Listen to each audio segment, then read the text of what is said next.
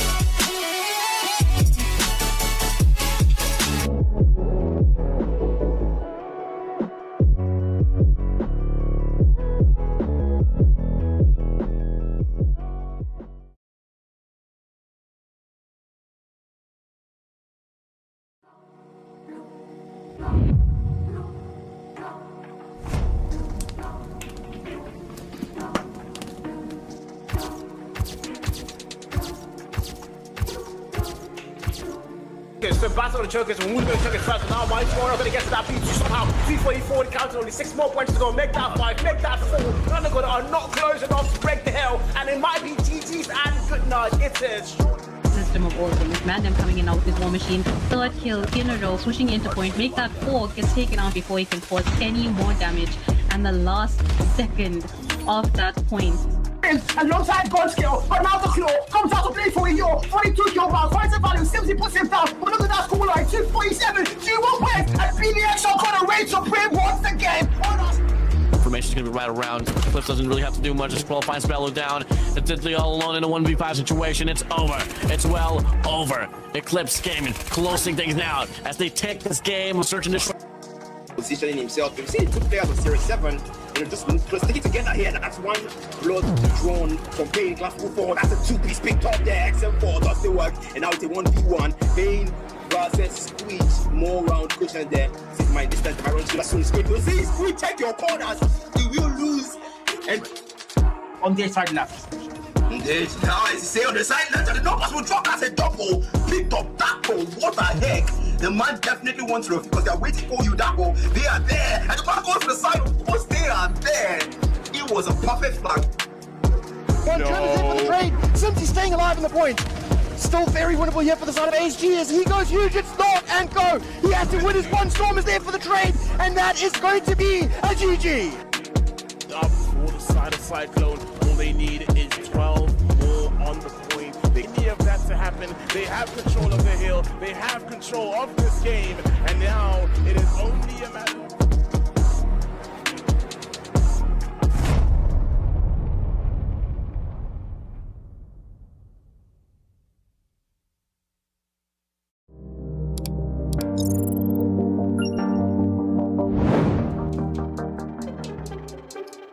Hello guys, welcome back to the African Pro Series. It's season 3, don't forget that. And today we are kickstarting things off on match day 2. Match day 1 was so exciting, but I mean today I've got an exciting caster. I don't know where you are. They usually are by my right side. Hello Priest, how are you doing, my man?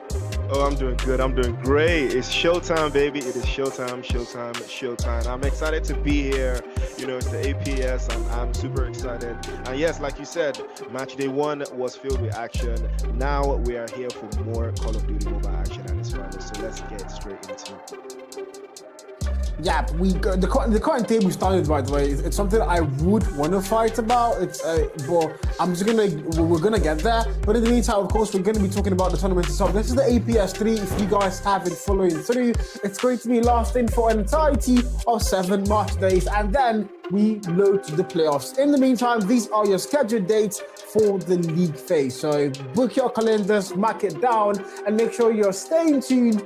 I'm pretty sure a lot of the streams already have been set, so just go on the streams, subscribe, leave a like, and turn on your notifications before they go live.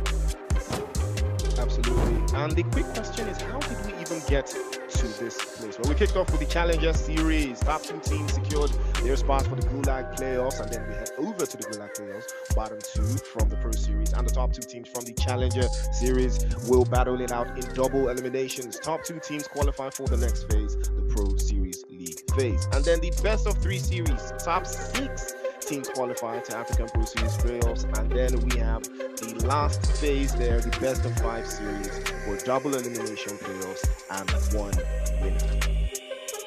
Yeah, one winner. The last winner being our defending champion, Cyclone Gaming. And I'm pretty sure a lot of you did follow through with them last season. And we're looking forward to seeing what they are also going to do this season. In the meantime, though, look at the table, our current standings after match day 1. I do have a very, very annoying take. I don't think ASG should be number 1. I said this last week, nobody answered me. It's still Carl against production. Anyways, PDX and ASG are currently tied at points alongside Cyclone, and the rest of the table falling short to those 3.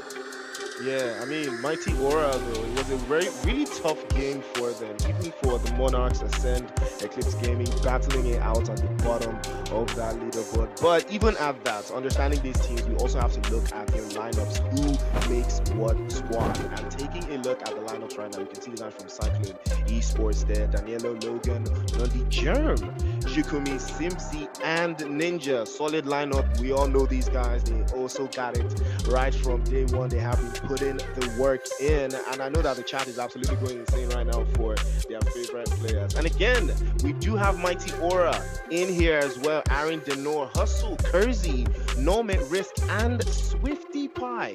That has to be the coolest name in this lineup, surely, or something along those lines. But yeah, we'll take a look at the stats right now. Kyle, what do you feel about this on your set? I mean, personally, again, this is, this is the APS. There's so many big names here. And I'm not surprised that we see Daniello and Dino go head to head. And you know, in this particular audio here, just the production said audio and I said audio, guys. But yeah, Cyclone, Danielo, and Dino.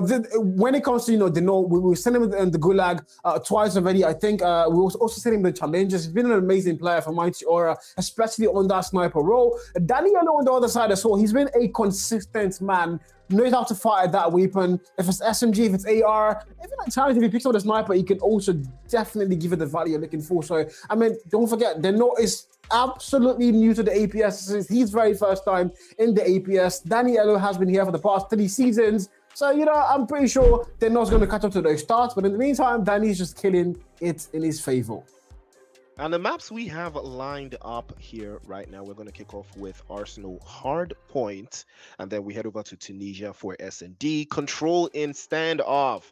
And we got a couple of map bands down there. You can see Hacienda, Takeoff, Coastal, Meltdown, and Crossroads with Raid all the way through. So that gives us a little bit of an idea of what we are going to be heading into between the action and the clash between these two teams. So eyes are going to be on both teams to understand their mentalities going into these first set of games. But what ideas and what mentalities do you think, you know, Cyclone is going to come up here? Because I'm super excited. But I mean, do we want to give predictions off rip? But I think Cyclone takes this easy, though. I would say maybe 2-1.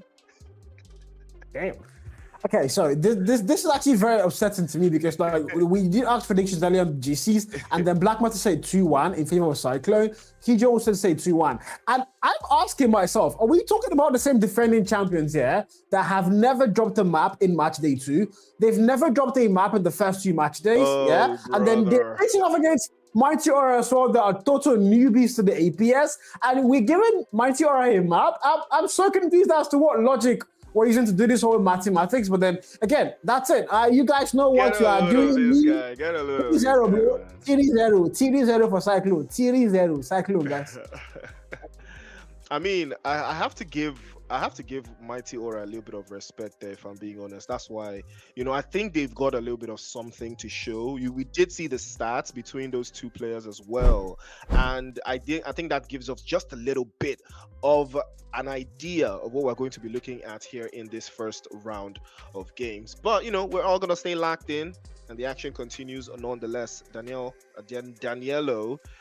We know eyes are going to be on him, and so far his performance has been ideal and elite. But we'll see if he's going to keep that run going nonetheless for Cyclone. But yeah, like we said, eyes on Cyclone. Let's see if they actually have what it takes to get this W. I mean, on paper, they should have what it takes. But again, this is Mighty Aura. They're new to the whole thing. The last time we saw them in match day 1, they were able to get a map off of the former #1 Nigerian team. If you guys have been watching the World Champs, you know how CR7 are now the former #1 Nigerian team. It was a very chaotic match day. But in the meantime, though, we're about to get the party started. If you're Mighty Aura, there's a lot of pressure on your end. You're going up against the #1 team in Africa. We could argue that. You know, they were champions last season. And again, don't forget to create your fantasy team. Guys, also, guess what? This week, I again forgot to create my team. So I'm right now at the very, very bad end of things. But you guys know me. I always win this thing. I'm going to find a way back. But of course, the map kick starts. Please take us away, brother. Ooh, well, as we see right now, Cyclone on the front foot, trying to lead the lines over to that right-hand side again. Couple of more sprays dropping through there. Denor and Swifty launching action and quick action as well. Aaron immediately goes prone over to the right-hand side there. You can see them trying to box them in and play from the eastern corners there. Frags and grenades, all the utilities flying off the right-hand side. That's a big drop, but unfortunately, Logan was right there. Gets Swifty knocked away. Switchblade in action. You can see him train off the right-hand side there. Angles getting swept through here. Mighty Aura absolutely getting demolished. You can see it's 17-3. It is not exactly what I was expecting this quickly. But again, trade-offs continue to hold off through. Logan has been on the front foot for the most part, tries to hold the angles there, but unfortunately has been absolutely overwhelmed. But they are doing an amazing job trying to hold the OBJ. Again, they play a little bit closer over to that left-hand side again, but it has been quite a fantastic start coming through from Cyclone there, and Aaron had the off angle there on Logan, immediately drops him off. But again, as we expected. Cyclone have been leading the charge here. Kyle, they have been absolutely consistent on this opening game. Yeah, rotations are going to be important, though, and I think they've somehow managed to nail it as well. They're going to get there first. They do have the better spawn, by the way. So if you're Mighty Aura now, you are on the back foot. You've not been able to play for spawns for that P2, and you're going to have to find a way now to get a breakthrough up against a team like Cyclone that literally know how to shoot almost better than anybody else in the entire APS. So far, so good. 28 and 11 on the scoreboard, and Cyclone are heavy shooting. Mighty Aura come to the front doors. They're going to go blazing and shooting players down, but it's not going to last too long. And now they do get that break finally, but it's going to be for the last 24 on the clock. And somehow they spawned out Cyclone. They've got the better spawn locked in. They're winning all their gunfights. And I mean, it does beg the question. There might be a world where Mighty Aura does get that one map. Absolutely, it's a major chance there, but they do use the off angles particularly a lot. We've been seeing that consistently. Swifty has been playing off the back lines, and he has been comfortable as well, holding the lines and those corners, but he had no idea that Logan has been lurking in the background there, gets the drop on him, and Simsi immediately trades off on the other side, and it has been quite a bombardment of their position. Again, they try to break through trophy systems outlined there over to the right side. Again, Donut plays a little bit closer with his teammate. You can see them moving as a unit, trying to make sure that there's no chance for them to breach inside the objective. And take a look at that, 39-33, Mighty Aura not backing down. War Machine flying through there, and they have been absolutely blocked off on every single position. It has been very difficult for Mighty Aura to find any joy here. They drop another double kills, triple kills from Kersey as well, and they have been very, very productive, but they drop another shell again over to that top half position, and again it has been very difficult for the guys, for Mighty Aura to cage them in, but somehow they might be finding a little bit of joy here. And again, they are trying to break through. It is very, very difficult in a hardpoint contest. But right now, Cyclone, it is Mighty Aura, Cal, giving them a run for their money. Yeah, I'm going to have to ask questions very soon. You know, the next podcast, we're going to invite these players and ask them, what's happening? You know, they've not been dominant, you know, as dominant as the way last season. At this point last season, literally nobody could got them down. And so far, the match they won, I could argue they barely went to the ECL on hard points. And once again, now we're seeing the exact same thing come through. Mighty Aura fighting back. They're going to keep that lead very close. Hustle goes big now. Finds doubles pyro kill. Swifty gets put down as well. It's a back and forth all the way through. And somehow Mighty Aura are going to get that lead locked in. So if you're a Cyclone, now you're the ones playing catch up. That makes no sense. On paper, that should never happen. But so far, the last 30 on the clock, Daniel finds a double there to go and get that break, but the answer's going to be no, because they're not shutting them down. The boys simply are keeping them at bay. It's a total chaotic back and forth. Cyclone are going to get that break. Sparrow gets popped down. Nuni finds a kill. But my God, man, I'm enjoying this. Oh my word! And you would think it was going to be a walk in the park for Cyclone right now, but Mighty Aura giving them a taste of Aura Salah. They drop another, and it looks like it's going to be a very, very tough one for them. 80-65 though for Cyclone. They are slowly but surely trying to get a little bit more comfortable there. Another drop in the sequence there, trying to hold it through. They drop yet another. You can see the drop through coming through again. Take a look at that. It is so chaotic. My goodness, you can hear the action brewing through there. Jeremy's trying to hold it in. He has been sending a couple shots over to that other side again. Can't seem to manage his recoil as the bullets are bouncing all over the place. He can't seem to get the angles right there. But again, a breakthrough come through from the triple kill. You gotta love it though. Mighty Aura, they're trying their absolute best to hang on, but unfortunately, Cyclone just have them by the neck at this stage, Carl. It doesn't look good for Mighty Aura right now. Speaking about having them on the neck, of course, Cyclone have the lead now. They're going to be fast to get above the 100-point mark, and we want to go in for a listen in, see what they sound like. I'm guessing they're comfortable now, so let's go in for a listen in. Nice. Flip. Yeah, smoke cafe. One's cap is now. One on you, one left dead. Reception dead. Window dead. Another window. Watch your reception dead. I'm one shot. I'm coming out. Three guys reception. Nice. Yeah, I'm gonna push up. Hold it. Got your window, pick up. I'm holding a cafe. Someone watch Vince. One's going Vayne. Nundi, look up. Left side, Vayne. He goes first down. Yeah, in vent. One shot on Infant Vayne. down. 2 reception. Push up, cafe Left side, yeah. The spread on you as well. to your left, left cafe. Left calf, yeah. The claw. Claw was priming Make sure cafe. they don't get captured. We're back, and okay, Cyclone didn't sound confident. I won't lie to you guys, I did hear the glisteners, right? But I assume they sounded confident. First, how was it, man? How was it? Yeah, I mean, they did actually, but it was more chaotic than anything else. Energies were all over the place, was so high octane, you could tell from Cyclone, but they did feel a little bit more confident in their plays. I think the listening at some point would have given you a peek into their psyche at that moment right there, but you can see the trade-off immediately coming through there. Kersey not backing down, not even in the slightest. They drop another one over to the right side, tries to go for the double and goes for the triple. My goodness, my word, that was quick succession, and that is something we absolutely love to see. A drop in the sequence there. Again, goes for the third and the fourth, drops another, again switches through, but it gets blown away with a beautiful grenade. And again, we have to lock in and get a little bit more action in our ears right now and get straight into that listening. We're gonna break this. Top dead. One person dead. One shot in this one. They got me in point. They got me here too.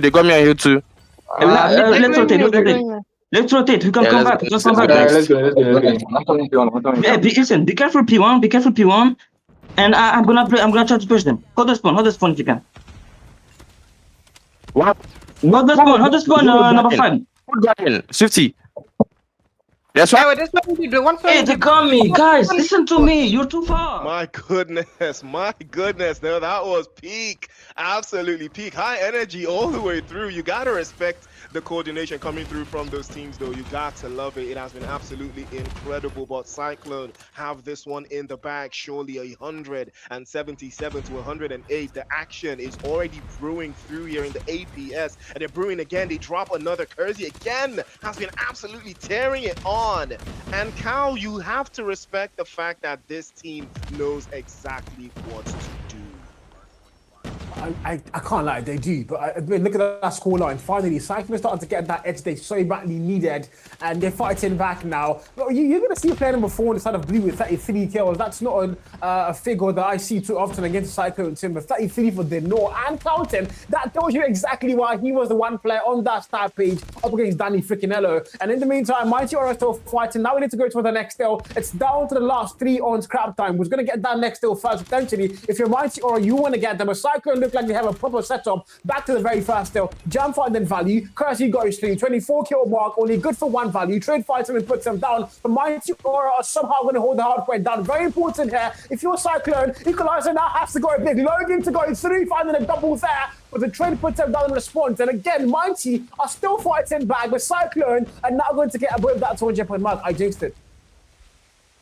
Rough. Absolutely rough start for Mighty Aura there. Unfortunately for them, they have been forced into very uncomfortable positions. You can see how they are struggling to break the lines there. Again, another one bites the dust. It's Aaron actually making an unbelievable drop in the sequence there. Logan getting dropped away. He has to manage that entire angle by his lonesome, but they have been doing an amazing job dropping another one over to the left-hand side. Again, they might try to hold the lines there just a little bit more. Mighty Aura trying to box them inside, play a little bit from the south side again, trying to hold the objective for themselves, and they might get a little bit railroaded here if they don't get the angles to close this one down just a little bit closer. And again, over to the corner as well, they try to swap through smokes, utilities, everything going out in full tandem, dropping exactly through the windows there to shut the down. And again, Nundi tries to pop through, doesn't get the right drop. Again, he switches over to the other side, and they are holding this hard point with everything they have to shut this one down. It is still not done and dusted. The Predator lands over to the top side, runs that one through. Again, Dono has been on the front lines again. He has been trying to hold this entire area line inside, but it has been a very, very tough game. Jam and Logan have been working hand in hand to make sure they hold these lines comfortably well for their team at this stage, Cal. I mean, Mighty Aura, I have to give it to you guys. I'm so struggling. I had no idea I was not familiar with your game because, my God, they kept things close. They fought back. They shot back. They've got the on the 39 kill mark. They've got plenty on the 32 as well. Everybody's holding their own weight so far. If you're a Cyclone, this is not what I expect, yes. Then do you have the lead? They might win the actual map, yes, but ultimately, Mighty Aura have shown that they can fight back and they have balls of literal steel. P1 opens up once again. Who's going to get there first? In my opinion, it doesn't really matter. It's all going to come down to who wants it more. And Cyclone now, they're going to get thrown. See that mid-map. 50 goes in, finds a kill, and now the boys in yellow are going to swarm through, and that's going to be, oh my God, the double PS farm. I think that thing is, oh, the S69 looks like a CBR4 there, but that was dirty. And 47 more, the P1 clock. Cyclone, they're going to hold their North still fighting. Mighty Aura 4 contest. They're not letting that whole time go, and now they're going to get absolutely sent back to a respawn. 240 on the board. It's almost game over and GG for map 1. But look at them come through that front door. My freaking God. 247 on the board, and Mighty are still fighting. They're not letting it go. What are we watching, man? Absolutely insane there, but I believe the job is done. And Cyclone will take match number 1, and they stand on business, 10 toes down. But Mighty Aura gave them something to worry about. They got them locked in. They got it loaded. Jum was putting in an amazing performance. But Mighty Aura, I gotta respect them, though. I have to respect them. They put in an amazing fight, but I think Cyclone, as we expected, was just a little bit too much for them. Yeah, the fun fact about that game is I wasn't the one playing the game, but I was actually sweating. I've got no idea how that's supposed to work. But my God, that was way too back and forth for my comfort, because again, I spoke about it. I was so sure it was going to be a 3-0, and I wouldn't lie to you. In my personal award, you might think, I thought, oh, Mighty Aura might not be able to get above that 150-point mark. There's even an award where they were not supposed to get to that 100-point mark. Seeing how dominant Cyclone have been in hardpoint in the past, but Cyclone appear to have a very shaky hardpoint this season. We saw that against ECL last weekend as well. They had a very bad start. Cyclone looked like they were going to shut down So whether ECL looked like they were going to shut down Cyclone, but somehow Cyclone were able to come through. So the question being asked now is, Cyclone, what is exactly the respawn issue? Can they fix it along the line? Because they haven't really met up against the actual threats, PDX, and of course ASG. They are definitely going to have to do a little bit more than this if they want to put those guys down. Yes, they have to do a whole lot more than what we've seen, but nonetheless, it's a good start for Cyclone Esports. 1-0. There's still a lot more action to come their way still, but this is a very, very good start. A dominant start, I would say, as well, but at some point in that game they got a little bit carried away and Mighty Aura almost caught them slipping. It was very close, 250 to 183. It is not that convincing for something that we were expecting to be a walk in the park. It was not a walk in the park at all. At some point within that game, Mighty Aura could have just flipped that game on its head. No lie, I see no lies there, and this might be a problem now for Cyclone. Again, going into the entire season, they're going to go up against PDX, ASG. These are the two teams that I'm pretty sure are aiming and rooting for that title. UAHMT as well, kind of in that discussion, even though they had a terrible match day 1. I don't think they want to relieve that. But yeah, in the meantime, though, we are still focused on our best of 3. Tunisia and standoff yet to go. It's a kind of best of 3 where you have to play all 3 maps. It's a league phase, so every single map counts, every point counts, and I'm pretty sure if you're Mighty Aura, you might have lost the hardpoint, but your morale are still going to be high because you get things close. You look so good a lot of times, and now you're going into an S&D game where you have a man like Deno on your side. This is not overglazed, by the way, guys. Deno is a literal monster. He's just like that. But again, we're going into Tunisia, search and destroy, and we are here at the calm before the storm. Yes, sir, we are. W glaze though. Saying no glaze doesn't mean you're not glazing though. I don't know what you mean by not glazing, man. The W glaze, I gotta respect it though. Deno was putting in work. He was putting beats at A, man. He was putting belts at backside. So I gotta respect it. So W glaze. But Logan was a man of the match for me though. He was putting in work. I think he got like a triple double or something. I mean, that's what I call it though. I'm not too familiar with the terms they use here, but triple double is what I call it, when you get like a triple, like triple elimination, like back to back or something like that. So I gotta respect it. But he's one hell of an entry player, and I love to watch players like that. He's very, very solid for Cyclone. I think the fact that he tends to lead the line is much more convenient for the style of play I'm starting to see that Cyclone loves to indulge, especially in those kind of boxed up areas, trying to play maybe game to a little bit of a split, but it's much more convenient for them though, playing to his strength. So I think we're going to see more of that even for this next phase of play. But nonetheless, what are your expectations from this game, Kyle? Do you think we're going to see more of the same? Do you think at some point in this game, Mighty Aura will give them a little bit of the run for their money like we saw in match number 1? I mean, to be fair, again, if we're talking about Satch and Destroys, this is literally Mighty Aura's domain. Cyclone, again, last season champion, one of the best. Mind you, this same Cyclone team, they've only dropped 2 maps for the entirety of the last 2 APSs. Season 2, they only dropped 2 maps, and so far in Season 1, they haven't dropped any. So, I mean, if you look at the kind of record they have, on paper, they should be walking through the park here. But somehow, the Mighty Aura, from what I've seen so far, with a player like Dino on their side, and, you know, the kind of race style they have right now, I'm pretty sure they might be able to get S&D. If there's one map the Mighty Aura can get, it has to be Satch and Destroy. But yeah, the map is about to start, and I haven't really asked you, I've been put on the spot too many times here, Priest. What do you think is going to happen in S&D? I mean, I would be surprised if Mighty Aura do turn around, but like you said, this is what they love to see. And again, we would want to see maybe something of a special. Me, I want my prediction to come through. That's what I want. So fair enough. I am expecting, Mighty Aura to do a little bit of something here. But from the last performance that I saw from Cyclone, I think they're also going to walk this one through as well. But it is S&D, so everybody has to be very careful. Though you can get caught off guard, especially in this kind of mode. But eyes are going to be on Simsy right now. He's trying to get a couple shots off and give a little bit of intel and coordination to the rest of his teammates there, just to feed them all through, to make them know that this is the area we are going to make sure that there's no breakouts here. Nobody gets lost in transition. Nobody gets overwhelmed on this stage. But again, you do love to see the strategies, right, when it comes to this mode, because you know that there's no respawns. You get knocked, you get put back in the lobby, and all you can do is become a spectator. Nobody loves being a spectator, but that is just what it is.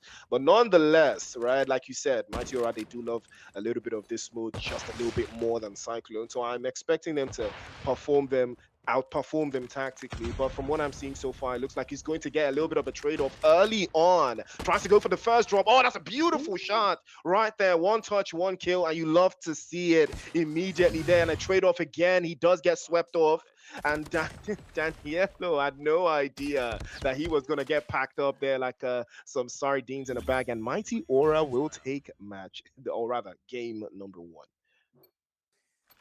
Okay, not the way I thought it was going to start, but yeah, it started exactly like that. Mighty Aura came in the very first round. Fast than 9, no overtimes. It's the league phase, so no overtimes for sure.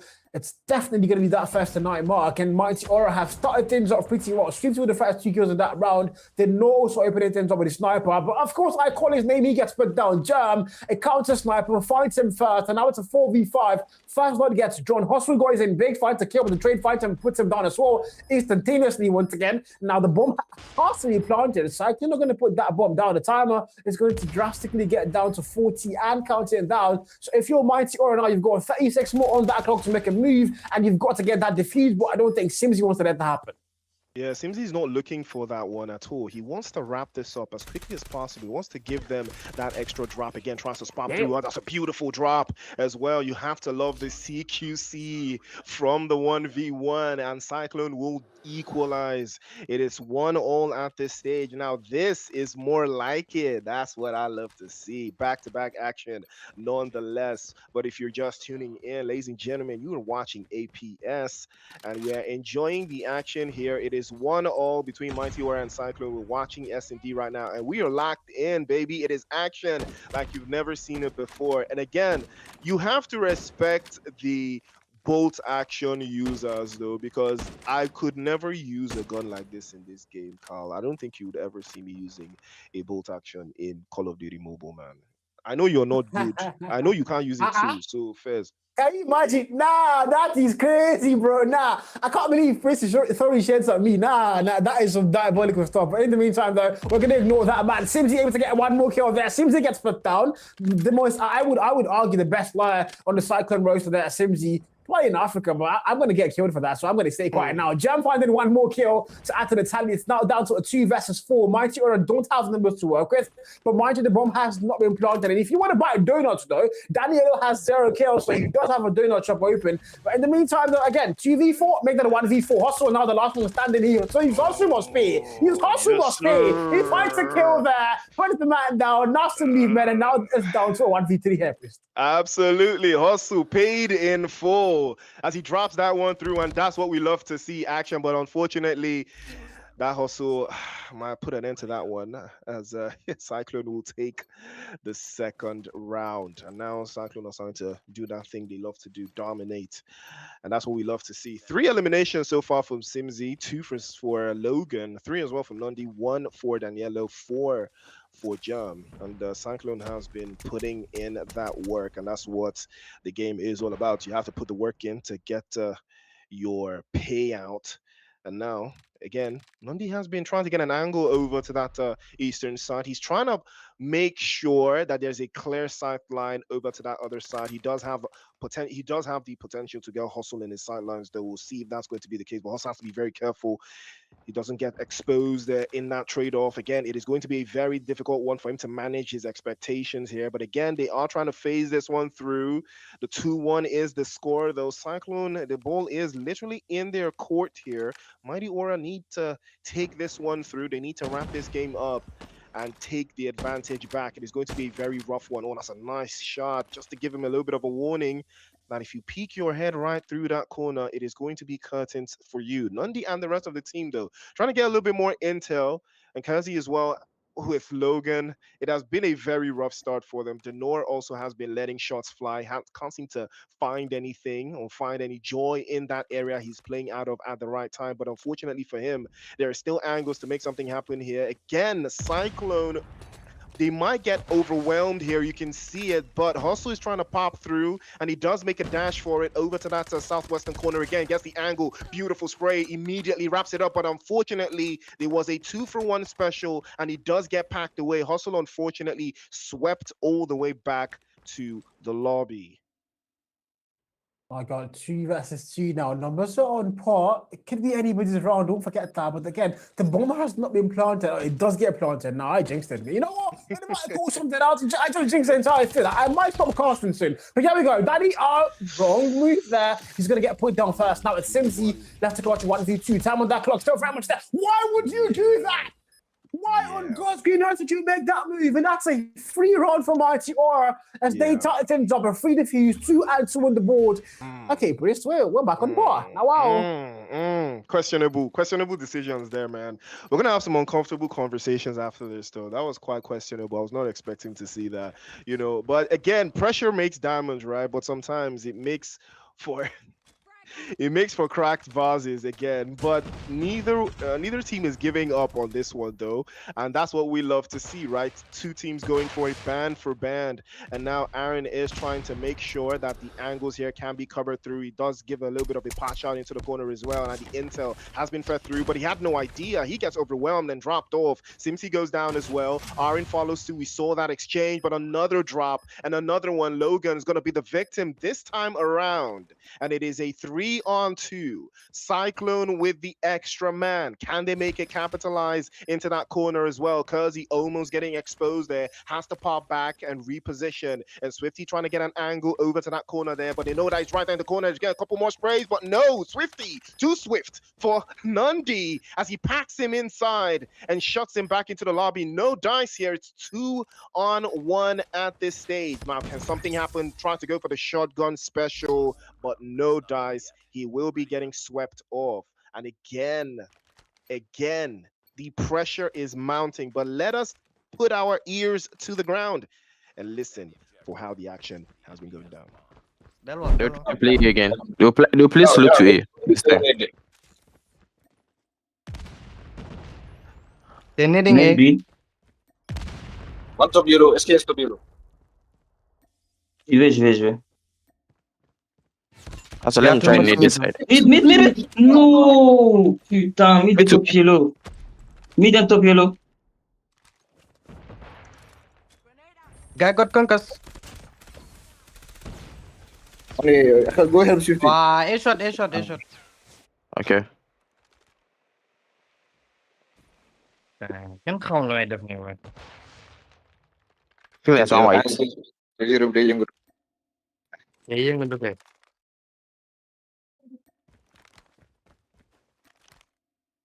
Cho anh sẽ này buồn. So there's one on the right. Let's push. Wow, he's one shot. Wow, Okay. well done. Guys, don't be slow like that. Don't be slow like that. Okay. Okay. I don't know. I think like it is S&D Chris, so I do understand why they're quiet. I did hear a lot of call outs there, but the few things that I did hear are quite useful. So again, it's S&D, man. Fair enough. Yeah, I mean you're right, but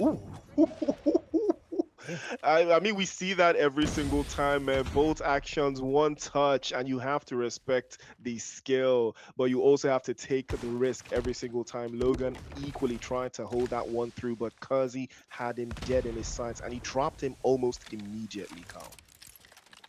Fast play, but again, Mighty Aura now have numbers to work at 4v2 sniper for Jam there to the mid map, no value found. The longest major buff, I understand why Tundra had to get put down, it was too meta, and then now if you're Cyclone, you do have the lead, but it's a little bit shaky. You do have numbers to work in this round. I think I almost jinxed it again, 75 to kill with that, but we're down to our final 3v1. Absolutely. I mean, the ball is in their court right now for Mighty Aura. All they have to do is farm as much aura as they can and wrap this one up. They have the numbers advantage. They've got the positional advantage. All they have to do now is stick to the script and see the game through. Just be, if you're Simsy though, you're the last man here. It's not in a good spot to be. You've got the bomb in hand, by the way. You couldn't get a plant. He possibly is going to go for the plant. I think he's going to commit to that plant. Might be a good choice. Or the players in blue are at the A side. He's alone at B, but I don't think he knows. He's doing mad scouting, but now he might walk into the trap here. I don't think this is a good thing to do if you're him. See, SMG in hand, making that move towards A, and he's going to find one player, but now they know exactly where you are. Yeah, jinxed it. I mean, I really want to hear what the pressure was sounding like right now. I absolutely just need to hear in the listening, man. The sniper's peeking at mid. I'll Okay, let's do off if you want. You need to bomb coming. Throw fun. Concuss my shoulder. Snipe on top of the thing. You gotta push me. Yeah, I pushed. Yo, he didn't pretty. Ooh, he's coming out short. He peeked again. He's weak. Nice. Yeah, no, he's weak there in the short. So cool. Nice. I'm fairly confident one might be flank.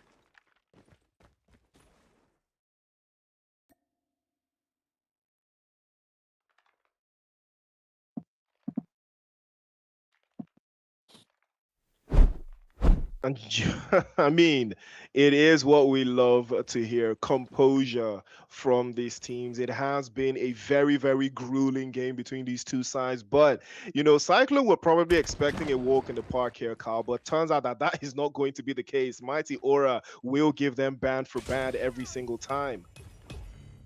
Yeah, I would lie here, please. This is not the plan, no, because my PKM, I put 3-0, okay? So I don't know what Mighty are fighting back so hard, but they're doing it so well. In the meantime, though, 2v1 Jam, the last man for his side up against Arwin and Hustle.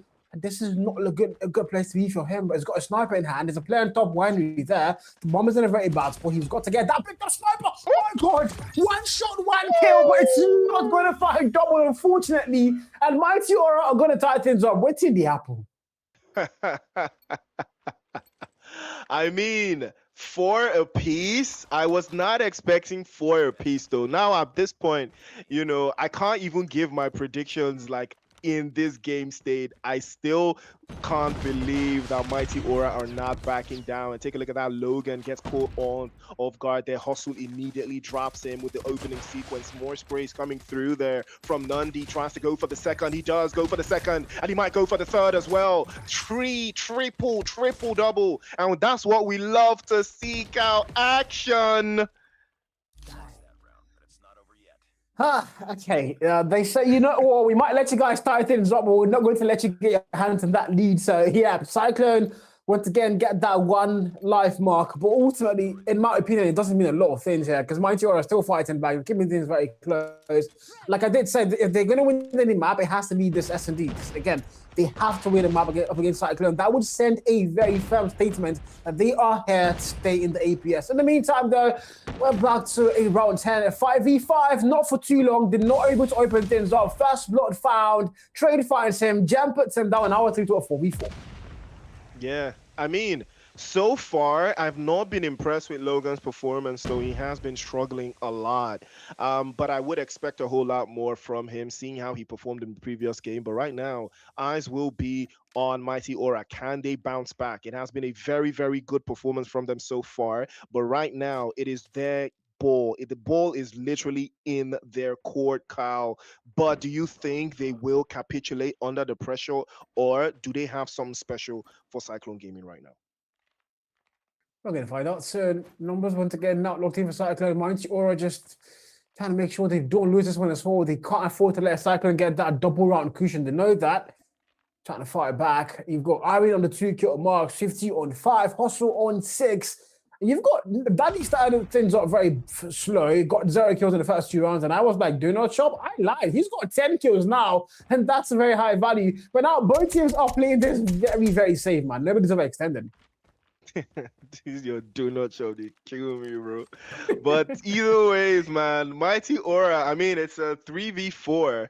And right now, Cyclone, I think they have everything working in their favor. Hustle has been letting shots fly, but unfortunately, he hasn't. The shots have not been landing for anything there. And unfortunately for Nundi, he gets swept aside by Swifty there. I'm not sure he saw that one coming. Unfortunate scene for him, but it looks like Mighty Aura have everything locked in for themselves now. They just have to hang on tight and make sure they see the end of this particular match through. They have to, man. Again, 3 versus 2. Danny and Sims are the last 2 players now for their side. The bomb already planted. Mighty Aura do have the bomb put down. So if you're Cyclone now, the emphasis is to get that defuse. Find a way to make it work. The answer might be yes. Danny, first kill found. The SKS there. Finds a double off that one. And down to a 1v2. Swifty, the last one standing now against Simsy and Danny freaking hell. But look at that. They're going for a diffuser, I think. He knows that. He makes the move right time and might get the double when it's no time. No! Oh my God. Oh my goodness. I mean, I gotta respect it. He doubled down on that one. It was dangerously close, but I think that was the plan and it paid off perfectly. But an extra second more and it would have been wraps. We would have had a different scoreline in that exchange. But a beautiful, beautiful teamwork coming through from Cyclone there to wrap that one through. Oh, what a strike that was as he packs that one in. You gotta love the shotgun users as well, Kyle, because for shotgun users and bolt action users, man, these guys are absolutely different gravy. Guy, this is a very fast round. Guy, they never let me talk, bro. The round has ended, guys. 4 and 7 on the board, and Cyclone have finally got their footing. They finally got their flow, and they're gonna get 3 back-to-back rounds. And if you're Mighty Aura now, the Kings of West Africa, mind you, they are the '1 team in West Africa according to the World Championship rankings, and Cyclone are the '2 team in South Africa. Also, I mean, you know, crazy stuff happened in their own land. I can't even go there. But again, 5v5 round, 12 low 10. If you notice how I slowed down, I can't do maths really well, man.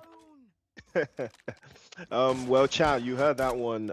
Kyle is bad at math. Ooh, I like. Well, Simsy's math is much quicker than Kyle's calculations there as he gets a drop in. 7-4 still for the guys from Cyclone, but they are on the front foot right now. You can feel the confidence rising from them right now. Hustle has tried to play in from that left-hand side, but unfortunately, no dice. He can't find the angles just right. But again, he has been spotted and almost getting dropped away there by Simsy, but he manages to escape the danger just in the nick of time. 3v5 numbers locked in for Cyclone. They've got that leader small, but Logan, Eagle Sport to bid. I think he's going to get the info given out. Simsy as well as there. If you're the boy Simply now, you're kind of trapped here. There's 1 player top winery. Both of you are back to spawn. Scores he puts out Simsy. That I don't know how that happened, but that's a very vital kill. As numbers are finally going to fall. But Logan got spawned. I don't think he can get any value shot going. Not enough range there. He still fights it. Doubles down to a double. Freaking Logan finds That's a double. Lundy R's the last man down. And 8 and 4. 4 and 8 on the board. And Cyclone are 1 round away from closing off map 2.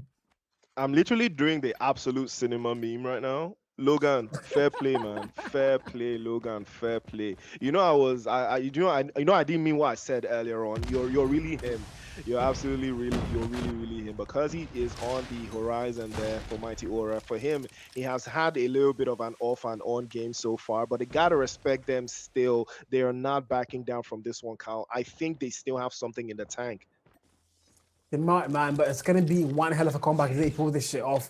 There we go. Cause you're the 9 kill mark. 13 for Daniello. Mid-map control might just be his, but the SKS might not be the best one against the sniper. So again, 5v5, nobody put down for both sides. No first not drawn. I jinxed it again, didn't I? They know what the very first kill. Seems to get put down. Now we're all through to a 5v4, and Cyclone are not going to have the numbers advantage here. Man, you got to respect the fact that Daniello has been putting in work in this particular game, though. You have to respect that fact. I mean, 13 eliminations, you have to love it. But right now, Mighty Aura, can they make a way through? Beautiful sprays coming through from Daniello. Speaking on that, when he does get Hustle knocked away there, and Arin unfortunately can't seem to find a space inside of that corner. He has been absolutely overwhelmed, and again, you can see it in the numbers game right now. It is 4-on-4 though, so it's still anyone's game at this stage, Cal. It is. It definitely is. But I mean, if you're Mighty Aura, you're doing it this round a lot more than Cyclone do. They are literally 1 round away from closing things off here. You can't afford to let that happen. And I think they do know that they're not on the 12 kill mark. The only player on double digits on their side. And now he's going to find one more, adding to the tally of 13. Jam gets put down, but we're still in a 3v2. Mighty Aura have numbers to work with. They can possibly make it happen. But again, look at the clock. 14 seconds. They've got to plant the bomb, and now they do. But Lundy able to get that info. Find the very first kill. Might be looking the wrong way. He's going to get put down there. Denor! Freaking Denor! Told you. Told you they were not backing down. And then Denor was right there to deny. And that's what we love to see. Mighty Aura, I mean, I gotta respect these guys, man. They do not back down. They put everything inside, and I told you they have something in the tank, and they're not gonna back down from this one, not even in the slightest. Daniello putting in their work again, tries to take the 1v2, but he fails miserably. Does get dropped away. They're Aaron on the other side, try to go for it, but his head gets blown clean off, and another one goes down as well. Logan putting belt to backside, drops another. Danor not backing through, drops the second, but unfortunately, Mighty Aura is no match for Cyclone. God, I know we lie, bro. Did you just see that exchange there, bro? Did you the shotgun from Logan? They know the sniper as well. He said, if you can find a double piece there, I can find one as well, man. It was a back and forth. It was chaotic, but ultimately, though, like you said, Cyclone are just clearly better. And if you're Mighty Aura at the moment, you're no match for them. My God, that was a close game. That was nerve-wracking, my man. Very, very nerve-wracking. I mean, I have to respect Mighty Aura still. They put in work. They did a lot. They did not let the performance, the constant performance get to them. They stayed very, very equal to the task. I mean, take a look at that. It was very, very balanced diets right now, but Logan was just caught lacking a lot. But I can't even fault Logan if you take a look at Aaron, because it looked like he just kept spawning to go back to the lobby, just spawning to go back, because I didn't even understand what was going on with him in this particular game, Carl. I just couldn't wrap my head around it. Yeah, for emphasis, we had 14 rounds in this game, and he died in 13 of them. Jesus Christ, that is a nasty number for him. And only the 2 kills to his name, and unfortunately not able to show up. He's arguably one of the best snipers in the game as well, by the way, for the West African region. But you know, they know the sniper. I've been expecting to pick up something else, but the SKS just wasn't working. But ultimately, though, if you're a Cyclone now, you've already won the series, yeah, but now you need to keep your record of not dropping a single map in the first few match days, and also having dropped they've only dropped 2 maps for the entirety of the APS Season 2 and APS Season 3 so far. So there's still a lot of pride on the line, and being your defending champions, they just want to show that they're clearly better. But in the meantime, though, I still insist that they've not been able to, you know, give me that walkthrough that I would expect. But I mean, the thing is, they win, Abby. They win, Abby, they win. Fair play. It's all about winning. It's all about winning. If you're winning, nobody cares about anything else. I mean, I'm on side note, I'm an Arsenal supporter. So when we talk about winning, I know what it feels Let like. it all work out. I know what it feels like to win. Let it all. You understand? How I won is questionable. How far Gabriel now? But How far I Gabriel won. now? How far Gabriel? Don't ask me. Don't ask me. Yeah. Don't ask me no questions, Carl. Don't ask me no questions. See, don't ask me no questions. Yeah, This is why you're bad at math. This is why you're bad at math. But fair play to Cyclone, man. Even though Mighty Aura have not necessarily found their foot on the gas just yet, I have to respect their performance. You know, they're playing arguably against one of the better teams so far. And like you said, these guys have not dropped any points. You know, they've not been found lacking in any regard. So again, how do you beat a team like Cyclone though? What do you have to do? How do you dominate a team like this that seems to understand every single mechanic going into this game? What is it you have to do in order to beat them at their own game?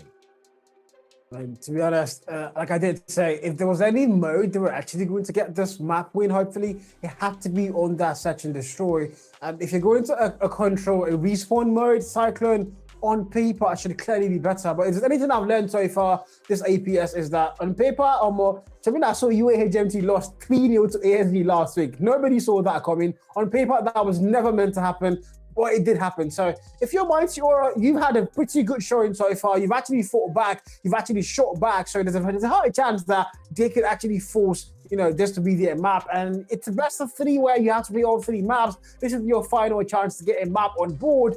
Can they do it though, Priest? We're about to find out.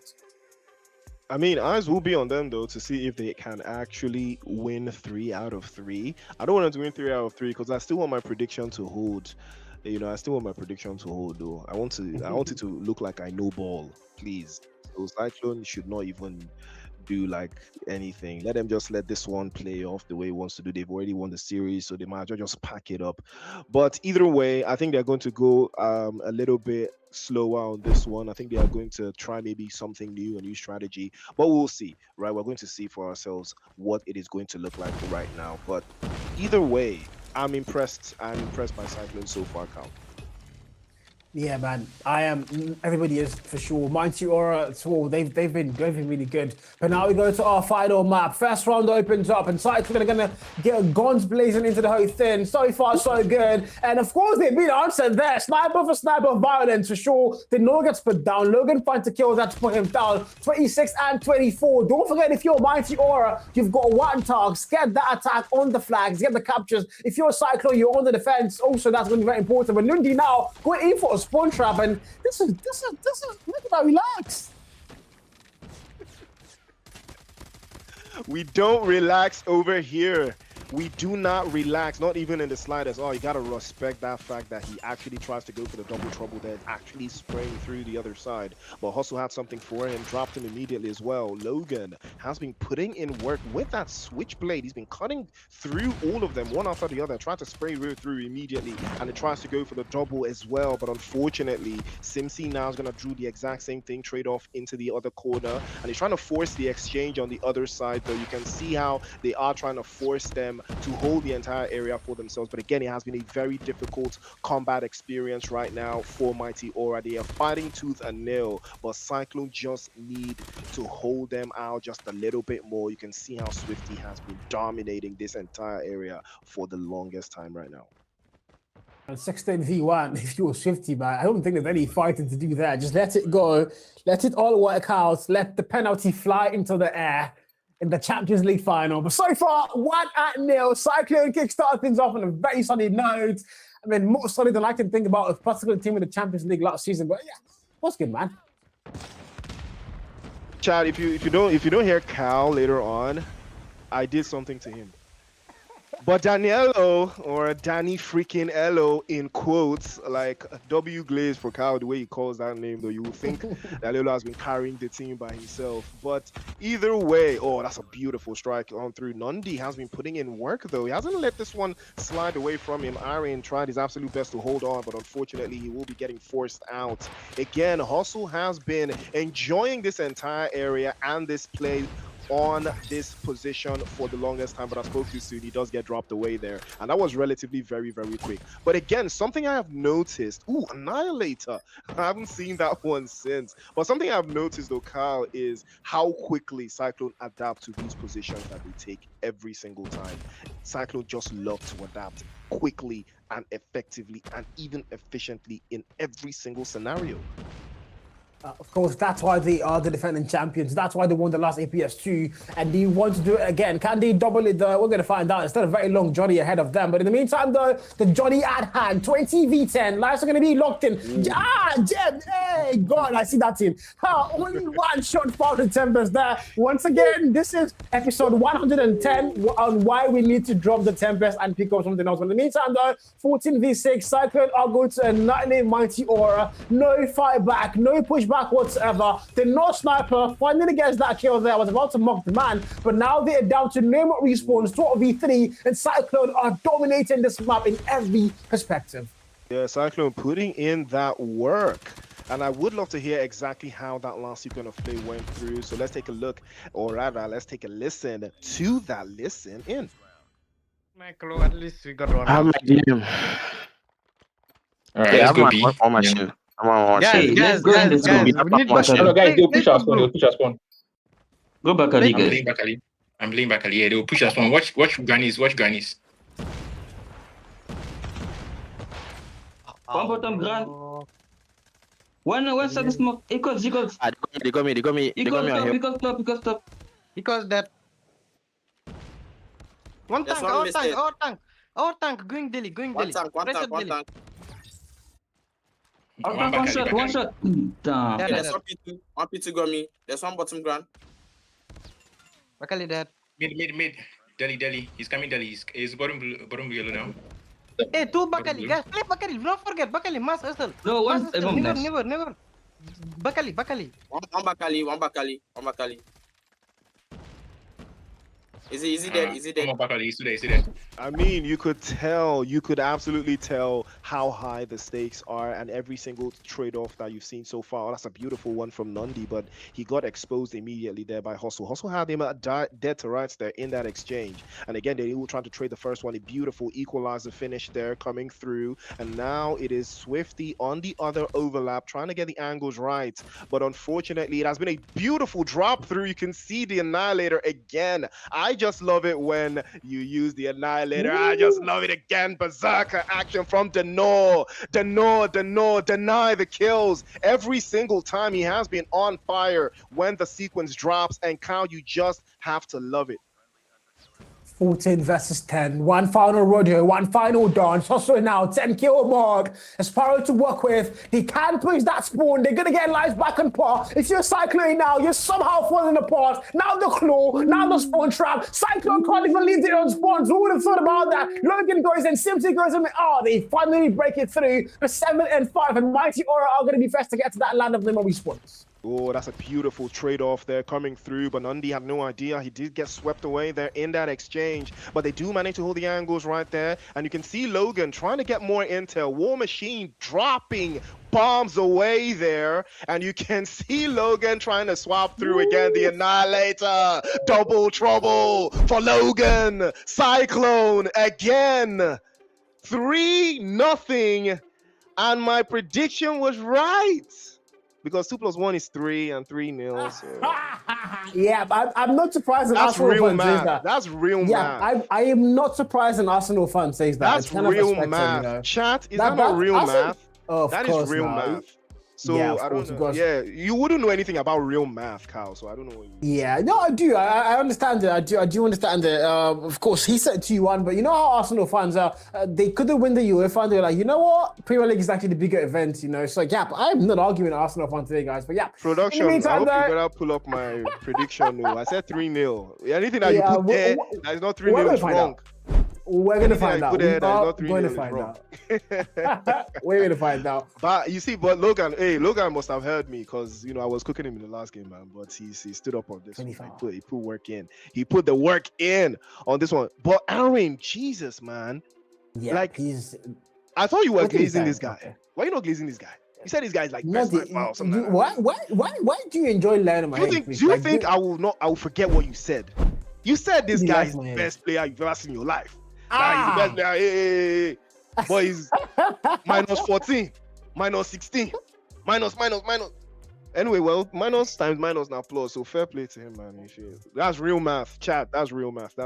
If you didn't know, that's real math. But first set of games though, we will be wrapping it up. Beautiful performance, 2050 to 183 for hardpoint match number 1. Tunisia search and destroy.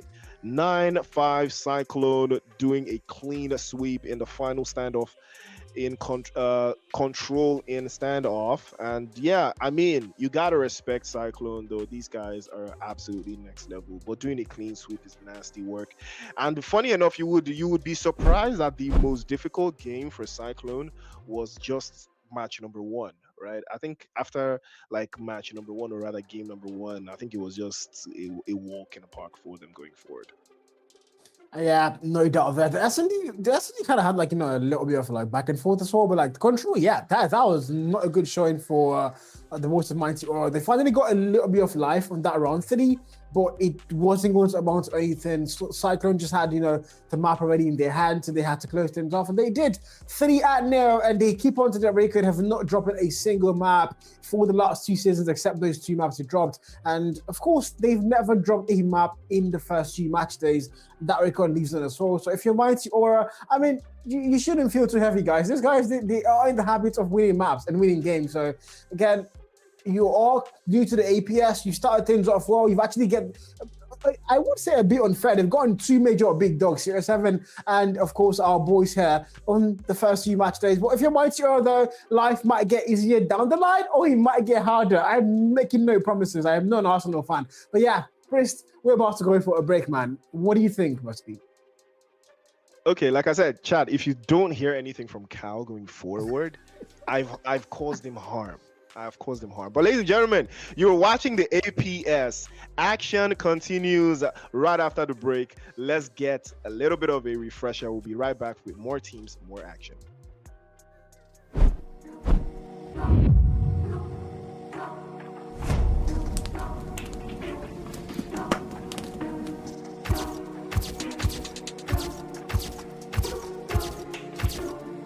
So battle of the chokers, and we're going to choke it first. Now Mighty Aura going to get to that P2 somehow. 344 counting, only 6 more points to go. Make that 5, make that 4. None of them are not close enough to break the hell, and it might be GG's and good night. It's a short system of all things. Mandem coming in out with his war machine. 3rd kill in a row, switching into point. Make that 4, gets taken out before he can cause any more damage.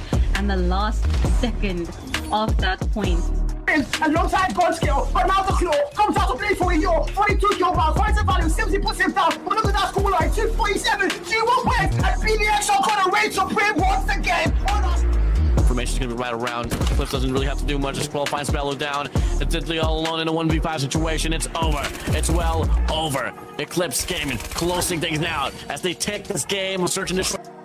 Positioning himself. You see, 2 players of Series 7, just stick it together here. That's 1 blood drawn from Pain Glass 4. That's a 2-piece picked up there. XM4 does the work, and now it's a 1v1. Pain versus Squeeze, more round cushion there. This is my distance. I run to the soon Squeeze. You see, Squeeze, take your corners.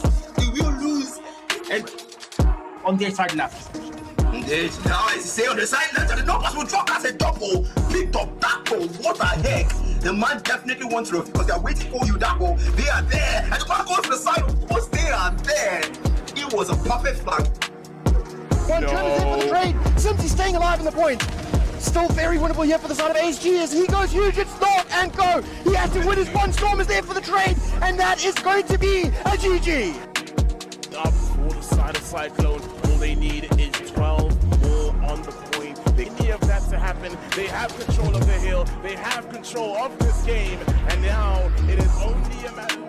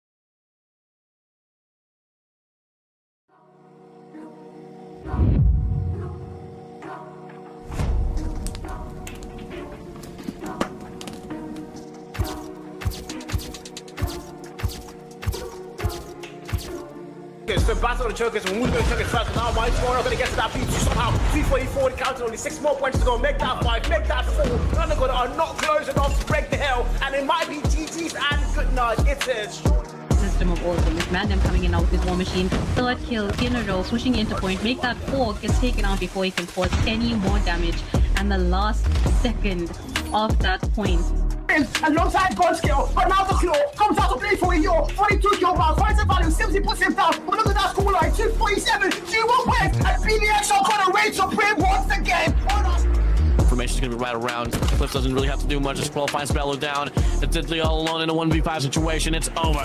It's well over. Eclipse gaming, closing things out as they take this game, searching this. Positioning himself. We've seen 2 players of Series 7, just stick it together here. That's one blood drawn from Payne, Glass 4. That's a 2-piece picked up there. XM4 does the work, and now it's a 1v1. Payne versus Squeeze, more round cushion there. This is my distance. My run should have soon Squeeze. We'll see Squeeze take your corners. You will lose. And on the side left. Now, as you say on the side left, the numbers will drop as a double. Picked up that goal. What the heck? The man definitely wants to, because they're waiting for you, that goal. They are there. And the man goes to the side, of course, they are there. It was a perfect flag.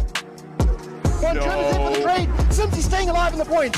Still very winnable here for the side of ASG as he goes huge, it's not and go. He has to win his one. Storm is there for the trade, and that is going to be a GG. Up for the side of Cyclone, all they need is 12 more on the point. They need that to happen. They have control of the hill. They have control of this game, and now it is only a matter of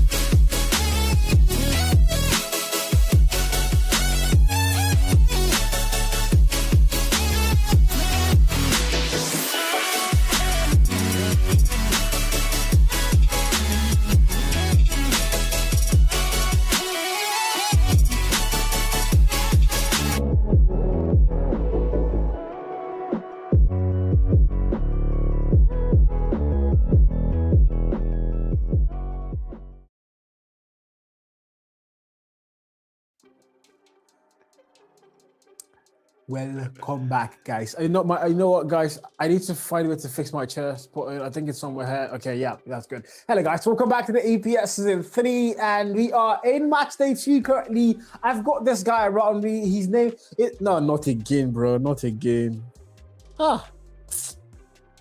Yeah, man. It's just unfortunate that Cal's camera just doesn't like him that much. But that'd be my camera. It's production, bro. It's production. It's there. No, it's not production. This is. Can you imagine? See, gaslighting, bro. This guy just plays production for everything. Like, I can't wrap my head around it. Just playing production for everything, man. Like, come on, bro. Take some responsibility. Take some responsibility, Cal. You know, it's okay to be wrong sometimes. You know, it's okay to be wrong sometimes. You get me. But, ladies and gentlemen, like you said earlier, welcome back to the show. You were watching the APS, the African Pro Series, and Cal has been a great host to me. But Cal, we have our brand new set of teams going on right now, and you've got the UAH Monarchs with Badman Michael, Raging Extra, Taylor Artie, Siam, and Twix. Wait, what? How do you how do you pronounce that though? Telerati. Hold on, wait a minute. I did know that a man had joined the roster actually.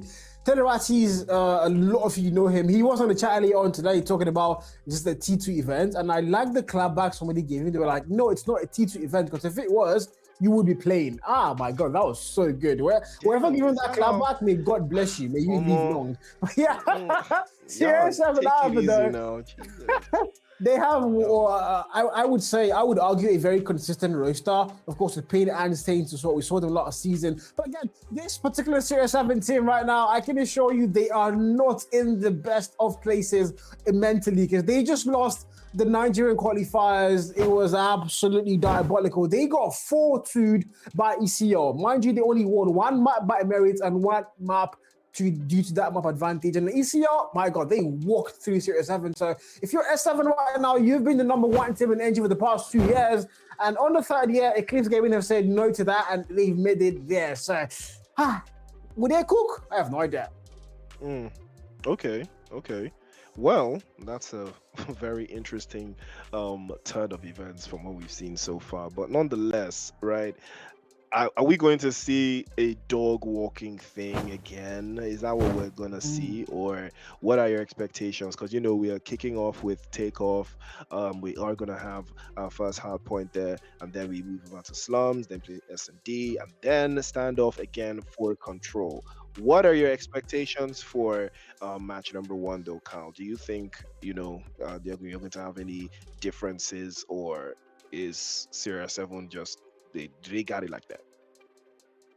So they got it like that. We're gonna know soon. But again, wow, Takeoff, they are unbeaten in Takeoff so far for the APS. God, this is Q3 though, so they haven't really played that many Takeoffs, guys. They've only played one. I was about to glaze that, that record there, but they've only played one map, guys. They haven't lost the one map, so I wouldn't really say unbeaten. They just never play enough maps. But yeah, Series 7 Fadi, he's a sniper, man. He's one player you always want to watch out for. On a map like Takeoff, also mind you, this is actually arguably their favorite map, not just in the Season 3, but in the entirety of the APS and the entirety of Call of Duty Mobile. Series 7 do love their Takeoffs, and I'm pretty sure this is a map they can actually do pretty well on. But at the same time, though, you're looking at UAHMT, who have 2 players all the way from the Garena regions, Badman and Steve. And you've also got Michael. Hopefully he's starting today. We didn't see him in match day 1 at all. But if he's starting today, that's a player you also want to watch out for. But this is the battle of the #1 team in East Africa up against the now #2 team in Nigeria, man.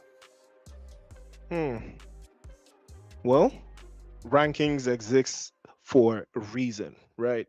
And now we are going to understand why certain teams rank higher than others. But again, strategies also come in different shapes and sizes, right? And again, it is all about whose strategy is going to be much more superior than the other. But right now, again, questions will be asked.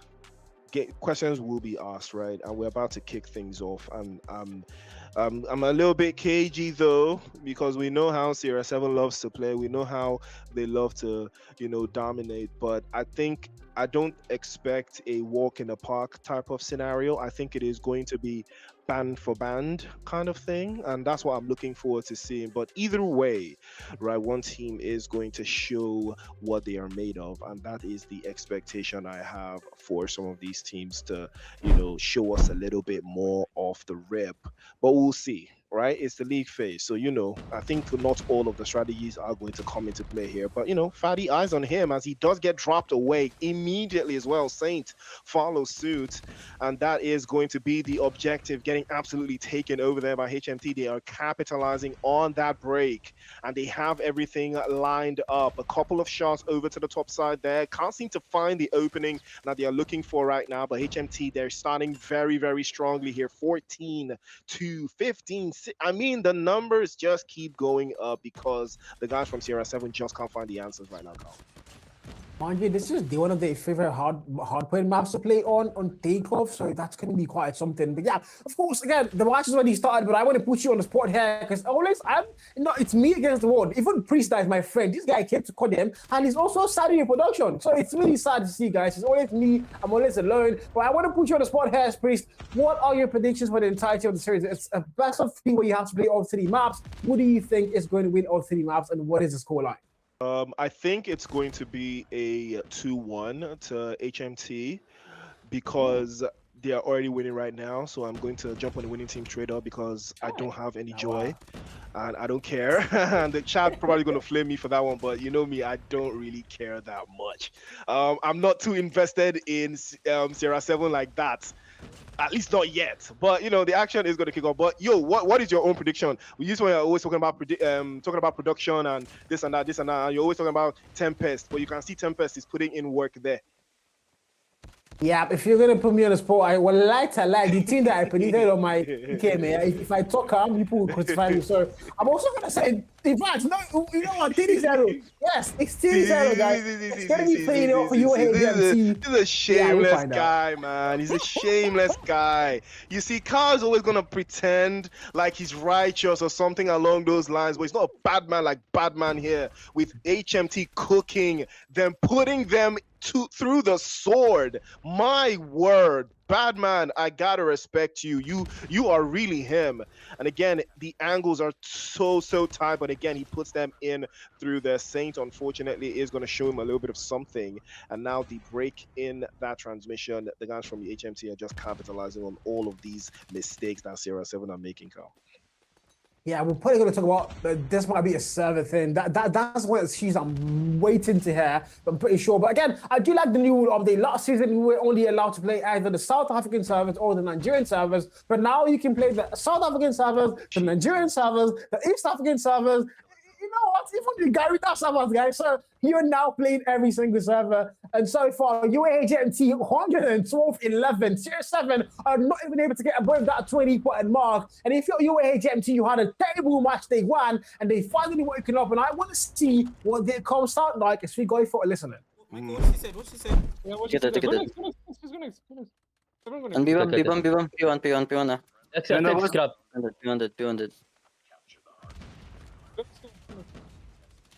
Red. Five red. Yo, 3 all. Watch the seaside. That's four. Nice. Bread, one launch. I got window. 300. Which window? The spawning one. There's a guy seaside. Made them. Seaside. Bro, one machine. Two seaside. Pita si. Nice.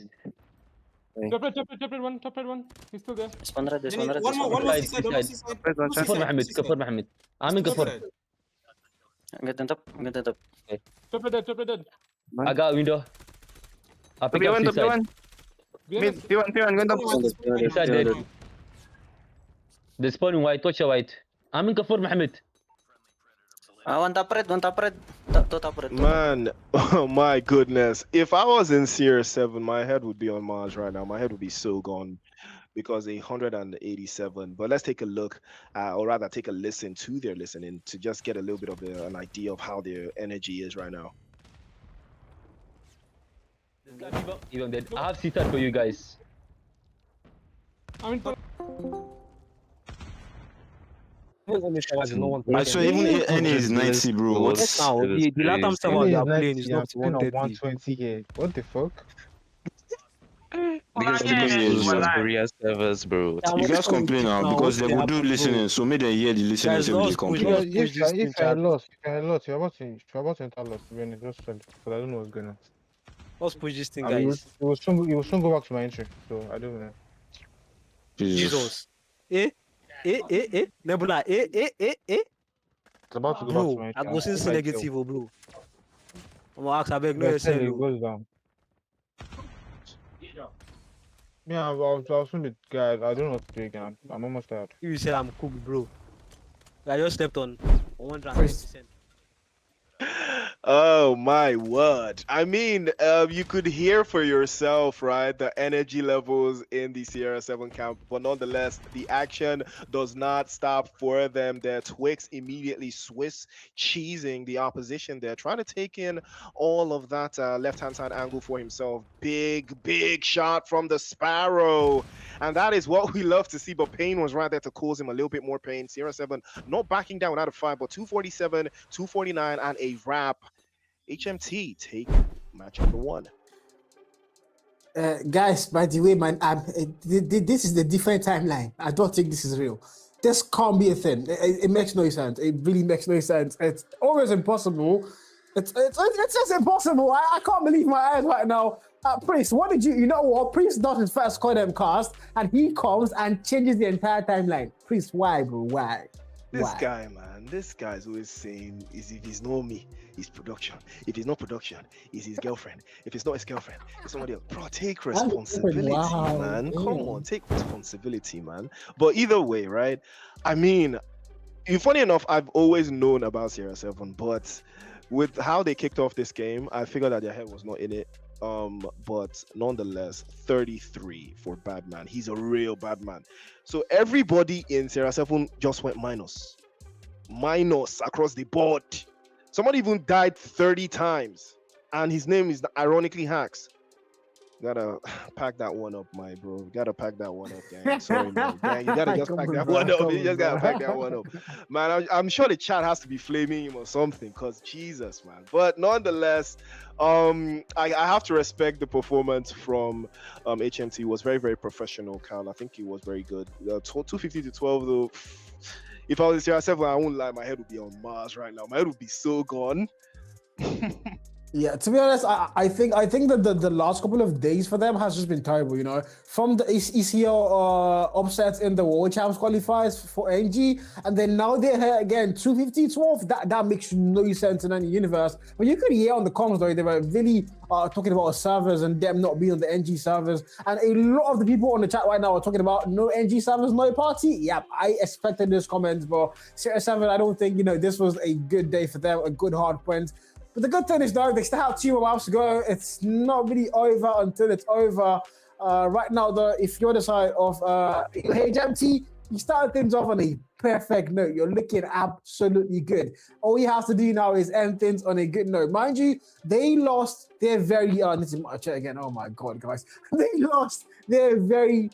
first match there, you know, they lost their very first match day there, 3-0 up against ASG. I'm pretty sure not a lot of people saw that coming. I personally didn't expect that to happen. So this is like more of a redemption run for UAHMT. They need this win as badly as possible to keep their, you know, their name and that org in good standings. But in the meantime, though, Sierra 7, yeah, this is a terrible show, my brother. Terrible. Yeah, I mean, going into the rest of the other games, morale is going to be low, but that is what you expect from a solid team, right? The ability to bounce back, right?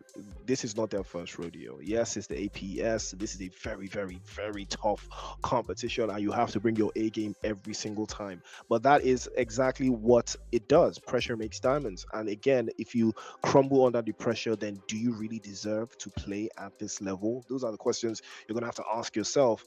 And right now, unfortunately for CR7, they got caught off guard. They didn't start well. But again, that is the expectation, right? We've played hardpoint. Now we move into SND, right? Somebody is going to have to step up, take the game by the reins. Hopefully it's Hacks, but we'll see who's going to be. This boy. Right, we'll take that.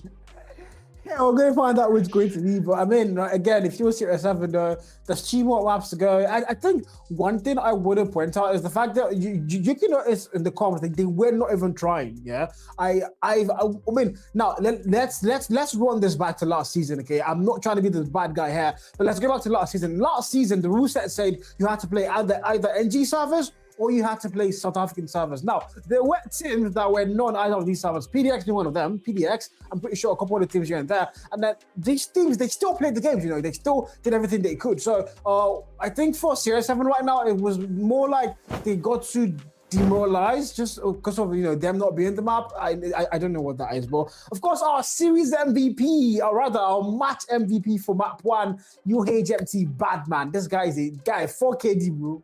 Chai. I mean, it's a real bad man, you know, a real bad man. 33 limbs and only 8 deaths. Meanwhile, somebody died 30 times. Probably this guy probably killed that guy 30 times. But he also got 10 assists as well, so you have to respect him. He is one of those front men for HMT. You could tell by the way he was always in those frontline positions, always taking the initiative, always getting the first drops. So that's what we love to see, a player that knows his role and also knows how to execute his role. But you know, the action continues, ladies and gentlemen. You are watching the APS, and we've had our first map, but we have 2 more maps for this series. So stay locked and stay tuned. We'll be right back after the break.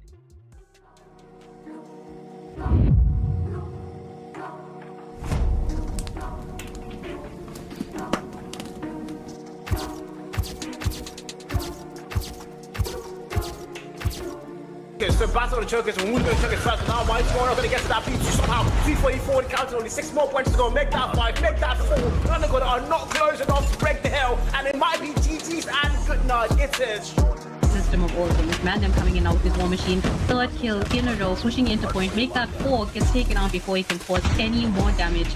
And the last second of that point. Alongside God skill, but now the claw comes out to play for a year. 42 kill bar, finds the value, Simsy puts him down. But look at that score line, 247, G1 wins, and PDX are gonna rage supreme once again. Information is going to be right around. Cliff doesn't really have to do much. Just qualifying Spello down. It's literally all alone in a 1v5 situation. It's over. It's well over. Eclipse gaming, closing things out as they take this game, searching this. Positioning himself. We've seen 2 players of Series 7, you know, just stick it together here. That's 1 blood drawn from Pain, Glass 4. That's a 2-piece picked up there. XM4 does the work, and now it's a 1v1. Pain versus Squeeze, more round cushion there. This is my distance. I run to the soon. Squeeze, we'll see. Squeeze, check your corners. You will lose. And on the side left.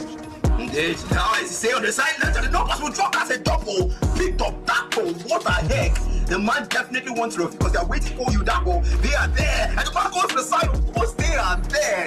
It was a perfect flag. One trying to for the trade. Simpsy staying alive in the point. Still very winnable here for the side of ASG as he goes huge, it's not and go. He has to win his one. Storm is there for the trade, and that is going to be a GG. Up for the side of Cyclone, all they need is 12 more on the point. They need that to happen. They have control of the hill, they have control of this game, and now it is only a matter of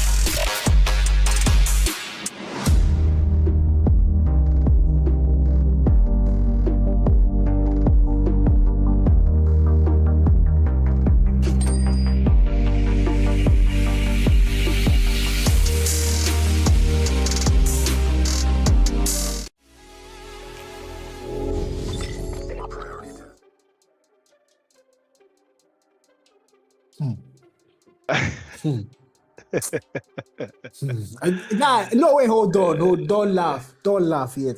I'm still trying to like figure out what happened, because now I do recall the fact that the both Garena players, Batman and Steve, are currently in Kenya, so they are in Africa. So there's pretty much no way they played on East African servers, right? So sorry, on Garena servers, right? So they definitely played on either NG servers or East African servers. So let's assume that was East African servers. So their ping should be around, let's say, 100 ms or maybe 70, I think. But even at that, like 12. It's not 12, it's 12. Like, forget the accent. It's not 12, it's 12. 12. A dozen. Okay, man, I don't know what that was, bro. I don't know what that was. I mean, unfortunate scenes nonetheless, though. It was very rough. It was very rough to watch, I can't lie. But nonetheless, it's still action. I still saw, Batman putting in that work, and I'm still looking forward to seeing him do it again. So, but either way, right? Okay, let's talk about how the servers are potentially at fault here. Even if that's the case, right? You always have to question the fact that, does it fall to the players themselves to understand what they have to do, right? Or do they allow this get to them going forward? That's the real question. Do they allow this get to them, or do they bounce back mentally? Even if, this doesn't count for anything, right? Even if we scrub this and it doesn't count for anything, what exactly do you do if you're in Sierra 7's camp right now, Kyle? What exactly is the mindset going into the next games? To be honest, I don't know, man. I just... to be honest, but no, the important thing about this is, again, if you were Sierra 7, you're one of the best teams in the entirety of Africa. Literally, you were at 4th place last year in the World Champs ratings and rankings, rather. And again, well, not the best start of the year for 2026. You finished off 2nd place in Nigeria. But again, you're still Sierra 7. You're still that name. You've still got those players, this amazing roster put together. I think they've got to find a way back. They've got to find a way to bring their mentors high again. Because, I mean, this is simply unacceptable for a team like Sierra 7. 250-12 should never be a thing that happens, no matter what servers they play on. I'm telling you, I've seen these. I'm pretty sure these guys scream other regions, So and it doesn't get this bad. So what exactly happened there? They have to find a way to fix their mentals if they go into S&D, because, like you said, Batman is not going to stop shooting them. So they've got to find a way to shoot back, fight back. But again, it's going to be Slums, the home of Jared, literally where he was born and raised. As we kickstart things off here, Rusky. Oh, okay. But either way, right? This map gives me a little bit of deja vu, because every time I'm always getting cooked in this map, man. See, in this game, any map that's not Nuketown is a waste of my time, if I'm being honest. It's just a waste of my time. But either way, right? I want to see who's going to manipulate this map to the advantage. That's what I'm looking forward to seeing, because again, this is S&D, so you can't really go out guns blazing like that. You have to be a little bit more tactical with your approach and have a little bit more resolve. But we know this for a fact. And seeing how the last game went down, I think the guys from Sierra 7 are going to have something at the back of their minds going into this game. So I think for that reason, they will play a little bit different from what we're used to. But even the guys from HMT, I think their morale is at an all-time high, and I think that is what they're going to bring into this game. Hopefully they do, and the energy levels will be up, but we'll see for ourselves with this first break. Yeah, it's such a destroyer. It's a 5v5. It's all down to this one now. For UAHMT, you started things off well, but Saint says, you know what? I don't care. I'm going to fight you back. And life goes big and small. Life goes big double. Now it's a 5v1. Who would have thought? Michael, the last man standing in the sniper battle now. But what the hell just happened? Michael, and I ain't talking Jackson, He's moonwalking all the way through here, actually getting these drops one after the other. But can he get another angle here? He is solely heavily outnumbered. And you can already tell the guys from Sierra 7 want to capitalize on that numbers advantage, but they don't want to break the sequence here. They do have the angles to close this down. And he drops another. Michael sliding back through here, Cal. I'm sorry, Foul. My God, if you're Michael, though, you've got to find a way to make it work. He's found a double now. Can you get the ace, though? If anybody can, it's Michael. Michael for the 1v5 clutch. I would not be surprised. But again, if you're Series 7, all that momentum, all that fast start, and now you're about to get put down. Michael, sniper in hand, locus election. Respect the man, respect the name, respect the weapon that's all in hand for him. But Series 7, the bomb is in a very bad spot. Michael has to go and pick up that bomb. He does know that. There's a lot of time on the clock here. Live mid-map. A single picks that will do the work. He finds one more player. Not live. Not live. No. Not live. Not live. Oh, God.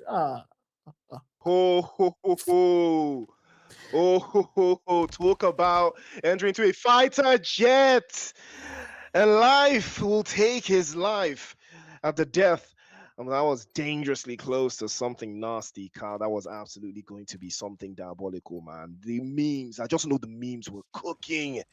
The memes were cooking there, but fortunately for Sierra 7, they see it through. But that would have been absolutely diabolical if that became a 1v5.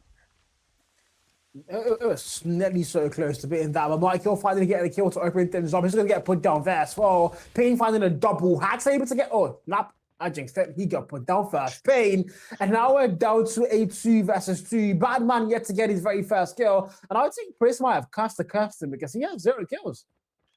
Again, it's S&D. It's not all about the kills, right? It's not always about the kills. It's all about the tactical awareness, right? It's all about putting yourself in the right place at the right time.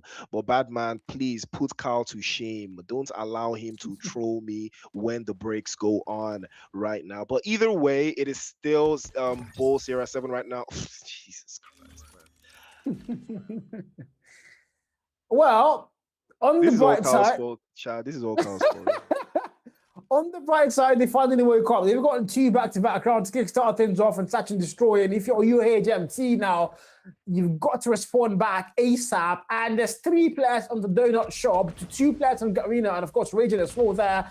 I'm a little surprised to see how things start for them, but if you're a Series 7, this might be NG Sevens, I think. So they are back on home turf and they are cooking the boys now. Batman gets put down. Same finds the very first goal there. It's down to a 5v3, 3 final players left to make it work. And the Series 7 are balling, bro.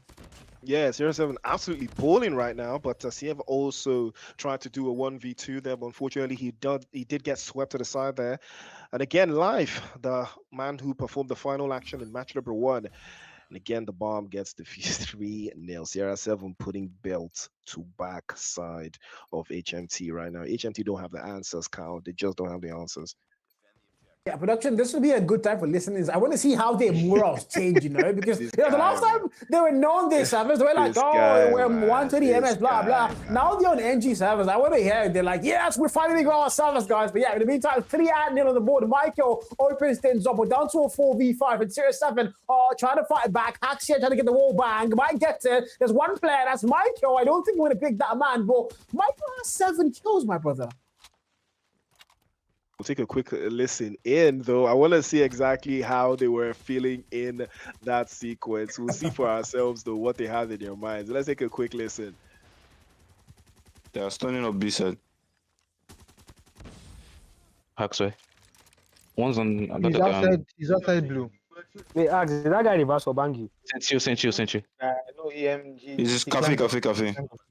I picked him. Go back. Let's claim out. Come. No, go there. I'll go to WD. Just go there. There's somebody here. I want us to double pick him.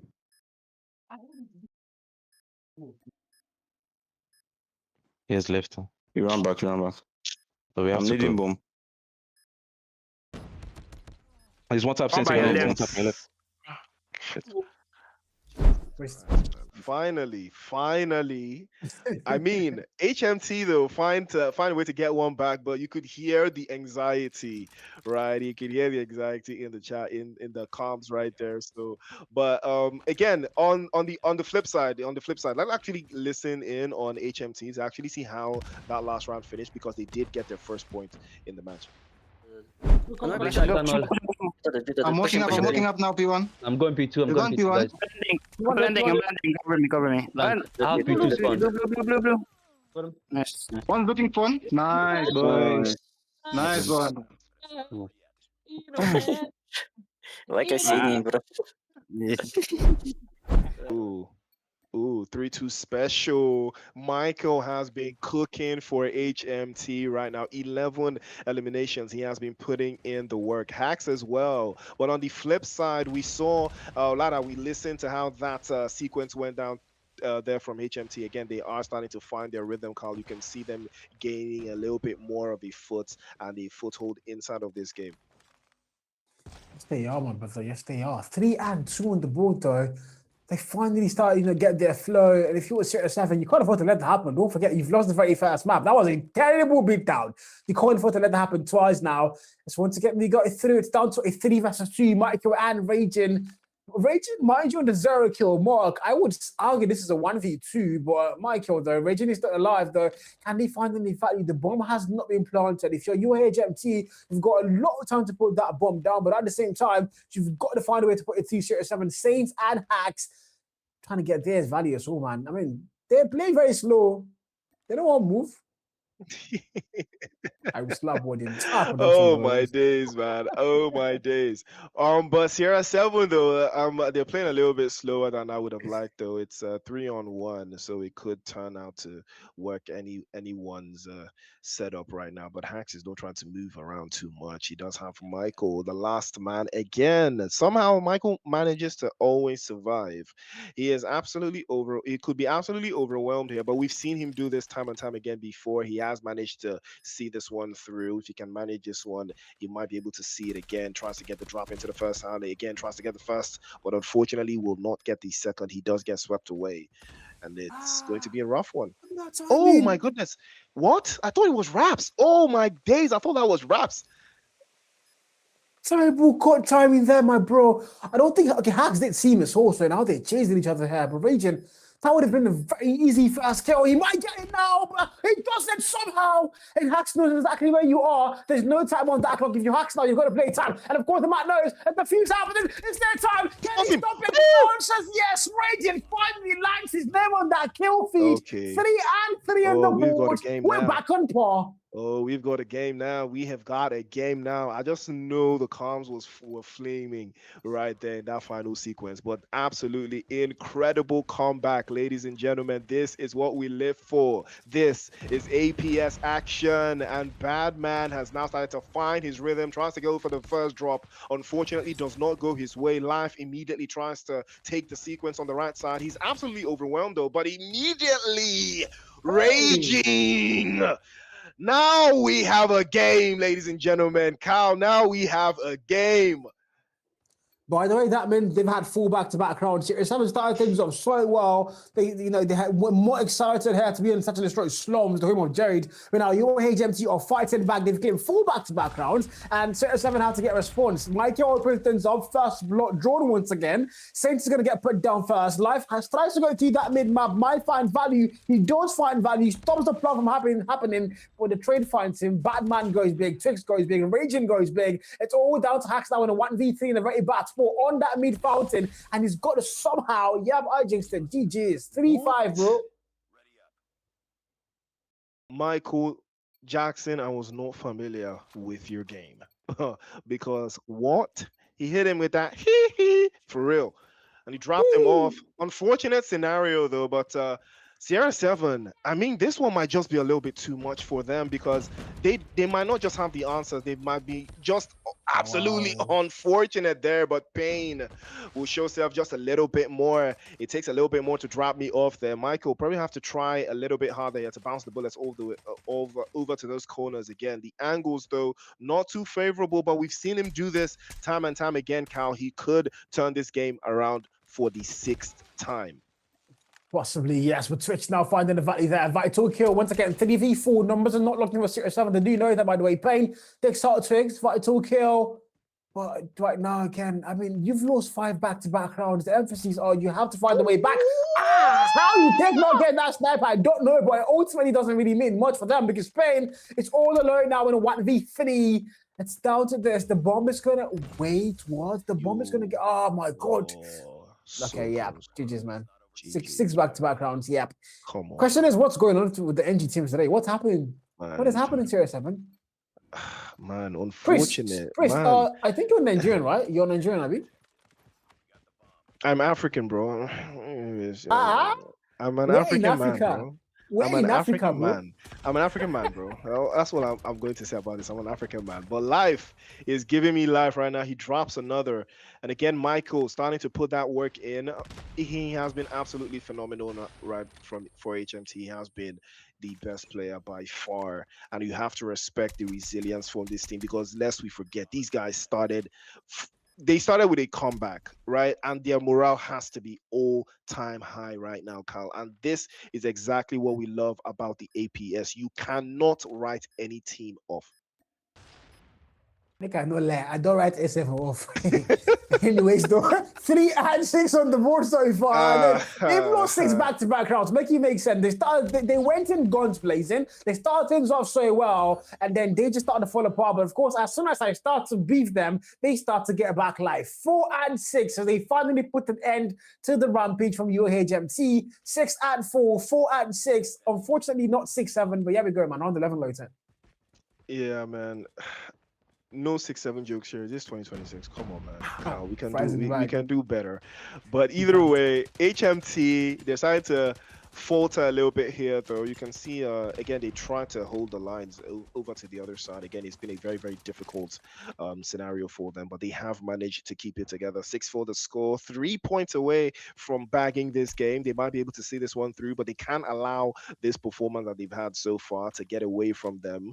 They are looking good, but all they have to do now is stick to the script. Shots flying through over to the right, but unfortunately, again, there is still no chance for them if they don't start to take initiative.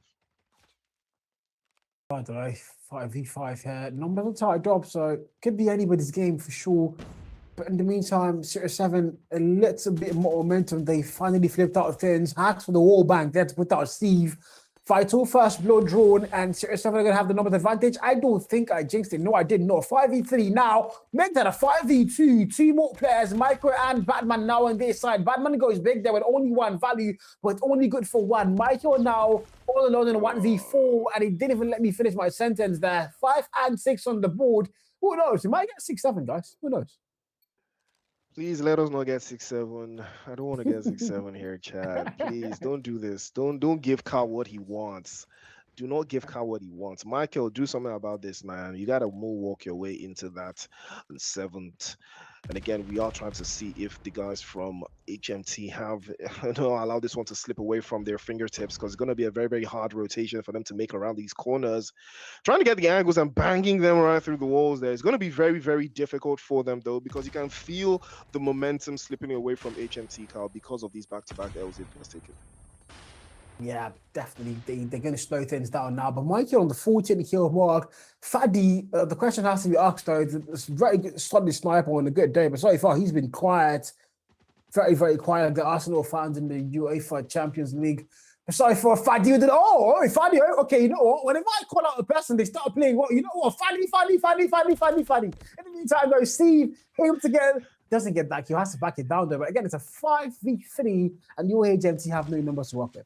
Oh, well, that was going to be a nasty trade-off there if it didn't work the way you were expecting. But Steve is immediately going to send Live back into the lobby. Had no idea that he had that angle on him, though. He was absolutely surprised when that one got traded off. But Michael is still very much alive here, still very much a threat to any of these players. They are trying their absolute best to get the one up on the other one. Michael, again, gets hacks. He's exposed and gets dropped off in the other side. Again, trying to take the one onto the other. But Steve gets caught out by Saint, I believe, exposed there in the corners. And he does get the first drop, goes for the second as well, and that's a double for the bad man, the baddest man in here. 7 for the guys from HMT. You know what that means, guys? Yeah, that's 7 if they win this round. But yeah, guys, so far, so good. 5 and 7 on the board. And now all emphasis are going to be on Series 7 to get that around to bring back the culture of that meme. Yeah, we got 5v5. Batman might overextend there. He's got the 8-skill mark looked in, an SMG in hand. Potentially has to go and make him leave, but it's not going to do that. Fighting on the 3-kill mark, sniper in hand. Might just got a big. Wait. Wait, was Batman lagging? Yes, he was. Damn. What's that? Fadi's on toast right there. And he bangs 2 for the second time in a row. He tries to trade it off again.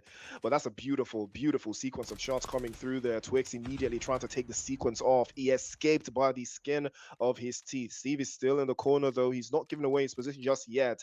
But the bullets are about to start flying all the way through. Saint trying to make a dash for it and escape the sequence. We saw that one. Ranging gets caught out. He's dropped off. Twix follows suit as well. HMT in trouble. They can't seem to find a way through. Steve, surely you can do this. Do not allow for the 6-7 to come through immediately, but unfortunately, let's go, chat. I mean, you know, if Bristol's here, Carlos here on the mic, it is definitely going to be a 6-7, guys. There's no doubt there. Whenever Bristol's casting, Warden is in the background, Jared is doing production and so on. Now, bro, we are getting that 6-7. But in the meantime, though, 6 and 7, Brisky. We're on the way to round 14. And if you're a Series 7, you're keeping things as close as they possibly can get. But in the meantime, look at that push come through. All 5 players. But Steve, he might be able to go and big. Factor double. Oh, somehow. Huh?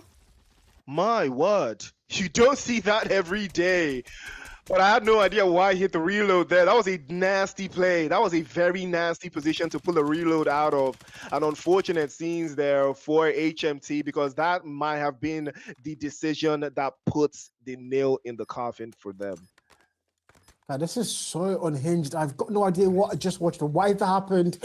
The question has to be asked, though. Pain puts out Raging, and now it's all down to a 3 versus 3. Numbers are tied up once again. It's still anybody's game on this one. But Saints brings one more player down. The response comes through. Hacks gets put down there. So Michael finds one. Twins find the last blow, and that's a free defuse for them. UAHMT are going to follow things one more round, and it's 6 and 8 on the board. Yes, the main culture dies as we go to potentially what might be our final round. Ooh, well. HMT putting it down and putting it to the ground. Steve has been the one carrying the game for the most part of this second draft, though. 14 eliminations so far. Still 2 behind Michael, though, but either way, he has been starting to show himself for the most part. Raging out, looking for an angle over to that right-hand side. Payne and Fadi playing in behind just to cover those spaces, and you can see Raging just trying to bait off a little bit more just to fool the action. But unfortunately, right now, all the ball is in HMT's court, and I think Kyle, that they figured this one out. Probably, I think they might. But man, Saint on the 14 kill mark, Michael on 16, Payne also on 14. That's 3 players alongside Steve on 14. The lot. So Batman, oh my god, loses that gunfight. Somehow, the boys simply going to go big. They find a double value there, make that a triple value. Michael now the last one to make it work for their side with the nightmare words. You're the last one. Complete the mission. They're going for a wall bang through that bomb. I don't think the answer might be yes. It's all down to him. He knows. He doesn't know. 7-8 on the board, and we're forced to one more round. Maybe even more. My word. You would think that they would understand the stakes have being so close to the target, right, for HMT. But unfortunately, again, the pressure in the APS is not of this world. You can feel it through your screens, how high the pressure levels are. And HMT, it looks like this one might just be a little bit too much for them if they don't manage to get this W. But we're going to see again, if they do manage to hold this on, grenades flying over the top side again. And Raging tries to get that opener, but he can't seem to find his way through. Shots now flying through over to the right side again. Gets the first drop. Raging might be going for the second, but unfortunately, Life will take his life for the second time in sequence. No dice for him. Steve, we've seen him do this again and again. Tries to go for the 1v1, but he loses out. It is tied. Okay, and yeah, if you're a Series 7 fan, this is exactly what you want to be happening. This could be the comeback for their side. to claim this map and make it theirs. But UAHMT, though, can they still fight back? It's 8-8 on the board. It's all down to this one. Round 17 loads in, and we can only have one winner on Slums. Jared would be proud. Who's it going to be? Well, it's a real question of who it's going to be right now. Because you can see Michael just trying to shoot right through the cracks there, trying to get an angle into those sequences. Again, Batman has been a little bit of the front man so far, but unfortunately for them, they've not had a lot of time to recuperate because the guys from Sierra 7 have just not allowed them to breathe, not even a sigh of relief.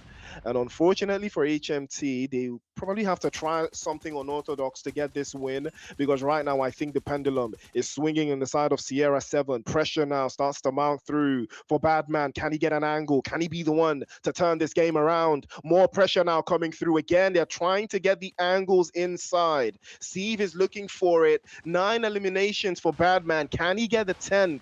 Or can he make something happen right now for HMT? This is a big defining moment for Sierra 7 if they can make something happen. Fadi actually gets the drop on Raging, and now he might be rage quitting. Payne tries to trade one off, immediately goes down, and now Badman trying to get the angle over to the right side, but no space for them. There is no way they can wrap this one through. They can't. They just can't find the spaces behind the lines. Life is looking through over to the left side. Badman's looking for it, but he can't find it. More sprays over to the left side, but again, Fadi has the sprays ready for him. He peeks out. Hacks is going to drop Michael as well. Trouble in paradise, but Fadi goes down. Michael for the second. That's 2 for Batman. But unfortunately, he might not be bad enough to stop Sierra 7. That was so close. That was nearly it.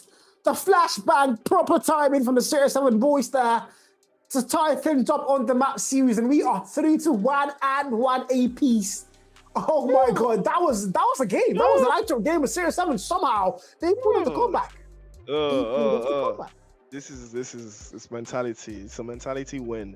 This is a mentality win for Sierra 7. Absolutely incredible for them. I mean, they started strongly, right? They started strongly. So them winning, I don't know why they allowed it to go this way.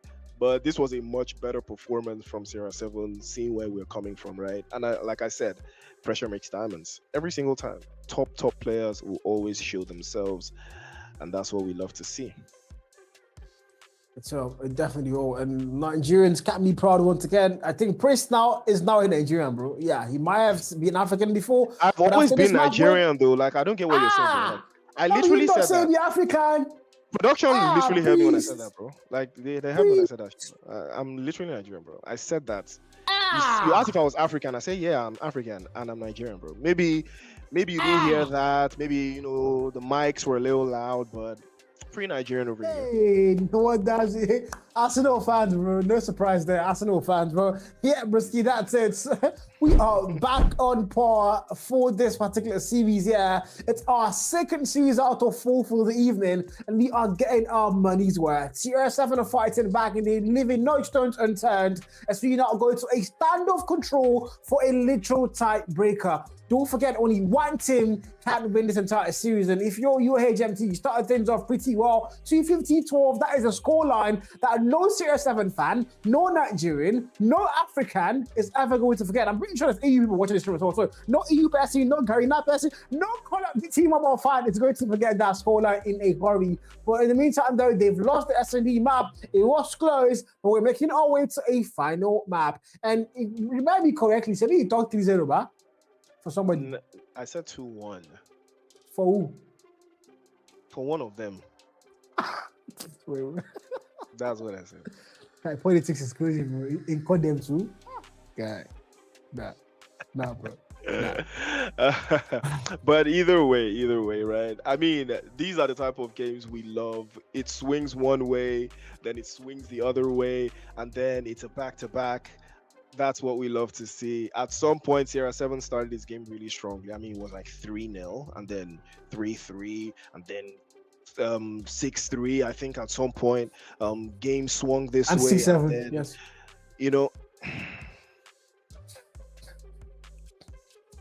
So the game swung that way, and then at some point, CR7 found their rhythm, and I would say it was more HMT falling off the wagon than CR7 actually latching on and locking in, because 6 straight wins only to capitulate. I don't like that. I don't like that at all. But you know, this is going to be the tiebreaker. This is where the pressure is going to be highest. So let us see who has what it takes to close this down and wrap this up. Yeah, we're going to find out soon. We're about to find out, guys. So wherever you're watching this from, there's so many streams happening, YouTube, TikToks, watch parties as well. Big shout out to Die Hard. I haven't seen Steven live. I have no idea. But big shout out to Die Hard and Watch Party Harris. Big shout out to the production team as well. Big shout out to our sponsors, ASG. I don't like that team, but anyways, big shout out to them. Big shout out to us as well, the casters. We are keeping it down. Guys, by the way, I want to... Wait, what happened? But anyways, though, Priest, have you noticed that house has been burning for 10,000 years? That house that have fire. They know they off him. I always wondered that, though. I always wondered, like, what is the backstory of that yard? Like, why is it on fire all the time? And why does the fire not like burn the? It would be cool if like the fire would burn the debris all the way down. So when you're playing, then it could hurt you as a player, that kind of thing. That would be really cool. You know what? We're going to give you a developer account so you can go do that, okay? No, clap for yourself, bro. But yeah, man. Yeah, Bruski. We're about to kick start things off. If you're just joining the stream, this is CR7, the number 2 team in Nigeria, according to the current World Champ standings, up against the number 1 team in East Africa, our one and only, up against the Monarch CF Esports. Very long name. I don't know why, but very, very long name. In the meantime, though, they are currently playing a best of 3 and they are tied up on a 1-1. We are heading to our final map to decide who takes the series point home and who gets to walk away with 2 points as opposed to the opponent's 1 point. Don't forget, in the league phase, every map, every point counts. So they both need this map desperately, Brisky. Absolutely. They absolutely need it. I mean, like I said, the pressure is on right here. This is where it really, really counts. They have to stay within the confines, though, and not allow the game to get away from them, owing to the fact that this is going to be the last game for either of these teams tonight. So they have to make it count. And it's not a scenario like in the first series where we had one team that had won the entire series after match number 2. Now this map has everything to play for. The stakes are at their highest, so you can't let this one slip away. But we will see. Right, we will see. The energy will show us exactly what to expect. The game is about to kick off. It is standoff. It is control. It is the African Pro Series, and we are locked in, ladies and gentlemen. We are locked in. I definitely am locked in. I don't know about Jared and what did in the back scenes. I'm pretty sure they're not locked in. They are locked out. But yeah, we're about to kickstart things off. Once again, drop your predictions on the chat as well. If you're watching this right now on the YouTube or the TikTok, drop your predictions on the chat. Is it going to be a 3-0? And who's going to be getting that 3-0? You know what? I'm going to also ask you, Mr. Priest, the Arsenal fan, what do you think the scoreline is going to look like? Do we think it's going to be a 3-0, a 3-1, a 3-2, and who's going to win control? I think off the back of the last game, I think CR7 are in the driver's seat now. I think they are a team that thrives on control, right? And this is that opportunity for them to show it. Badman immediately on the front foot, trying to get a little bit more of a dominant start. Hacks goes down immediately as well. Michael still hitting them with that backslider, and he drops another one. 2 for sequences now for Badman. Immediately he is on the front foot. HMT are not going to take this one lying down. No, they won't. 20 and 26 on the board, though. He started off the lights locked in. Batman goes in, shotgun there. He's Walker, not the kill though. He does find it, but a back shot finds him as well. Sniper there from Michael on the 2-kill mark. Fadi finding a double as well there for the redemption arc. There's so many comments about Fadi's bad performance so far on the hardpoint and on the S&D. So he has to lock in for control. And while he's locking in, Hacks and Payne have donut shops. And I'm starving right now. I want to get donuts, my bro. Well, speaking about donuts, are they going to be glazed or are they going to be jam filled? Well, we might as well fill them with bullets, because it's 16-14 on the count there, and again the montage starts to drop even further for HMT. They're managing, but they are hanging on by a thread. Bodies flying all over the place. Again, Twix has been caught in sequence there. He's exposed, but somehow manages to sway his hips from side to side, and he does get the drop onto that position. Capitalizing on this one is Steve. He's holding up the high ground position, capitalizing on that open space, being left behind there by Sierra 7. Raging drops 2-for-1 special. Goes for the third, tries to drop again, but he turns his back to the opposition. Raging has no idea, but he tries to trade off. That angle gets caught out, immediately gets dropped, and Michael will continue to beam these shots with that sniper from a long distance.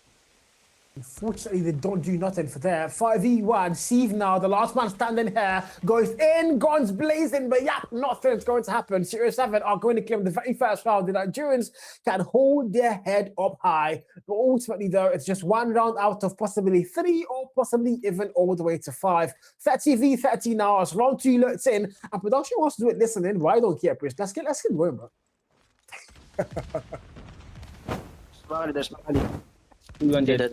On my A. You and Daddy. Nice. One Bakali receive. Where are you? Hello, bro. 2 Bakali. I'm lagging. Okay. That Push up. Bro, One mid. one mid, three, bro. One mid. Kill mid tank. Nice. He did. Guys, I'm feeling Bakali. Yellow. Nice, dude. You want more? One top. Haystack. I'm doing mid. It's going granny. I'm doing mid. Granny. Guys, pick up Bakali. I will use Sparrow. Oh, beep. Dead. Bro, Bakali broken. Broken dead. Nice. One top blue, one top blue. Pressure all the way through. You heard it all the way there. And now we've seen exactly what is in the mindset of HMT, and they're not backing down from this one. And we've seen how they've managed to keep playing as a unit, but Sierra 7 have other plans for them. Raging is pressing forward, though. He can't seem to find the space. He gets dropped just as he tries to make an entrance into that little control zone. Again, gets forced out. It has been a very difficult game for Sierra 7 up until this point, though. Kyle, it's been very, very rough for them. It's been no doubt 9v13 though. Twix fighting back. Oh my god, the FSS. Damn, that's a nasty triple there. And he's going to put 3 players down. 6v13 now. Series 7 are going to be first to get to that land of the... How now? How, bro? How? I don't know what that sniper was. My kill, clean work. Confounds 1 more kill. Picks up the SMG there. It's down to a 2 versus 10. And I think it's safe to go and say we're tied up and we're making our way to round 3. Yes, sir. Looks like that is going to be the case. And we saw how that one tied at it hips there. We saw that swap through, but let's take a quick listen to get inside the minds of Sierra 7. Yeah, if I get the kill on this Bakali, I'll push up. They also have their ops, so be careful. They also have their ops, so be careful. Minds. A bomb side. Shotgun mid. Snap top blue. Ani Bakali. Top blue. One shot, Axe, nice one. Annie is middle. They will say Ani. Okay. Annie is not dead. One tank. Annie is tank. He's trying to combi. Two on B. There's one Bakali again. Yeah, there's one Bakali. Shotgun is in granny. There's one under E. Like, there's somebody under E. Like, He's dead. I got the guy. Sierra 7 on the bounce. And we heard it there, how they were thinking about closing out this game. It has been a very, very swingy game, though, going from side to side. Raging exposed himself a little bit too long there. Saint catches him off guard, drops another Annihilator, bangs on. Ooh. That's 2 bodies getting caught, and he might go for the third grenade into the sequence there, almost dropping him, snapping him out of that delirium, but he gets caught again. Another flash into the corner, launches that one over to the top side, but no dice. Steve is right there to cut him to size, and they will lose another one, and it has been a very, very rough drop, but Hacks will cut that one down all the way through, and Sierra 7, it looks like they might just be taking this one away. They just marked 16 and 14. Life's a close though. It gets to be anybody's game here, but ultimately, if it was Series 7, you do have the advantage. You might as well lock it in. Raging goes big, good for one value. Michael finds one. Back and forth, it's going to come to now. Foreign investment able to find the first goal. The Hags split down. Equalizer. It's off a Batman now for a spawn trap. Finds a double, might get 3. Oh, it's got the 3 but life there. Nasty backstab, puts it down. 10v10. We are tied up once again. 9v9. There's no more time on that clock. Oh, I missed all the fighting. UAHMT have forgotten that they need to get flag captures. It's down to the last 2 seconds, and Series 7 can win this off of time. They don't even need to get those kills, but UAHMT are now. They know they have to capture. They got a full stack A flag. They want to extend that timer, and I swear to God, they actually can. 5v6, and A flag is absolutely theirs. Oh, it's theirs for the taking. All they have to do is see this one through. Steve again trying to favor over the right side, but again he is absolutely overwhelmed as the clock has been extended. 50 seconds for the dice now. They're pressing forward, but Sierra 7 moving as a unit. They're not trying to give any spaces in behind. They're trying to take the 1v1. Twix will turn him into Swiss cheese, drops him again for the second time. They have been exposed to play off onto the right side again. Another one getting dropped off by Steve. He's sieving them through, and the death machine roars, but no dice for Hacks, and that will be another one going to the way of HMT. Another one.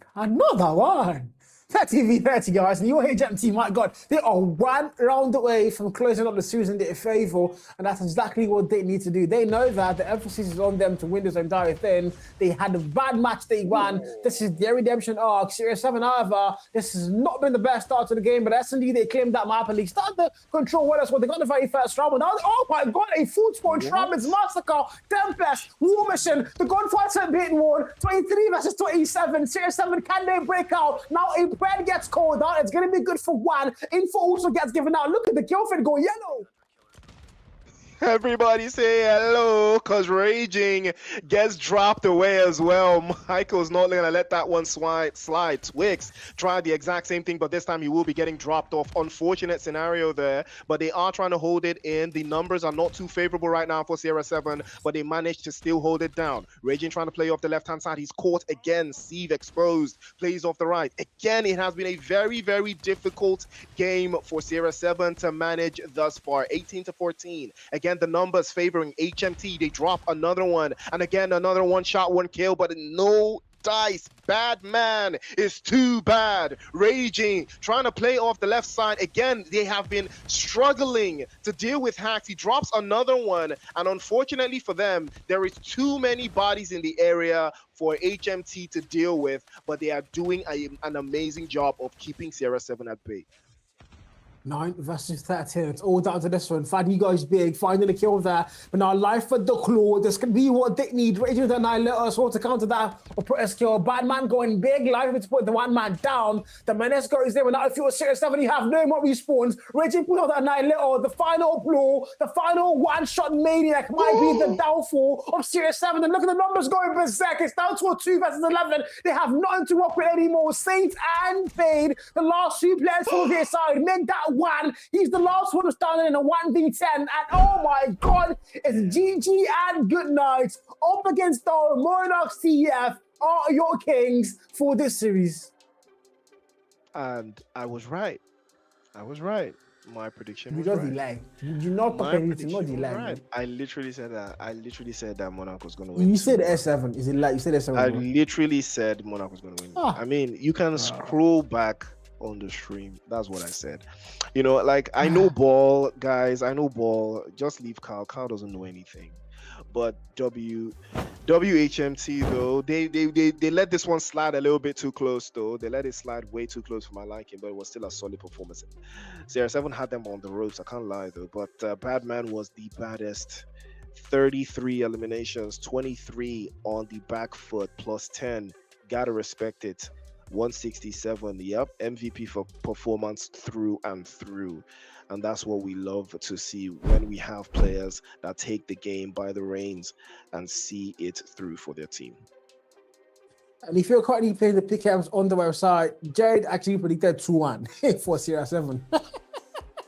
Yeah, guys. Anyways, though, 3-1 is your score line, and ultimately the series is going to end 2-1 in favor of the East African Kings. If you're the Nigerian team, 7, though, I think they did fight back. They fought really hard. The hard point, though, I don't think we talk about that often. We might want to forget that, but the other two maps, 7, definitely showed up. It just wasn't meant to be. It wasn't going to be their game. And of course, UAHMT are going to reign supreme, and that's going to be the FS2 map wins and the FS2 points in the APS. This is also, now, this might be surprising to a lot of you, but this is also up against our Monarch CF. That name too long ago. Anyways, this is also their very first appearance in the APS, and they are playing like they've been here for ages. Michael, though, is one of the reasons because he has played across all 3 APS seasons with 3 different teams. Mikey, now, wow. That's quite suspicious, though. That's quite suspicious. But either way, solid performance nonetheless. Michael was putting in work with that sniper. I have to respect him. But we have enjoyed 2 matches, and we still have 2 more matches to go. Ladies and gentlemen, you are watching the African Pro Series. We'll be right back after this break to bring you more Call of Duty Mobile action.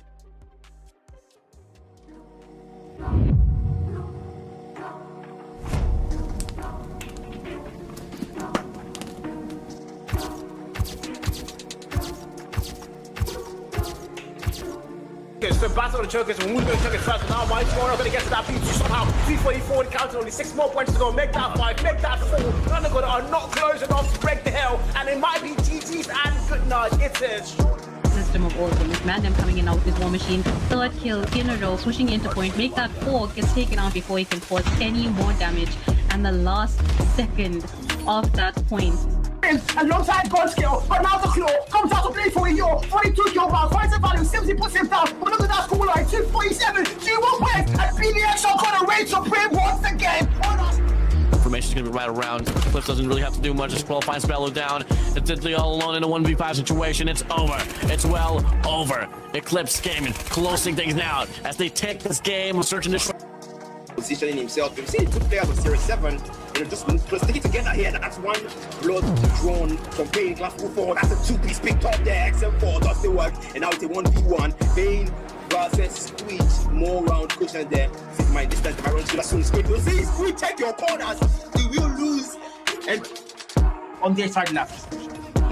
Now I say on the side left, and the numbers will drop as a double. Picked up that goal. What the heck? The man definitely wants to, because they're waiting for you, that goal. They are there. And the man goes to the side, of course they are there.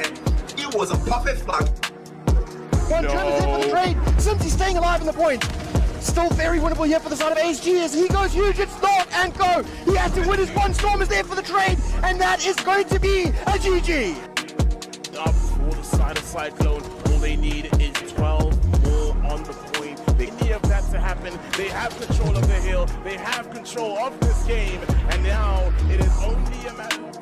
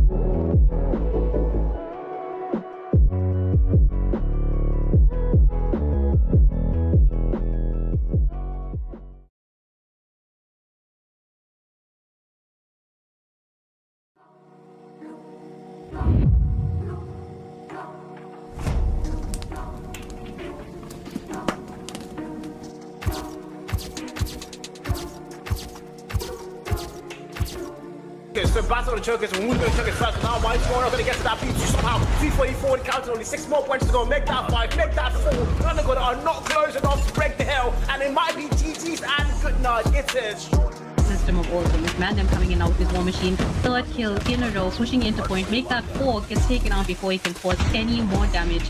And the last second of that point. Alongside God skill, but now the claw comes out to play for a year. 42 kill rounds, finds the value, 70% down. But look at that score line, 247, 2-1 win, and PDX are gonna reign supreme once again on us. Information's gonna be right around. Cliff doesn't really have to do much. Just finds Bello down. It's the all. We take your corners. We will lose. And on their side left. Now I say on the side left, and the numbers will drop as a double. Picked up that goal. What the heck? The man definitely wants to, because they are waiting for you. That goal. They are there. And the man goes to the side. Of course, they are there. It was a perfect flank. One trying to for the trade. Simply staying alive in the point. Still very winnable here for the side of ASG as he goes huge, it's not and go. He has to win his one. Storm is there for the trade, and that is going to be a GG.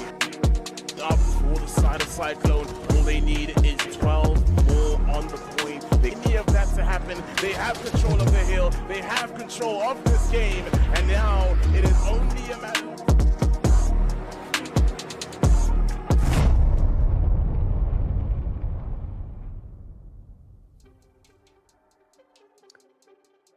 Guys, we're back. We're back like we never went anywhere. This is our main event.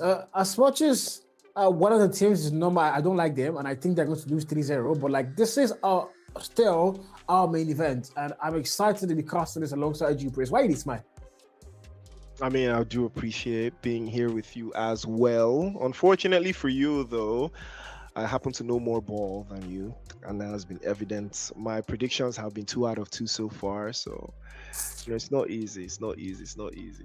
It's not easy. Well, let's take a look at the lineups though for the next match that is coming to your screens. Yeah, it's going to be PDX, and for the very first time in the APS, we're going to be seeing HPL. This man is from Saudi, and he's playing for Paradox. I've heard a little birdie on production say he's already in the lobby, so we are going to be expected to have action from him. Charisma Mantra, your Dial Strain, and HPL is your roster for our Season 1 champions. Unfortunately, not our defending champions, because Cyclone, mind you, because ASG, this same team they're about to go against, knocked them out last season. They were Nova at the time, yes, but now it's now ASG, and this same team knocked them out of the lower bracket finals to go to the grand finals, and where they did go on to lose 4-0 against Cyclone. Also, a bit of history there, 7KXN, a former PDX player who left that team in a bit of a messy situation. So I promise you, there's a lot of bad blood and personal beef going on between these two sides, even toxic too.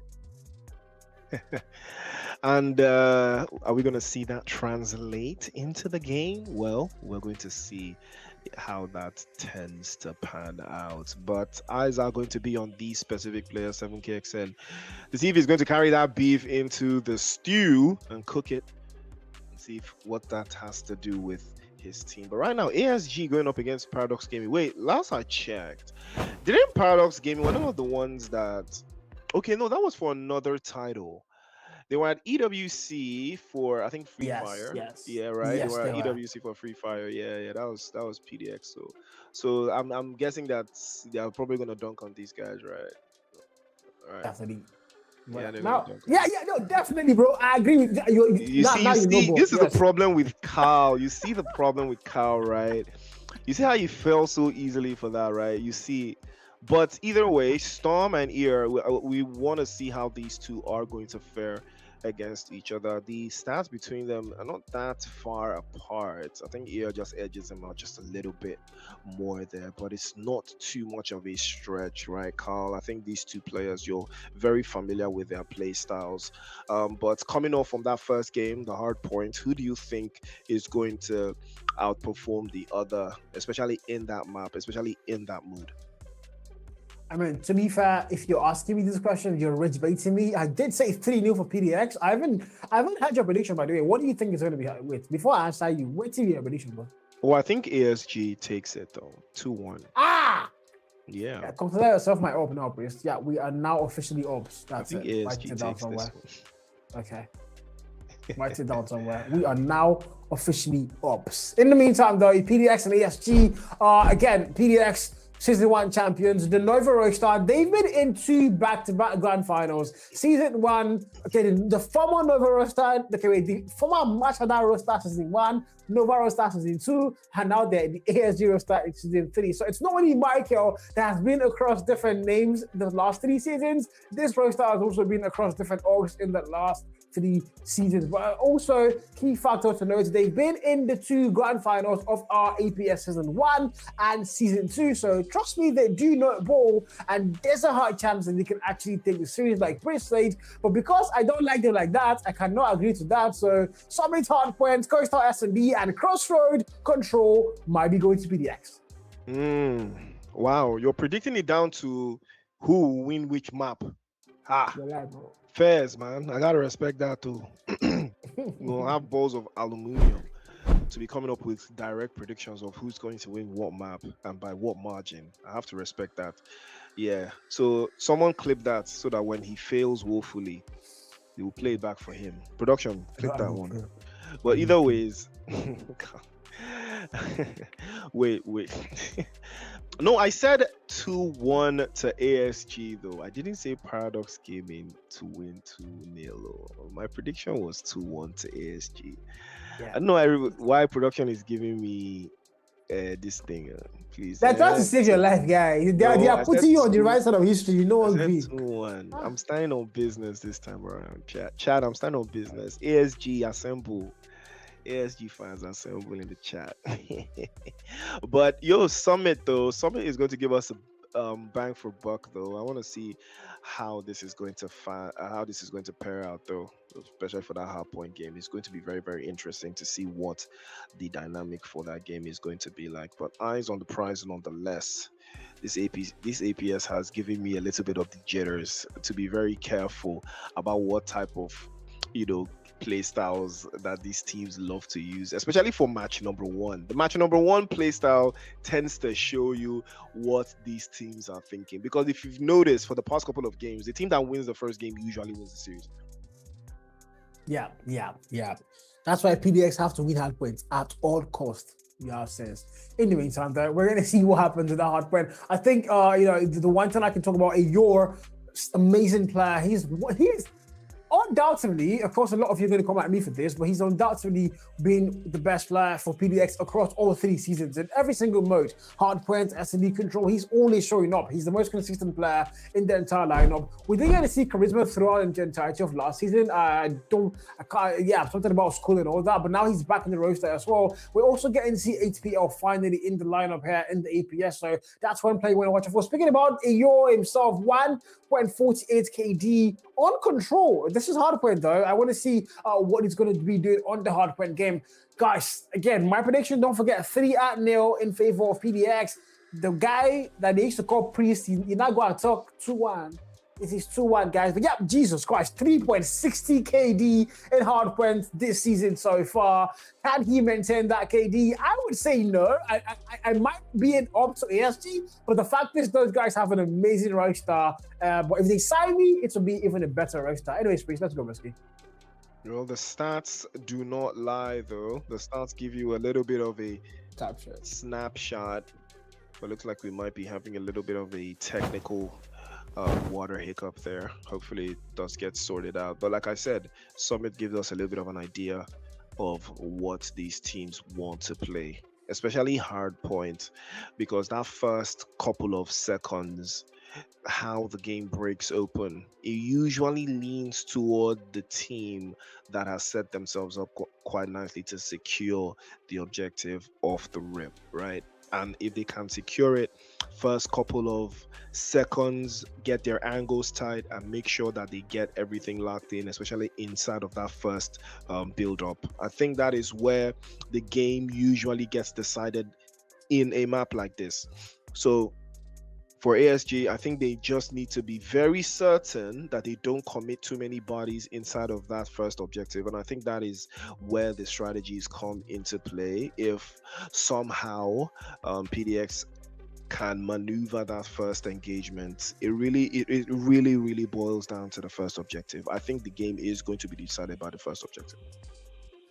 Yeah, I think personally, again, we talked about it. Whoever the fashion of the game so far tonight has been whoever wins the first map gets to win the entire thing. So Prisma, Mantra, and Darox, we did not get to see HPL on day one, but we're finally going to see him on day two. Rin, however, is going to be the man going to the bench for him. And I don't know. This start, they're not too good, bro. Don't you think? Yeah, I mean, if you look at ASG, Squid is going to be the one that leads the charge with a KD of 1.79. Not too far away from Storm, though, but he does have 84 eliminations across the board. And again, it has shown how the guys from ASG, they're much more coordinated, though. You can see the scoring even for them, even in the stats. 7KXN, though, still yet to find his form with 0.88, I think, on his other part. Hopefully he gets found out and he stays in within the mix here. But 47 limbs, it's not good enough, especially how, you know, you talk about his history with the other team and what that does to him mentally, because for some players, playing against your former team, it can spur you to perform even better, and for some other teams, they can use that as an advantage, you know, to prepare to be able to deal with you. So I think, do you think PDX has the advantage here, or do you think you know, KXN has improved his game? I mean, to be honest, actually, I was one of the few people, I think, one of the many people, because half of the entire African scene was not happy about 7KXN being dropped. Literally nobody was. I was one of them. I was particularly voicing my anger as to how they dropped him and, you know, the things that were said about him and all that. I think he's an amazing player, and I'm pretty sure that he's going to be, you know, arguably, this guy is one of the best snipers in the entirety of Africa, not just in one region, in the entirety of Africa. So I'm pretty sure for Paradox is a player that they want to watch out for. And then you also have Toxic, who was in stage 4 at the World Champs qualifiers for Africa last year for PDX. Also had to leave that team with the whole messy situation here and there. So trust me, these players are definitely having you know, a lot of personal beef. And I think with the quality of these players, the quality of this team, ASG, PDX better watch their back. Also, that guy, Squid, we have to talk about that man. Squid is a player that, I'm going to say this and I'm going to say it once. I believe Squid is is in the top 3 best players in Africa right now. A lot of people are not going to agree to that fact based on the fact he hasn't really won any major events, but this guy is always consistent. Like, whatever games you watch, Hardpoint, S&D Control, especially Respawns, he's consistently dropping 60 plus kills, 70 plus kills. So I don't know why he's not considered a GOAT yet, but if you're a PDX, that's also a player you want to shut down. Why do you close your eyes, bro? But imagine being the GOAT and not winning anything, though. What kind of GOAT is that? That's rising back, bro. I'm pretty sure you're a Messi fan, bro. That's awesome, bro. Imagine being a GOAT that doesn't win anything, man. Come on, bro. Priest, I know where you live. I know. How well can you really play if you're not winning, though? If we're being for real, like how well, right? I mean, you can see even here, Air has a 100% win rate across these 3 maps. I mean, it doesn't get any more dominant than this. This guy is next level. But let's not forget, Storm is also in the conversations, right? You can see it. Storm as well, equally dominant oh, okay, no, it's actually not Storm. it's not just Storm, it's overall, right? You can see here and Storm's basic head-to-head across the maps, and that gives you a little bit of a snapshot as to how well Eo's performance has been in the layup to this. So eyes are really going to be on his character going forward, and I really want to see what the hype is all about for this player, man. Yeah, I mean, also the only map the both teams have played together on the same map is Summit. They've both played Summit so far, but all the maps so far, they haven't really played those maps against any other team. So I'm pretty sure, you know, it's going to come down to map picks and bans and what exactly is allowed to be played today. In the meantime, though, our top 5 KD so far for the AP Season 3, you're no surprise that he's sitting pretty at number 1. Michael, I think Sims had a very good show in the last couple. Just this match that he wasn't playing for match day 1 at all. He wasn't there. So just in match day 2, we've seen him, and he's already on the 1.86 KD and the number 2 place on the rankings. Squeed, no surprise. I would expect him to be number 2 right now, but number 3 also pretty much not bad. But again, look at that: 2 ASG players, 2 PDX players, and 1 up against the player. Just told you, man. These are the 3 teams you want to look out for. No Cyclone, Simsy, kind of shocking though, but yeah. Of course, OBJ. Absolutely shocking. Absolutely shocking. But nonetheless, right, he's still one of those players that loves playing the objectives, and you can understand why. Storm also shows how dedicated he is. You can see it there. 40 eliminations across the board, 71 though for Kersey from Mighty Aura. We saw a little bit of that in match number 1. We saw how confident he was when it came time to stick around in the OBJ. But now we want to understand, Darox, how he's going to perform, what he has on his mind going into the first game for, OBJ. If he starts the game the right way, I think it's also going to be very, very important to how the team performs. But we will see if that's going to be the case, right? Every single team here, every single player here has a definitive strength. And are we going to see the guys from PDX utilize those OBJ players, those players that love to be on the objective every single time, those ones that love to lead the line, lead the charge, play a little bit forward?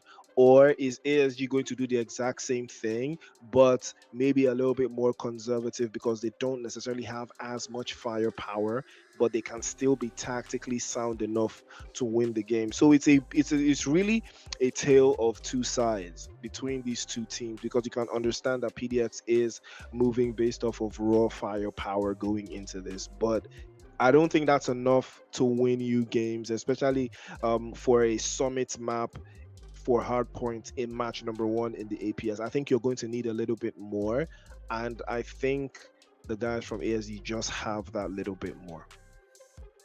Yep, that's why we're gonna fight. Me and Jingo should fight, but yeah, of course, ASG are a pretty good team. I think the players, when it comes to hardpoint, that guy is great. Again, it's one player you want to watch out for. He's just the guy to get the kills. When it comes to heavy gunning, that man is definitely going to be on the kill feed over and over again, getting those nasty 2 pieces, 3 pieces, and all that. So definitely he's one player. Again, if you're a PDX, you need to shut that guy down. Toxic as well with the ASMG. He's absolutely problematic. But in the meantime, though, finally ASG are no longer the number 1 team on the table. Standing Cyclone are now your number 1 team as they have it on lockdown. But of course, ASG haven't played their maps out yet. Same thing goes for PDX, who are yet to play their game today, as they are the next game we are going to the main event of the evening, because after that we're also going to be going down to Ascend and Eclipse Gaming, which I would also argue is yet another main event, because those 2 teams are pretty closely matched.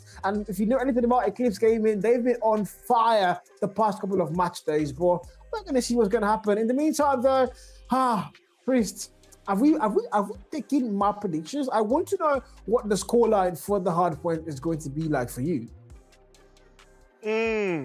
No, that's going to be a tough one though. If we're trying to break down the numbers though, I think it's going to be roughly set up. But ladies and gentlemen, we might be taking a little bit of a slow burner here, but either way, we're locked in. You're watching the APS. More action coming your way, but we'll take a quick break, and by the time we return, we'll have the maps ready for you.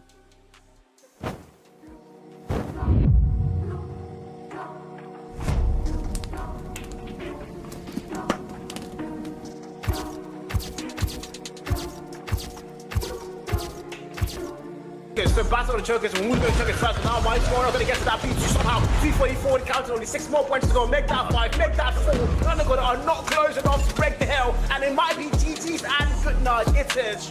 System of organs. Random coming in out with his war machine. 3rd kill in a row, swishing into point. Make that 4, gets taken out before he can cause any more damage. And the last second of that point. Alongside God's skill, but now the claw comes out to play for a year. 42 kill round, finds the value, Simsy puts him down. But look at that score line, 247, 2 1 wins, and PDX are gonna wait to play once again. From Formation's gonna be right around. Cliff doesn't really have to do much. Just qualifying Spello down. It's Diddley all alone in a 1v5 situation. It's over. It's well over. Eclipse Gaming closing things out as they take this game, searching this. Positioning himself. We've seen two players of Series 7, just stick it together here. That's one blood drawn from Pain Glass 4. That's a two-piece picked up there. XM4 does the work, and now it's a 1v1. Pain versus Squeeze, more round cushion there. This is my distance. If I run to the soon Squeeze, we'll see Squeeze take your corners. You will lose. And on their side left. Indeed. Now I say on the side left, and the numbers will drop as a double. Picked up that goal. What the heck? The man definitely wants to, because they are waiting for you, that goal. They are there. And the man goes to the side, of course they are there. It was a perfect flag. One trim is in for the trade. Simply staying alive in the point. Still very winnable here for the side of ASG as he goes huge, it's not and go. He has to win his one. Storm is there for the trade, and that is going to be a GG. Up for the side of Cyclone. All they need is 12 more on the point. They need that to happen. They have control of the hill. They have control of this game. And now it is only a matter of...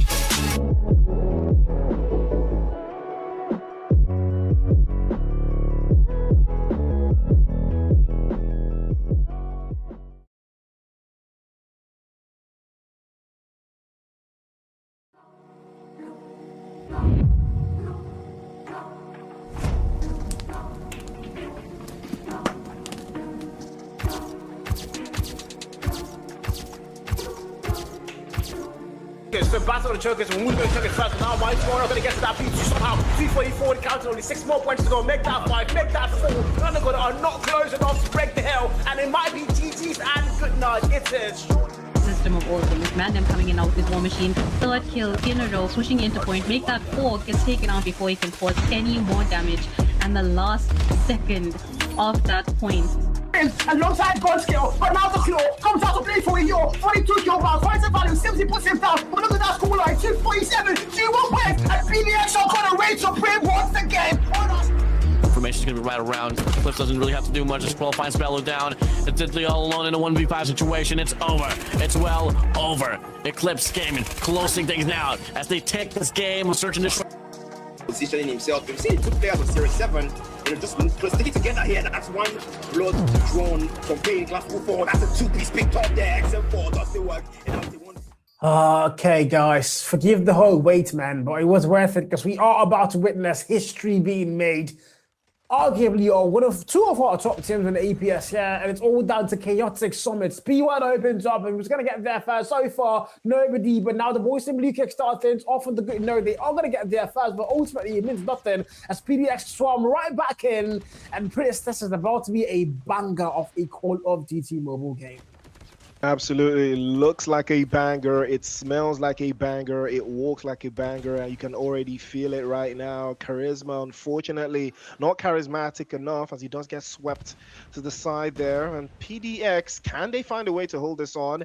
It has been a very, very good start from them so far. They have been able to manage the game on this level, but ASG are not going to back down, not even for the slightest. And we did talk about this. It is all about who starts this game properly. And right now, it looks like PDX might just have that edge over the guys from ASG. 11 and 15 so far. Peter's about to open up. Not a lot of value found by either side of P1. That's usually get like 30 points for one side, but that tells you how contestable these two teams are. They are very close, end skill level and gunfight skills. And now we go to the screen, able to get a double pick there. Trade fighter and puts them down. A back and forth ensues. P2 opens up. PDX is going to be fast to get in there, but ASG are going to flush their right out. The back and forth is absolutely chaotic. And I mean, while you're playing P2, don't forget the emphasis is going to be on getting that P3 spawn. This is a make or do hell on the next hill. So whoever gets that spawn while they're playing P2 ultimately might get that 60-point, 50-point gap. But in the meantime, though, 27 and 22 is where we currently are, and both teams are fighting neck and neck. Very, very close. Neck and neck is right, but Vex is not going to let that one slide, not even with the long shot that we saw earlier on. Right now, Charisma again gets battered. They are trying their absolute best to hold this P2 position. Again, it has been a very, very rough start for them, but they have still kept it within the lines. ASG are not breaking a sweat. 39 to 30. And they are trying to keep the numbers within touching distance right now for PDX. Again, they are doing a magnificent job of keeping the guys from ASG at bay, and they are doing a magnificent job of as well of not allowing the pressure to get to them. That is 2-for-1 special. And again, I thought you were talking about the Tempest, Cal, but take a look at that. Yeah, it's a once-in-a-lifetime kind of thing, guys. Ignore the thing. But yeah, that was absolutely beautiful to watch out for. 52 on the board right now. ASG are going to get that lead locked in. And if you're Paradox, playing catch-up isn't exactly something you're good at doing. You're usually on the lead and dominating the entire thing. Mind you, Paradox have never dropped a map in the first few match days. And right now, ASG look like they are close to getting that lead locked in and potentially getting this map. But I mean, we just started, guys. Relax, Priest.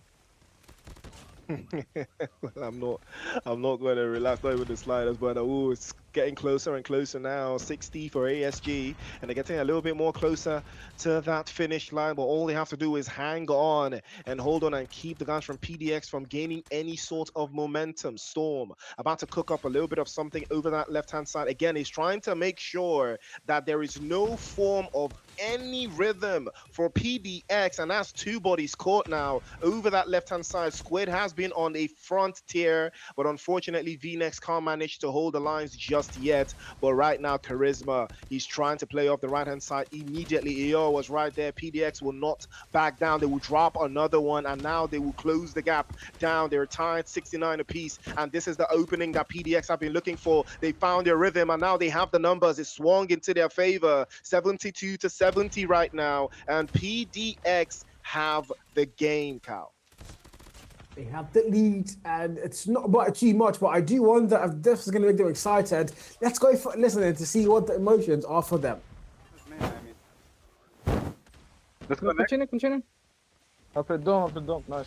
Good shit, dog. Good shit. 2x. One on connector, one on servers, one small. Yeah. Be down.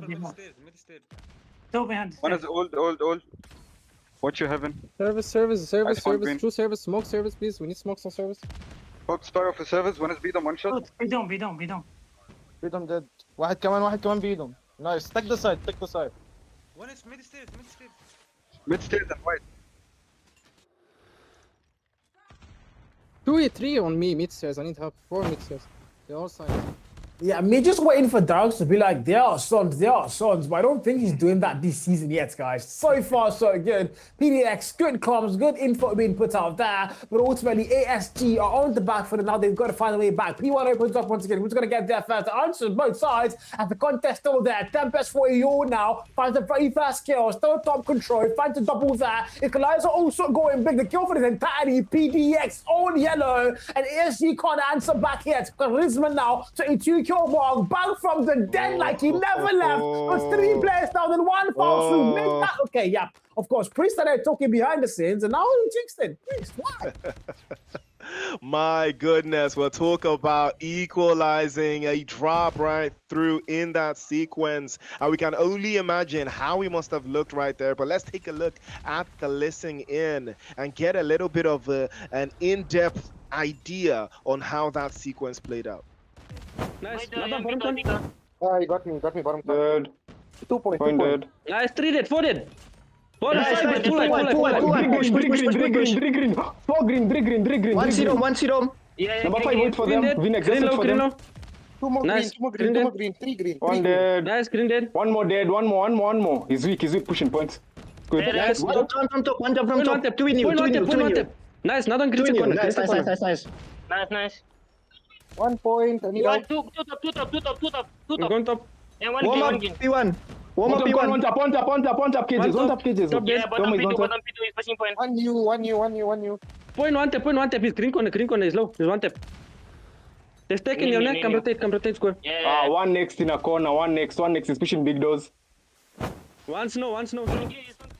PDX had all the answers in that one, but again, you have to respect the calmness and collectiveness of that unit. And now 7KXL, is he going to find that opening he has been looking for? He has not had a particularly slow game. 20 eliminations on the board, left behind by Storm and the guys and VNex as well. But even on the other side, we've seen this game turn in and out so many different times, but it looks like PDX have finally found that slow start from ASG, and they have exploded it, Carl. Yeah, this is what I do with your season 1 champions. They have a way of making comebacks happen, and once they get their hands on that lead, they very often at times never let it go again. So if you're SG now, it's going to take a lot more fighting and a lot more composure if you're going to get it back on your side. VNex and Storm are given the answer. VNex finding a double there to clear out that hell, but it's going to be a mere play for scrap time. They need to start making their way towards that next hill. All roads are going to lead to Rome, and in this case, Rome is going to be our P4. And who's going to get there first? The answer is going to be I would argue and call them the UAHMT. I missed that name so much. Special Suicide Squad back in the days, but Sarah is now with PDX, so I can still call these guys the UAHMT. 181 and 119. 3-4 opens up, and PDX are going to be there fast. Looks like PDX have a game plan and they are going to stick to it. You can see Charisma trying to take on, but Squid is going to catch him off guard, drops him immediately as well. And EO immediately takes that open space that was created, tries to take the 1v1, loses out. And that, again, in the numbers advantage, it is going to look like ASG have a little bit of a strategy they are trying to use to capitulate the angles that are held by PDX, but they can't seem to get their wits about them. Getting dropped every single time they try to make those plays. They drop another Tempest, the first Tempest, but no dice for 7KXN this time. He does get extended there and immediately getting swept aside. Unfortunate scenario there, but VNex is immediately going to trade one off and he tries to take the 1v1, immediately capitalizes on that one, goes for another thread into the right-hand side. Beautiful position being held here by ASG. They might not let this one slide away, Cal. But Charisma on the 49 kill mark, about to get that 50 bomb. Oh my god, that's crazy. But like you did rightly say, ASG are not letting it slide. They're fighting back. They're trying to find a way back in the game here. They're going to get to that P1 fast, but ultimately it's going to mean absolutely nothing. PDX are right back in. They are going to swim them out once again. Toxic goes through. The equalizer, only good for 2. Trade fighter and puts them down there. 7k extend, also good for 2 now to go and get that retake. But can they do it? The answer might be yes. I think it might be no. And now it's going to be yes. Now the contents come through once again. Nobody's settling down, but Paradox are almost at that 200 point mark, and now they do cross it. They are 15 points away from closing things off here. If you're ASG, you've got to fight back, but time is running out. Time is absolutely running out, and time is of the essence. ASG getting absolutely bombarded on all fronts, on all sides. Charisma showing them exactly what he's made of. Trades off over the right side again. Storm falls 2 times, 3 times. You think he's Jesus Christ, the way he has been falling, but there's no way to turn it all the way through. Charisma has held this entire region down. Paradox Gaming not backing down, not even for the slightest. You can see Mantra had him locked in all the way through, and ASG is unfortunate, but they just can't seem to break that line. 223 on the board, and if you're Paradox, you're almost at the finish line, but you now have to finish out strong. You can't get too comfortable. 7k extend. If you just saw that, that was perfection. He jumped down out of top computers, and he was able to get that 10% still. That was dirty work, but ultimately now P2 is right back in. Darks goes big, 38 kill mark. Charisma on 56, back like he never left the game. I mean, this man was out here studying to be a doctor and still being one of the best players in the entirety of Africa, and 58 and counting. P3 is there, P2 is there. Tempest 43 kill mark. It's almost done and dusted. Not a single player in blue near that hard point time. Can they find a way to break the hill now? The answer might be no. And you're still there. Fight to double, clears it out. Nobody's close by. A wall spots gaming. The smart might not be theirs. Now they come from behind. Movement. Oh my god, that was nasty. As now they finally get that break. But once again, it's going to be a mere play for scraps. We need to make our way towards the next hill. All roads are leading to P3. And Minimap tells me ASG are going to get there first. ASG have everything and more. All they have to do now is hold this one just a little bit longer. VNex immediately getting exposed there, dropped away by the War Machine. And VNex now looking for a way through to break inside the next P position. But unfortunately, APL will dial him back. And Mantra tries to pop through, jump through, immediately gets the double trouble. And he drops another into the corner. Here comes Charisma, bursting onto the scene like a newborn. But unfortunately, can't find a way to escape the bullets, that they will find him and they will drop him again. Toxic, no chance for him. ASG getting bathed in bullets and they're trying to make their way through, trying to hold the hard point with everything they've got. But ASG absolutely tearing it on. They will not allow the guys from PDX to break inside, but they all had other plans. He drops another, is about to keep it fresh. APL pulls up into the scenes and he drops another one and another banger as well. There is no chance. ASG will not give this one out without a fight, but it looks like there is more to be done here in the final sequence. The numbers are climbing up, 224, but no chance for ASG. PDX will reign supreme. That was a literal 0 seconds on the clock. I mean, zero on the clock for that hill. But a player stepped in, and that 0 second was enough to give him that 1 point to end the game. And my God, that must be so hard. Hard luck there for ASG. But my God, man, this was the game we wanted. We talked about this being potentially our main event of the entire evening, and in fact, arguably the entire APS so far after match day 1. And this has been exciting, no doubt. ASG fought so hard, but Charisma and the Doctor on the 64 kill mark. Make that make sense. Charisma did not know you were surgical with it, because 64 bodies. My goodness, you have to respect it. PDX take game number 1, and if the history of the matches we've been watching so far tells us anything, the team that usually takes the first game ends up winning the series. But this might be the time where that one will change. But we will see if that's going to be the case. But either way, solid performance from PDX. And now we head to Coastal, where we will play our S&D. Strategy is a little bit more different here, though, before we head over to Crossroads and then play in Control. Different strategy as well for that game, but it all boils down to mentality, skill sets, and understanding the game mechanics. And right now, PDX, it looks like they understand it just a little bit more than ASG. Yep. No surprise there now. Not PDX, guys. I can say 30-0. 30-0. Yes, guys. In the meantime, though, I would lie. As much as I want to be a hater here, the honest truth is ASG are an amazing team. And you could clearly see, but they brought the guns to the table. They did come their empty on there. They fought back. They kept things close. It just wasn't meant to be their map, I guess. But again, there's still 2 more maps here before we close the entire series. So if you're a PDX, the one thing is you can't afford to get comfortable. You can't afford to get complacent because you know this team very well. ASG, mind you, they knocked you out in the lower bracket final last season in our playoffs. So again, bad blood between these 2 teams, and if you're PDX, this is very personal. You have to get that revenge mark on the revenge arc. But of course, it's going to be S&D on a map like Coastal. This is one of those heavy sniper dens. If you're a good sniper on this map, you should be eating good tonight. Unfortunately, I never chop these nights.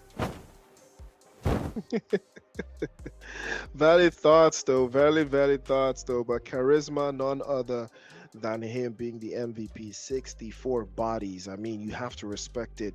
40 times he was caught, but either way, for an 8,034, it is an MVP worth performance. 19 assists as well. This is a guy that we're going to keep our eyes on for the remainder of these matches to see if he has more in the tank, because this is a very, very fantastic start.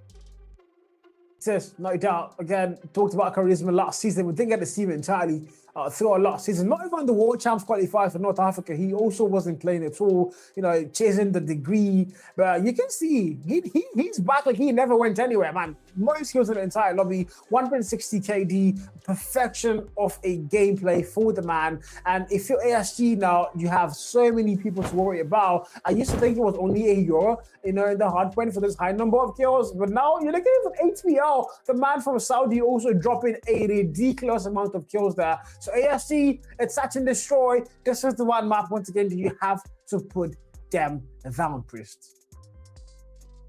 And you're absolutely right, because every single map has a different set of rules of engagement. So you have to make sure that you capitalize on this one.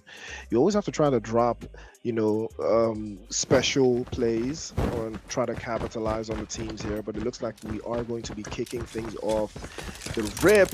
Ladies and gentlemen, we already know what time it is. First body gets caught is Charisma on the end of the bullets this time around. Not the way he was expecting to start the game. That is exactly what Search and Destroy is all about. You have to make sure that every bullet counts, and it looks like the Rocks is not going to be so lucky as he also gets swept to the side. Squid is going to be on the other side as well, trying to hold it up for ASG, and a very, very, very good start right now. Very good start for ASG. Very good start, man. They do get the first couple of kills. Vital Storm finds one more. Attempted a tally. Now it's down to a 2 versus 5. Yeah. And if you're PDX, HBO, they got it big. They're not going down without a fight, that's for sure. But it doesn't ultimately matter. Squid finds the last 2 kills there to close things off. 1-0 on the board. Our Sports Gaming are going to claim the very first round. Good start. Yeah, very good start. ASG, they've got something lined up. ASG about to tell PDX, we got something for y'all, don't worry about it.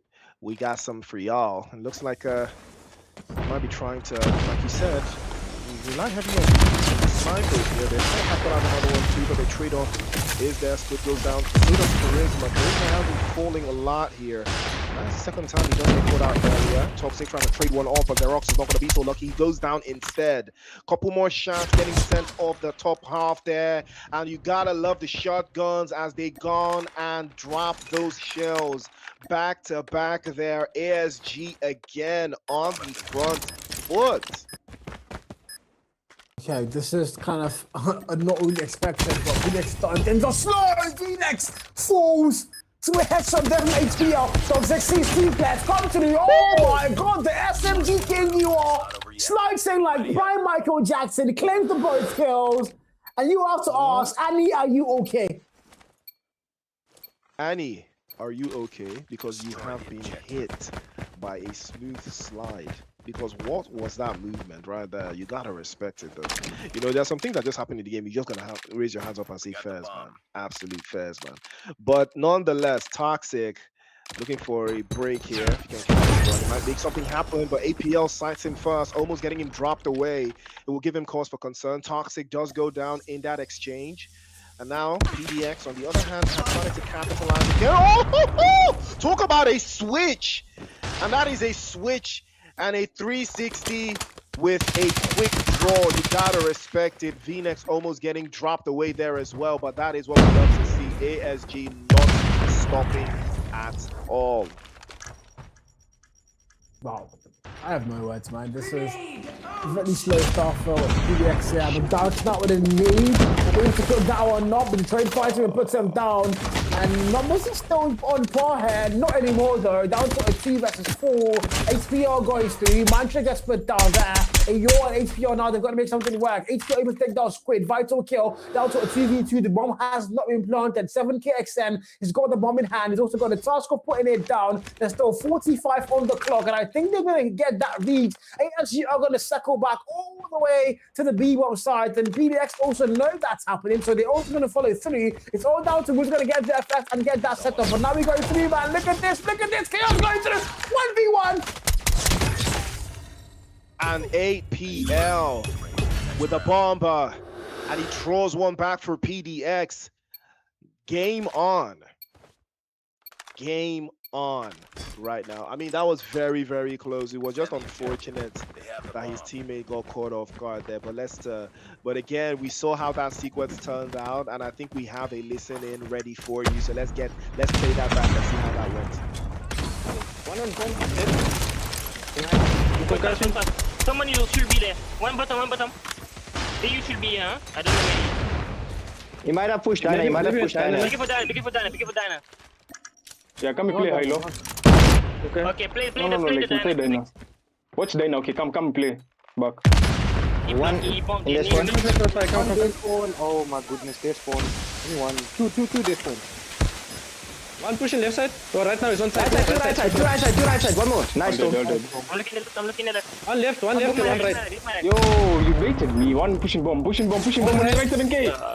Yeah. He's on bomb. You're gonna play it. You're gonna look good on the game. That's like I was supposed to try. What the fuck did this like that, bro? You're supposed to just hold the thing and not pick me. I was on the like.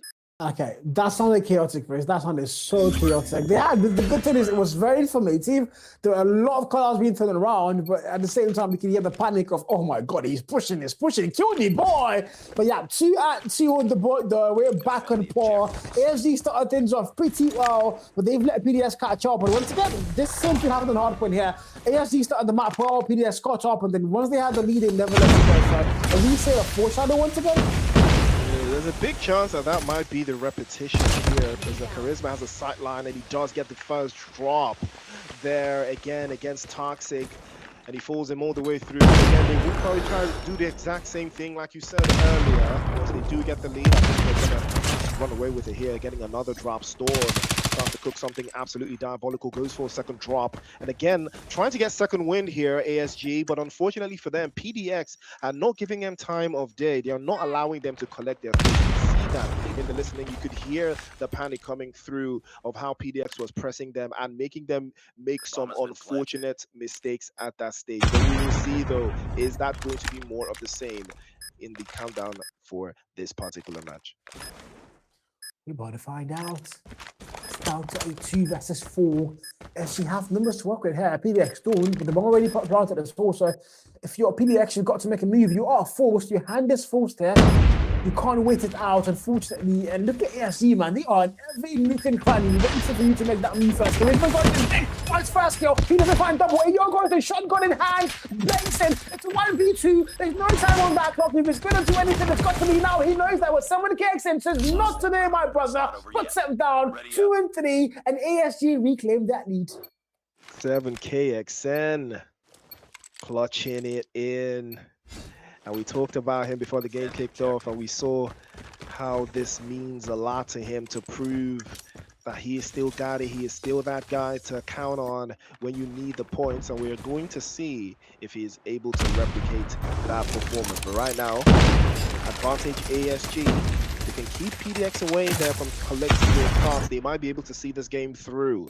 But we'll see if that's going to be the case. AO, on the other hand, has not still been able to find too much of his rhythm right now, but 7KXN is the one leading the charge for ASG. 6 eliminations to the good, 8 PL on the front foot, 9. And right now, it is only Mantra that has opened a stall at the donut shop. Yeah, I never shop this night. So donuts is sounding very good, guys. Thank you, Mantra. Can I come and buy? How much is it? We're gonna find out soon. In the meantime, though, round 6 opens up. 5v5, 7KXN. Are you AFK? That boy was not breathing. Well, he was not breathing. But yeah, 5v5 still. Actually, 5v4. Script does get put down first. He's gonna be first loaded and look at this make throws. 84 is going to get given off a show now, though. So you're able to go big there. Storm gets put down. 5-2 shotgun picking. Your might be overextended. He does see the flashbang go through. He knows there's still players in that corner, but he's not going to make that push in. Anyways, though, 5 versus 3, and the War Squad training don't have numbers to work with, even further 5v2. Yeah, you can see it there, though. You can see exactly what they have at the back of their minds there. PDX immediately utilizing that northeastern side, exposing the flanks there and capitalizing on that gap left behind by ASG. Immediately, they lost that player and they capitalized on that one, get the points back, and we are tied again. And now, is it going to be a push back? Is this going to be a back and forth between one opponent defensive? We're going to see the trophy systems coming in full effect there. ASG looking for a way to break the lines here. Darox is trying to turn a couple shots through there and setting in the lines there, but we'll see if that's going to yield anything. You can tell what the strategy is here from PDX, but it looks like it might not yield exactly what they want. No, we never can tell. So look at that. Flashback comes through. 7KXN is back through. The bomber when he did get planted, they know that it's a full defense now. Dark's there coming close in. Look at that aerial view. There's flares around in blue at yellow. Squid. The next finds one. Mantra gets put down. It's down to a 4 versus 5. Charisma with an aggressive push. Maybe it might just work. They go through big. They find value. They take back and forth there. Oh, the ASC is finding one more. HBO against the V-Lex 1v1. No time on the clock. It's going to get defused. HBO somehow, some freaking how wins it. Defused. It's their time. There's time. Ooh, talk about back-to-back clutch player. 8 PL in back-to-back fashion, has won 2 secured clutch positions, and now he's showing exactly why he is one of the best. 13 eliminations again, but again, that was very, very high octane. As high octane for us, the viewers, and on this back end, but we have a listen in ready for you to give you guys a little bit of a snapshot of how that last sequence went. I don't see anyone. The NB. One shot. Oh, yeah, what's going on? One is down here, one shot. هنا من عندك كان. You got this one, you got this. Don't worry. Diner. One you cleared my left corner. You cleared my left corner, right? مفيش واحد كون سنايبر مش هضايق. One is planting, one is left side. One is planting, I'm pushing the guy. You sure? He's one shot, no, he sees one shot.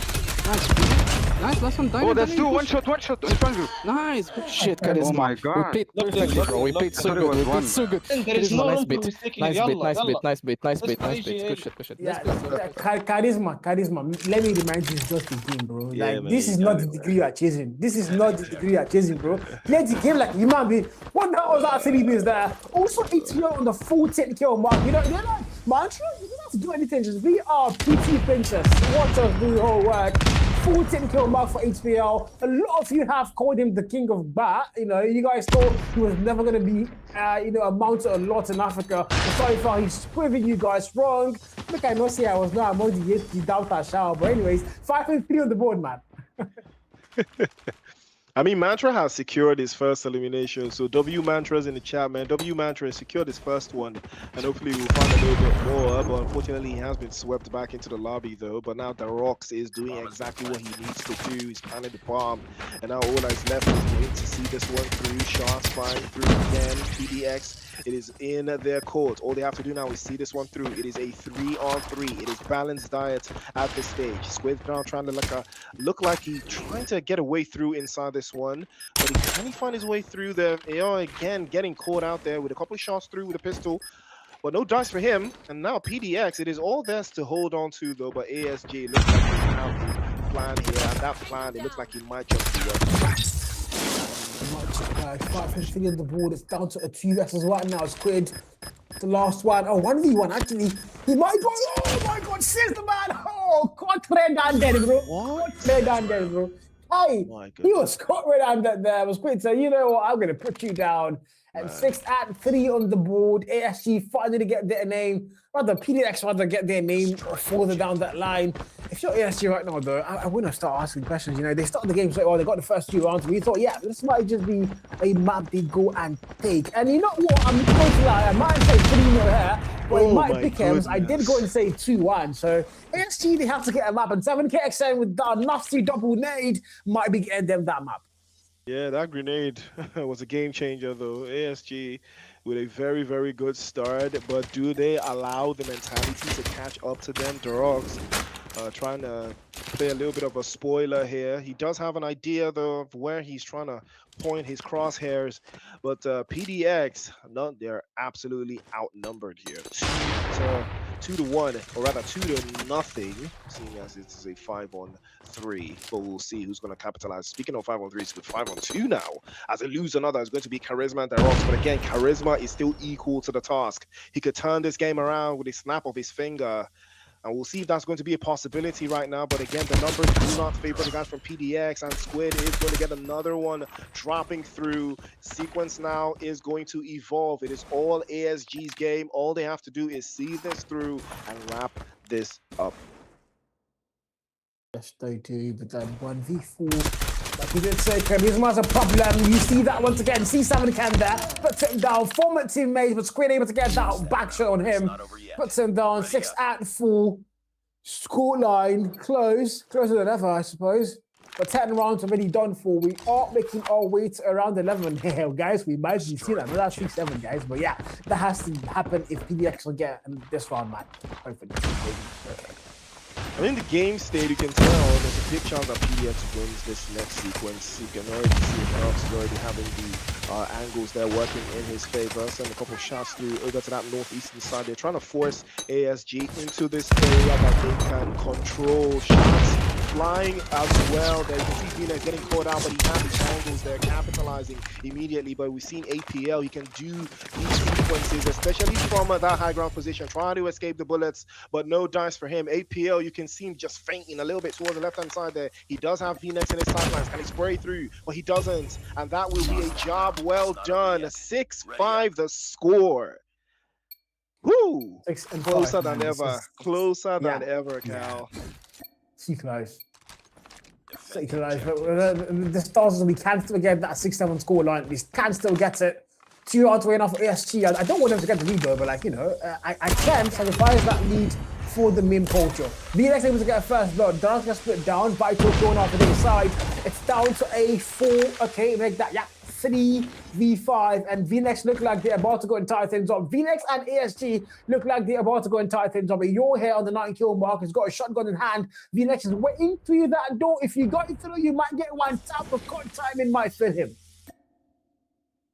Charisma is still very much in the mix here. He is a major game changer. And he catches another one sleeping. It is Squid that's going to be his latest victim as he drops him away. And now that's another sequence again. Big shots coming through there from Mantra, but doesn't seem to connect his shots. Air on the other side. Catches V-neck slicking.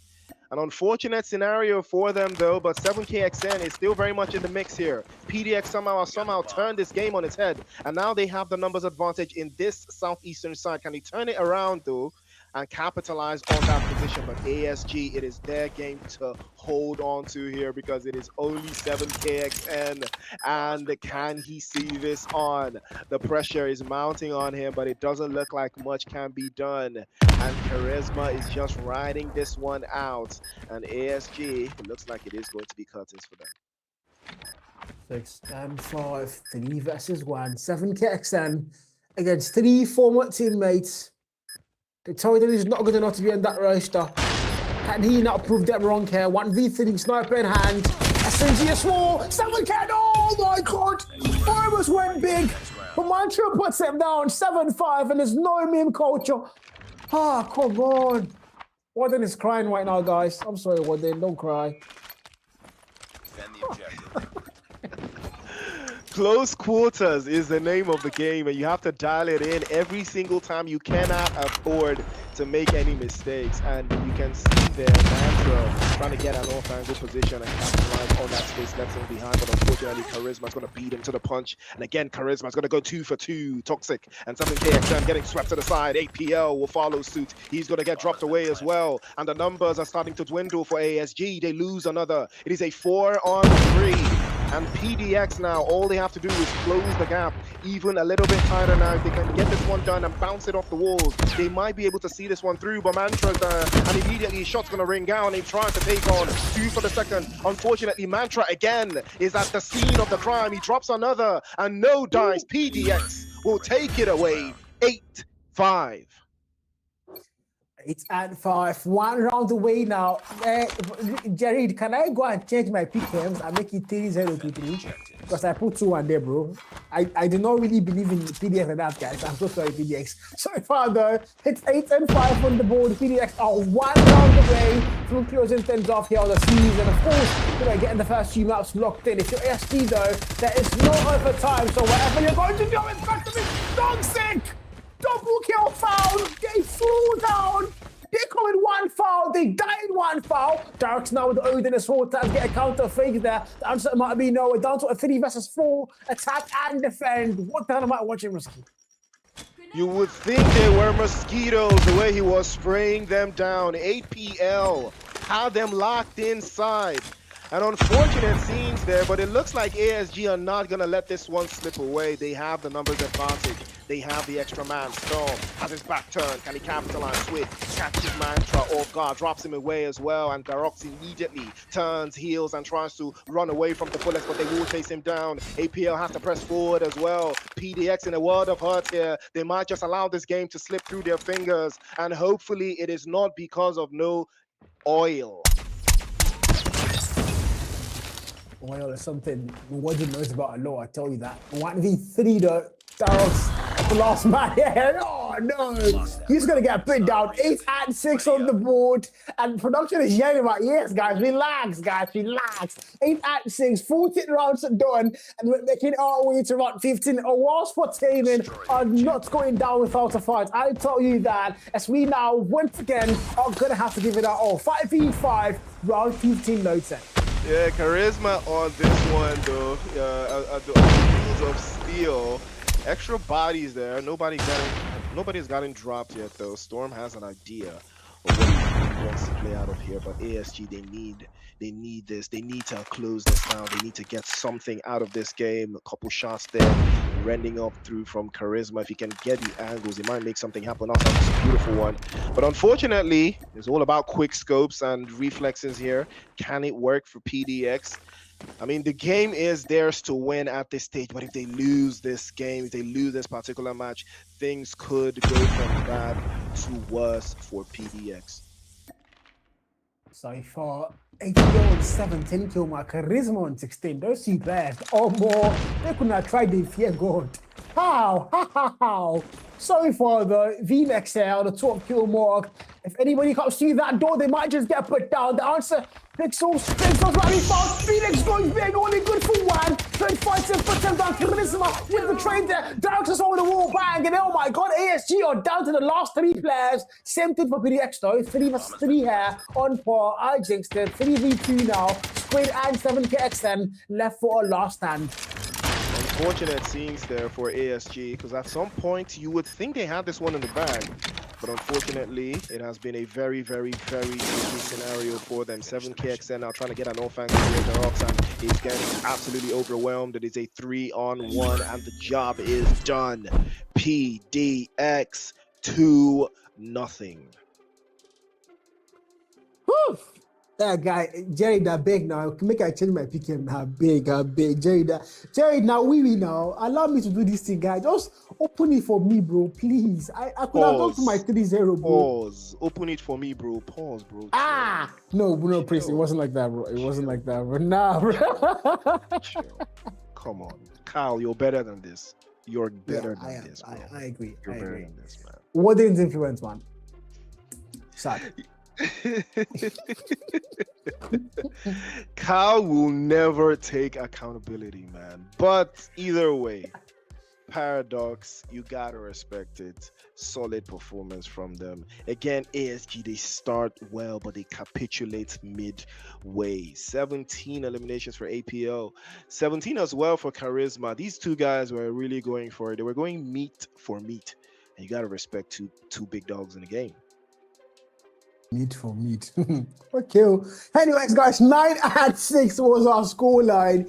8PL, bro, 17 kills. 7KXN, 14 kills. MVP for his side. But unfortunately, it's not going to be on the winning side of history. And I just got an anonymous tip from a viewer on TikTok saying, please check on Die Hard. And yeah, Die Hard is going through a lot right now. And there's nothing on earth that makes me happier than seeing ASG fans cry on stream. 2 out there on the board, and if you're ASG right now, you are on the back foot heavy as we make our way into our very final map.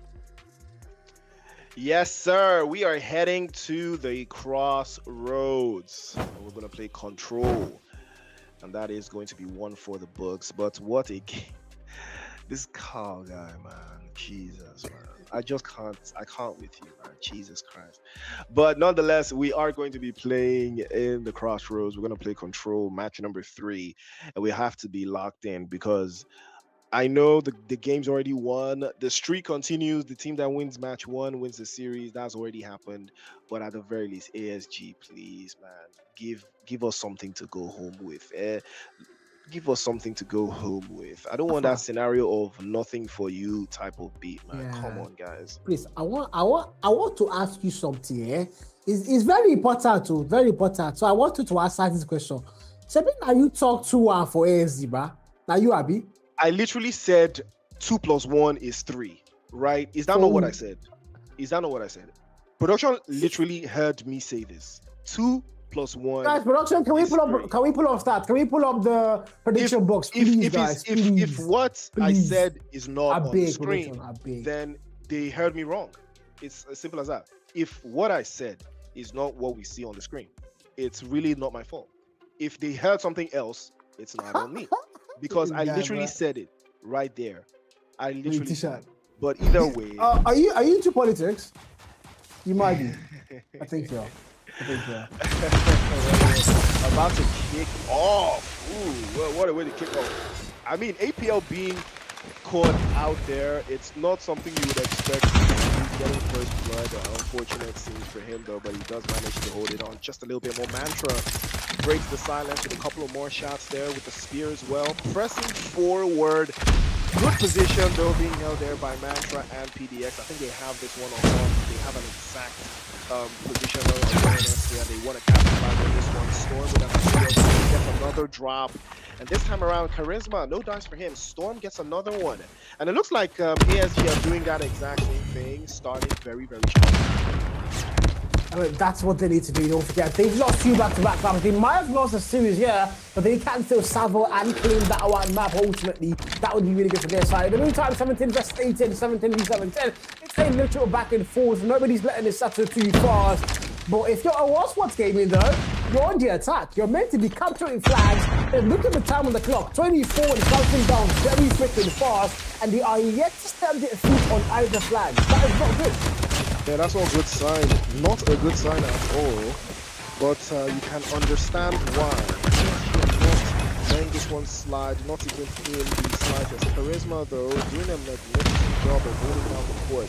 If he can manage to get some more intel over to that western corner, he might be able to make something happen, but unfortunately, he is overwhelmed. Again, the sequences have not allowed him to spread his wings the way he would have liked. And again, Paradox now utilizing that extra man, and he drop another one into that corner. Darox is getting caught out, but unfortunately, trade off. And no dice for them. Paradox will start again with the pressure. Yeah, pressure, put more pressure. But yeah, man, 30v30. Production wants to do a listening. Ordinarily, I wouldn't want to do it, but since it's my ops, ASG, let's go for it. 1B. Yeah, 2 bridge. They're gonna push out. They're gonna push out. Bridge close, one long. One long. He pushed up a long. One top house, one I think. Tempest got on top. A long. One long, one side. Two on side. Right side now spawn. They're just pushing up house one. Nice. Yeah, top on top rock. One on A. One on rock. Rock. They're on rock now. Yeah. I'm gonna go on the rock. Next one more squid. Right, got me A long. He's still on the rock. You'll leave it. He's going long. Yeah, he's dead. Just below you. He's dead. Last one more long. And you saw how that one was locked in, man. You could hear from the calls how there was hate to lock in. But it doesn't wrap through the way you would expect, because we still have another listen in for you to give you a little bit of a backdrop of how that play just went down. They push. Nice one. Bro, I'm so mad I could have. I got him. I have a machine. يلا bomb the fucking ashes. Allahu Akbar, bomb. Let's go. They have one B long. Huh? I go mid lane this time. You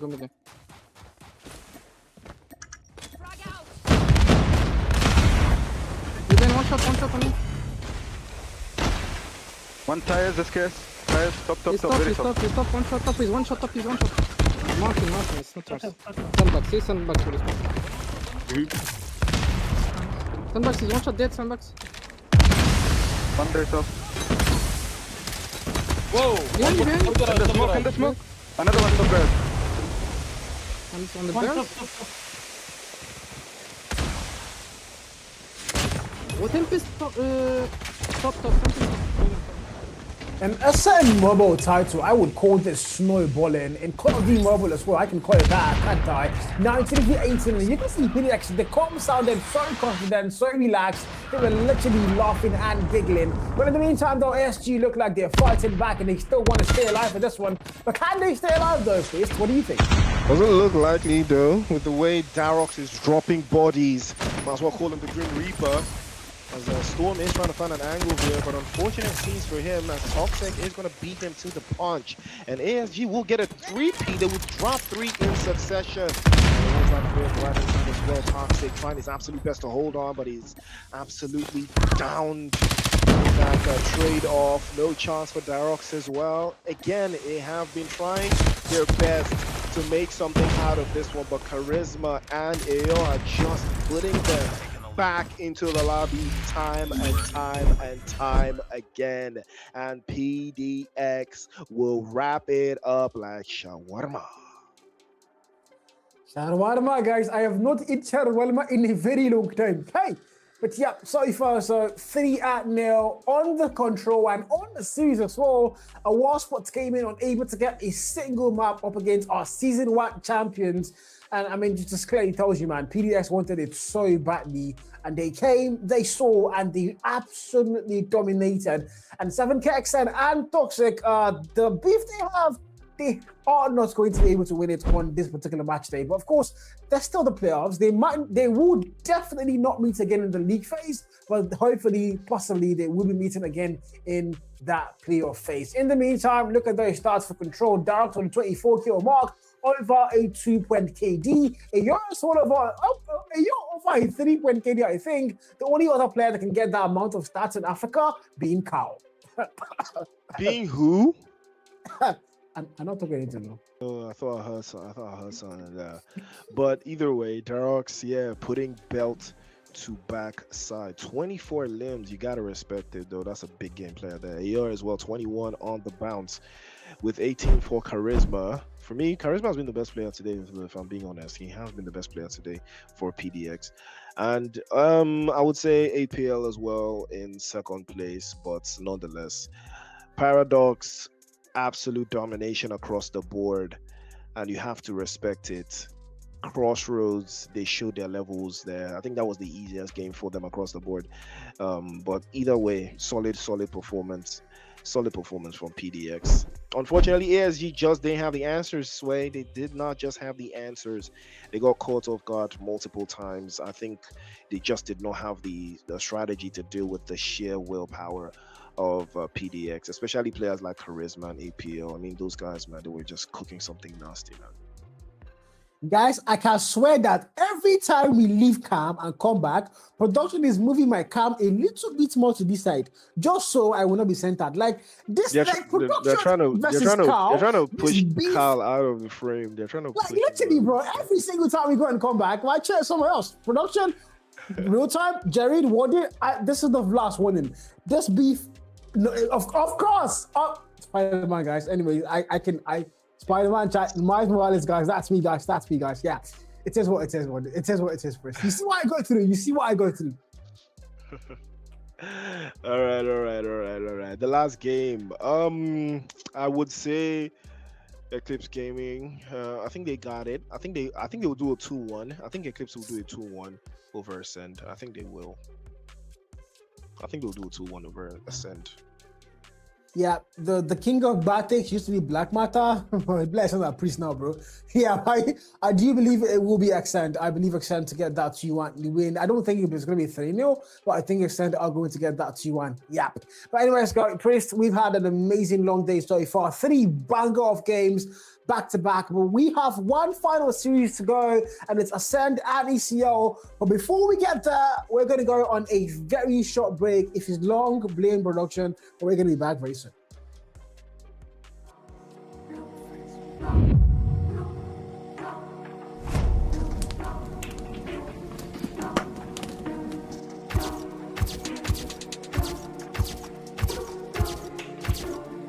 So battle on the chokers, and we're going to take it first. Now, my score, I'm going to get to that beat somehow. 344 counting, only 6 more points to go. Make that 5, make that 4. None of them are not close enough to break the hell, and it might be GG's and good night. It is system of all things. Mandem coming in now with his war machine. Third kill in a row, switching into point. Make that 4, gets taken out before he can cause any more damage. And the last second of that point. Alongside God's skill, but now the claw comes out to play for a year. 42 year old, finds the value, Simsy puts him down. But look at that score line, 247, 2-1 points, and PDX are gonna wait to play once again. Formation's gonna be right around. Cliff doesn't really have to do much. Just qualifying Spello down. It's Diddley all alone in a 1v5 situation. It's over. It's well over. Eclipse Gaming closing things out as they take this game, searching this. Positioning himself. We've seen 2 players of Series 7, just stick it together here. That's one blood drawn from Pain Glass 4. That's a 2-piece picked up there. XM4 does the work, and now it's a 1v1. Pain versus Squeeze, more round cushion there. This is my distance. I run to the soon. Squeeze, see, Squeeze, check your corners. You will lose. And on the side left. Now, as you say on the side left, the numbers will drop as a double. Picked up that goal. What the heck? The man definitely wants to, because they're waiting for you, that goal. They are there. And the man goes to the side, of course, they are there. It was a perfect flag. One turn is in for the trade. Simply staying alive in the point. Still very winnable here for the side of ASG as he goes huge, it's not and go. He has to win his one. Storm is there for the trade, and that is going to be a GG. Up for the side of Cyclone. All they need is 12 more on the point. They need that to happen. They have control of the hill. They have control of this game. And now it is only a matter of...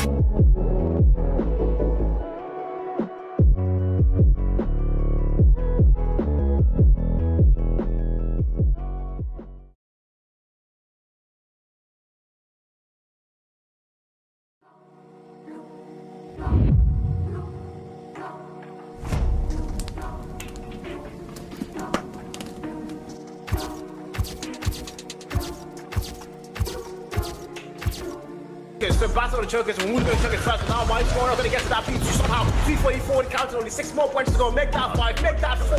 None of them are not close enough to break the hell, and it might be GG's and good night. It's a short system of order with Mandem coming in out with his war machine. Third kill in a row, switching into point. Make that 4, gets taken out before he can cause any more damage. And the last second of that point. Alongside God skill, but now the claw comes out to play for a year. 42 kill rounds, finds the value, 70 puts him down. But look at that score line, 247, 2-1 wins, and PDX are gonna wait supreme once again on us. Formation's gonna be right around. Cliff doesn't really have to do much. Just finds Bello down. It's literally all alone in a 1v5 situation. It's over. It's well over. Eclipse gaming, closing things out as they take this game, searching this. Positioning himself. We've seen 2 players of Series 7, just stick it together here. That's one blood drawn from Pain Class 4. That's a 2-piece picked up there. XM4 does the work, and now it's a 1v1. Pain versus Squeeze, more round cushion there. See my distance, my run to the soon Squeeze. You see, Squeeze, take your corners. You will lose. And on their side left. Now I say on the side left, the numbers will drop as a double. Picked up that goal. What the heck? The man definitely wants to, because they are waiting for you, that goal. They are there. And the man goes to the side, of course they are there. It was a perfect flag. One trying to for the trade. Simply staying alive in the point. Still very winnable here for the side of ASG as he goes huge, it's not and go. He has to win his one. Storm is there for the trade, and that is going to be a GG.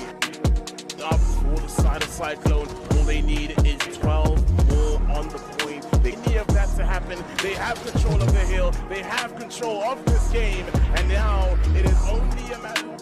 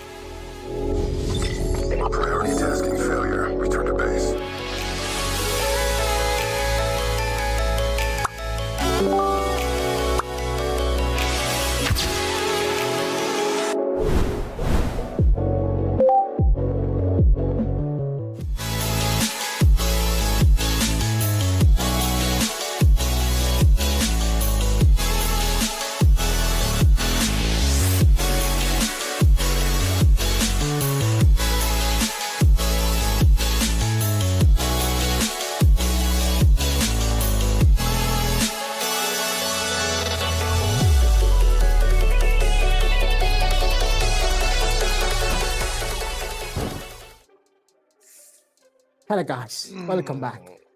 Priests, we have reached the end of our journey. Actually, you have not reached the end, but the end is still there, but we are close.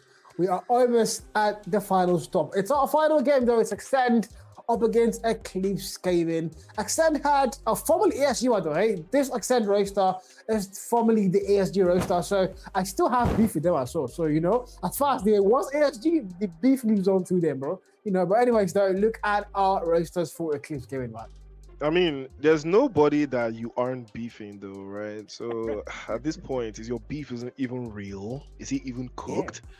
Well, we got Javi, Coco, Kroll, Dad, AY, and Vector. These guys look very Nigerian though.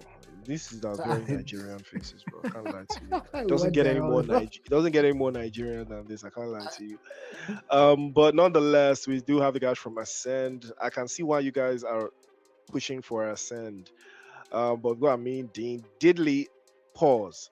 Corrupt, Liquid X, Muji, and Sunflower. Yeah. I can see why you guys are going for Ascend in your predictions, but I think this is the time where I win the predictions. I think this is finally time. You know what? I just saw that 0.0 here is, bro. Wow, you're talking about some winning prediction, bro. Guys, I'm sorry I'm laughing. This is the most unprofessional cast. Exactly. Like, that's my he thought he ate. He really thought he ate there, bro. Like, you see why this guy's bad at math? He really thought he ate there. Price in the back. As far as that is there, bro. But yeah, in the meantime, though, look at Xavi. I call him Javi, by the way. But I've been told the X's and silent in Spanish names apparently. But anyways, they're still Javi to me, though. 114 KD so far in the season across all game modes, of course. Combine hard points, Combine is actually a really good map here, but like, is that Eclipse's best map? I think it is, because they did bid 7 on that map severely. So, well, we're going to find out if I don't even think that map is going to be on our map veto, by the way. But we're going to see for ourselves. But you know, kicking things off, we are going to take off at takeoff with hardpoint, and then we try coastal. I think we're gonna have I think this is going to be the second time we'll have coastal in this match week again. We do have crossroads in the final sequence as well, going up in control. So match number 1, do you think we're going to see the same, you know, drive that we've seen where the team that wins match 1 wins the series? But before we go into that one, let's take a look at the table, right? I want to see what the standings is going to tell us right now before we go into the last match, right? 6 points for Cyclone. 6 points for Cyclone. 6 as well for What's more than so laughing? I'm really trying to be. See, guys, chat. I'm trying to be professional. I'm trying to be professional. But you see, these production guys, they're not serious, man. These guys, they're not serious. No. Yeah. If you hear what these guys say, right? Crazy thing, especially Jared, man. He's been talking non-stop the entire time. Unhinged things. Like, we need someone to come save us from this production, guys, man. Please save our souls, save our lives. But yeah, guys, we're taking off at takeoff, just like my man Chris did say. Again, it's our final map. Our final series rather, but it's our first map in our final series. If you're Ascend, once again, you haven't won a single map so far in the APS, and this is your chance to finally make that happen. Eclipse Gaming as well also have not won a single map in the APS. Did lose 3-0 earlier on that week to Cyclone, so this is a chance for them to redeem themselves. The hardpoint takeoff, it kickstarts, and they are already on par. Well, Ascend, can they ascend? We're about to find out for ourselves. But right now, Eclipse are in the driver's seat, and a couple of bodies have been dropped already. You can see Kroll and Time leading the charge. They're getting the game kicked off, getting it started. Diddley is going to be diddled at the back there, gets dropped away immediately. Have no idea that they were after Time. They're also getting caught out by Time. And this is a very, very back and forth sequence. Roughly in similar fashion.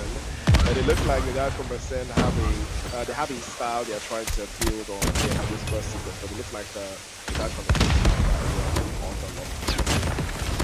Yeah, they're going to start this, but I forgot to mention, the King Gaming just went off the start back of a very impressive win up against CR7 in the World Champ qualifier for Nigeria, where they literally won them 250-77.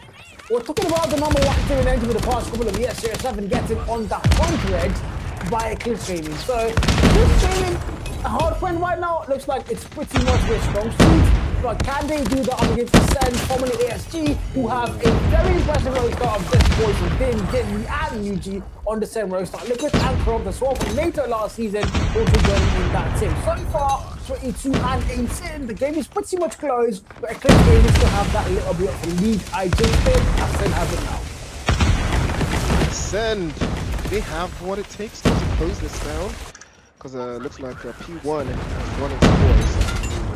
A little bit from now, it is going to be up to PC to see who's going to take that one over to the other side. But the Death Machine is going to roll up.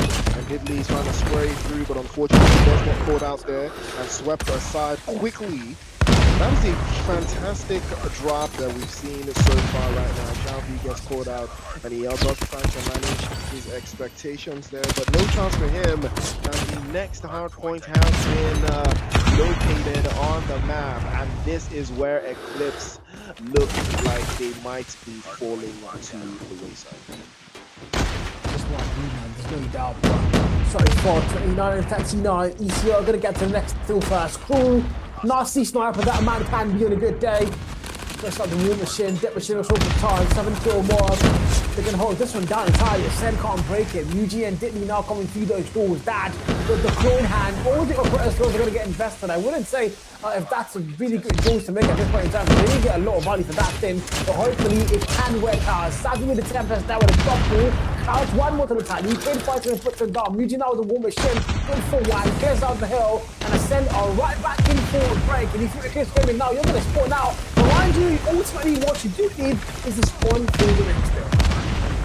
Ascend have been breaking the momentum of Eclipse Gaming so far. That's been a very, very rough drop for them, but Eclipse somehow always finding their way back into the sequence. 56, or rather 54 to 48 right now. The numbers are climbing up in favor of Eclipse Gaming. The hard point as well, and they are trying to make something happen over to that southwestern corner. They're trying to force them though to play a little bit closer together, and that has been the tail of this entire position that Ascent have been trying to hold through. They have been doing a magnificent job in that part of the unfortunately, but no way for them to advance forward. You saw how that play switched over to that corner as well. It didn't work out in their sequence, but you can understand why. Because we do have a listen in ready for you right now, so let's hear that.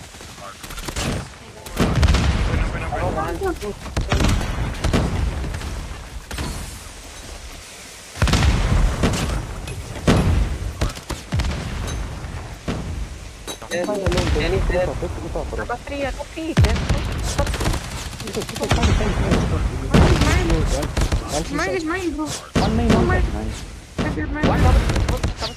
Double squad. Double. Two. One more.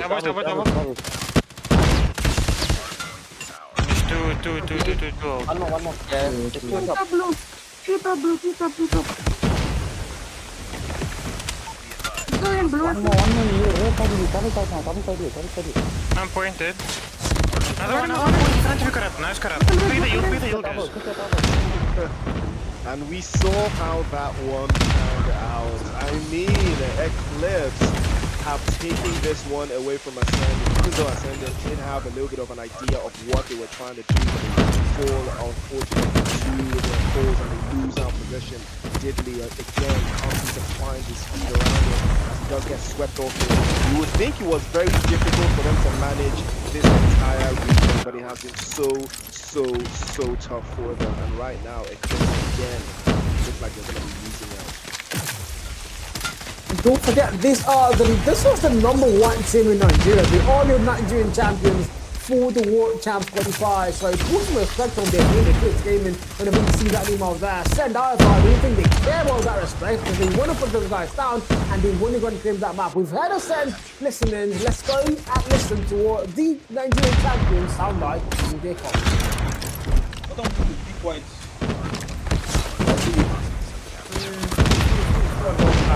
We are scattering now.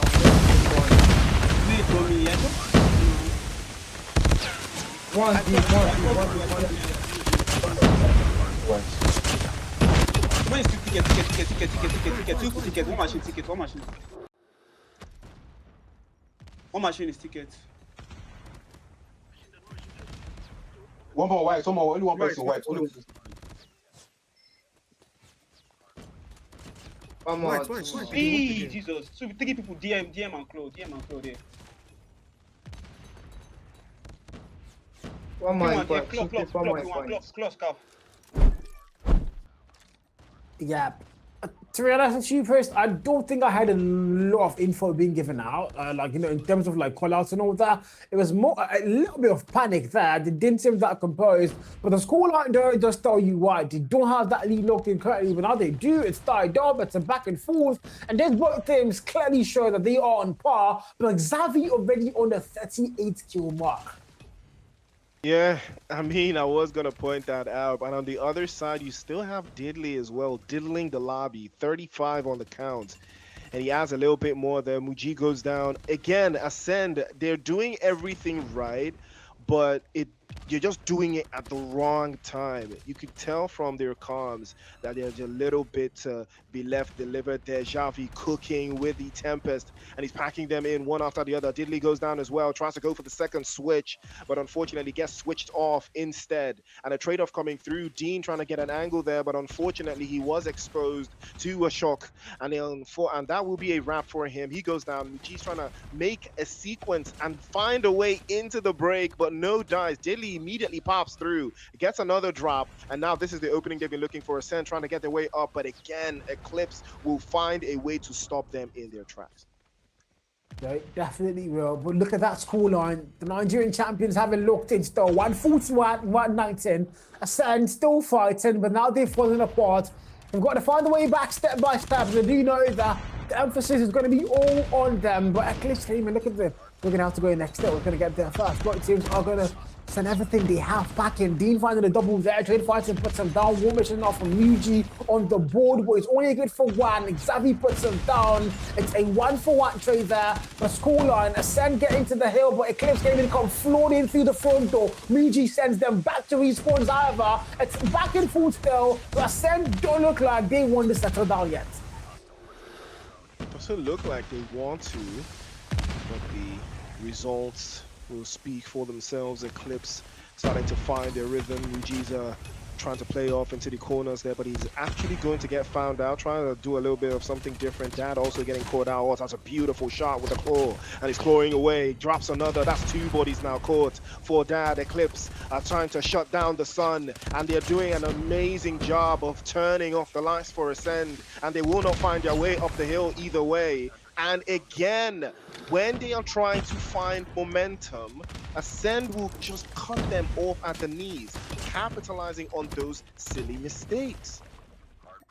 It's still a good team. That's how you play. That's how you play a hard-point game. You need to capitalize on your opponent's weaknesses. That's exactly what they're good at doing. Xavi, however, already on the 16-kill mark. We've seen the player on 60 earlier today, I think, and he wants to supersede that. Literally, he's aiming for that 70-kill mark, and I bet you he can definitely get there. Go put a sword equalizer now. The 41 kill mark, finding more value after value all the way through. Then it goes and expires. Eclipse Gaming almost at that 180-point mark, aiming for the 200-point mark now. Ascend still fighting back, but the lead is getting further and further away from them. We've got to find a way now to get their heads back in the game. P1 about to expire. Rotations towards that P2 now is going to be very important. And look at that mini-map. Who's going to get there first? Eclipse Gaming already have that P2 on site. Yes, sir. Eclipse have a plan, and they are sticking to it. They're capitalizing on the extra positions that they have held on for the longest time.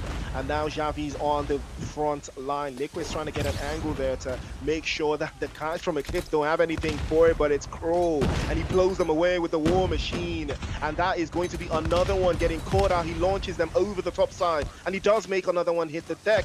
But unfortunately for him, he is exposed, tries to trade one through. Dean is going to be locked and loaded, but unfortunately for him as well, he does go down. We saw Coco earlier on doing an amazing job of keeping the sides tight there. Crow with the same idea, trying to go for the two-piece, but all he's going to get is chicken nuggets.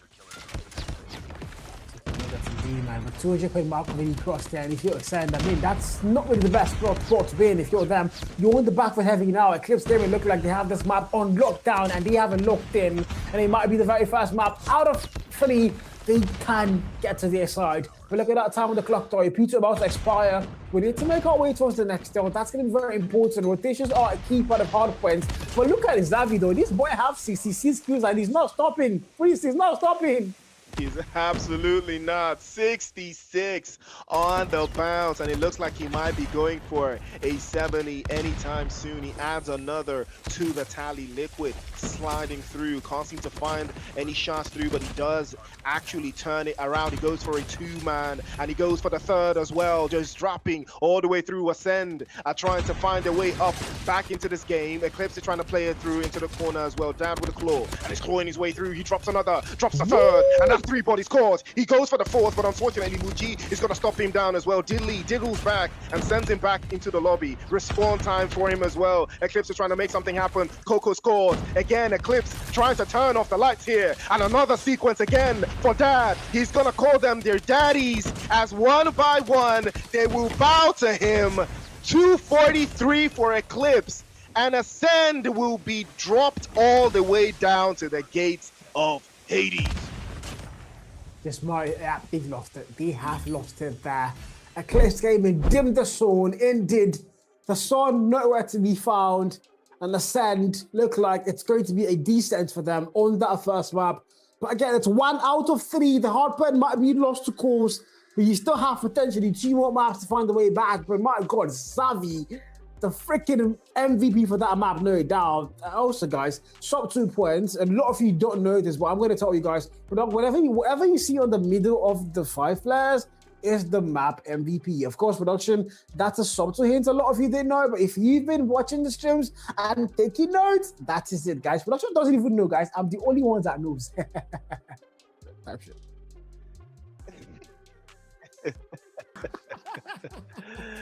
I mean, going forward, I think production will just undo it so that you will be wrong. Might as well. But 70 bodies caught. Xavi, bro. I mean, Xavi is really him. That's the highest I've seen today. My goodness. And what a performance he put on. Krul as well was also putting in the work. And even Coco, at some point, I saw him with that equalizer. I thought this guy was Denzel, man. He was cooking. 42 on the board as well for Dad, and 37 for Time. Time was the only player here that I think went minus. It was a very, very rough draft for him. Diddley did everything he could, but he got diddled so much there. 57. He got diddled 57 times, man, unfortunately. 48, though, for Liquid. And again, Muji was also in the mix. He was doing an amazing job. I think he was the one that was doing most of the OBG hunting, trying to break the lines there. But Liquid as well, same idea for Dean and Corrupt. Corrupt, I barely saw. I did not really see his impact in this game. Hopefully, he finds his rhythm in the next 2 maps. Yeah, 2 more maps to go. Best of 3 in a format where you do have to play all 3 maps. So it's quite important that they get their heads back in the game here. Coastal S&D is up next in our road to map 3 here and the end of our match day 2. If your Eclipse came in, once again, the Nigerian champion over the weekend, they're excited. Their morals are at an all-time high, literally. And you can clearly see that, once again, showing 4th in their hardpoint game. Clear win there. But Coastal S&D, though, a much different game mode, much slower, much different from the usual aggression you see on hardpoint and control. So if you're on the side of Eclipse, you've got to find a way to make sure you're not getting too fast. But again, our match MVP for the hardpoint, 70 freaking kills. Xavi with a 1.63 KD. And somebody on the YT comment said, Xavi Day, I absolutely agree with you. Yeah.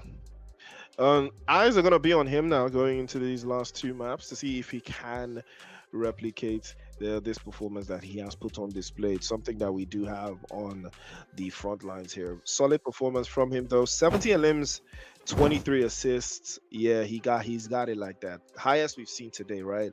He was dropping bodies left, right, and center. That's what we love to see. MVP players doing MVP things. But again, that's hard point. Now we have S&D. You're not going to get 70 eliminations in S&D, so how many can you get, right? How many can you get?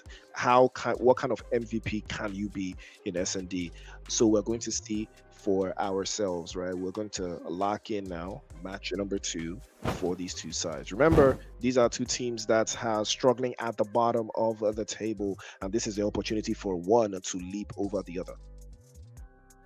Yeah, no doubt. Leap over the other for sure. Eclipse Gaming, though, they do nip this one. They did lose 3-0 on the very first match day. 74%, though. Not a lot of difference there. But Eclipse Gaming, the Nigerian champions now, they've got to find a way to make sure they do prove or make Nigeria proud. Series 7 earlier today, not able to do that with that devastated hard-point scoreline. Did win a map, though, S&D there, but unfortunately not able to win the entire series. The Eclipse Gaming, they can and could do that today in this particular last series of the day up against Ascend, but they had to, again, make sure they closed things off and S&D their favor. This is, of course, the map Coastal. A lot of you play the map. I don't. I'm used to Shipment, but a lot of you do play this map. It's really exciting. It's a literal sniper's den, and this is a map where shotguns can also be an absolute nightmare, man.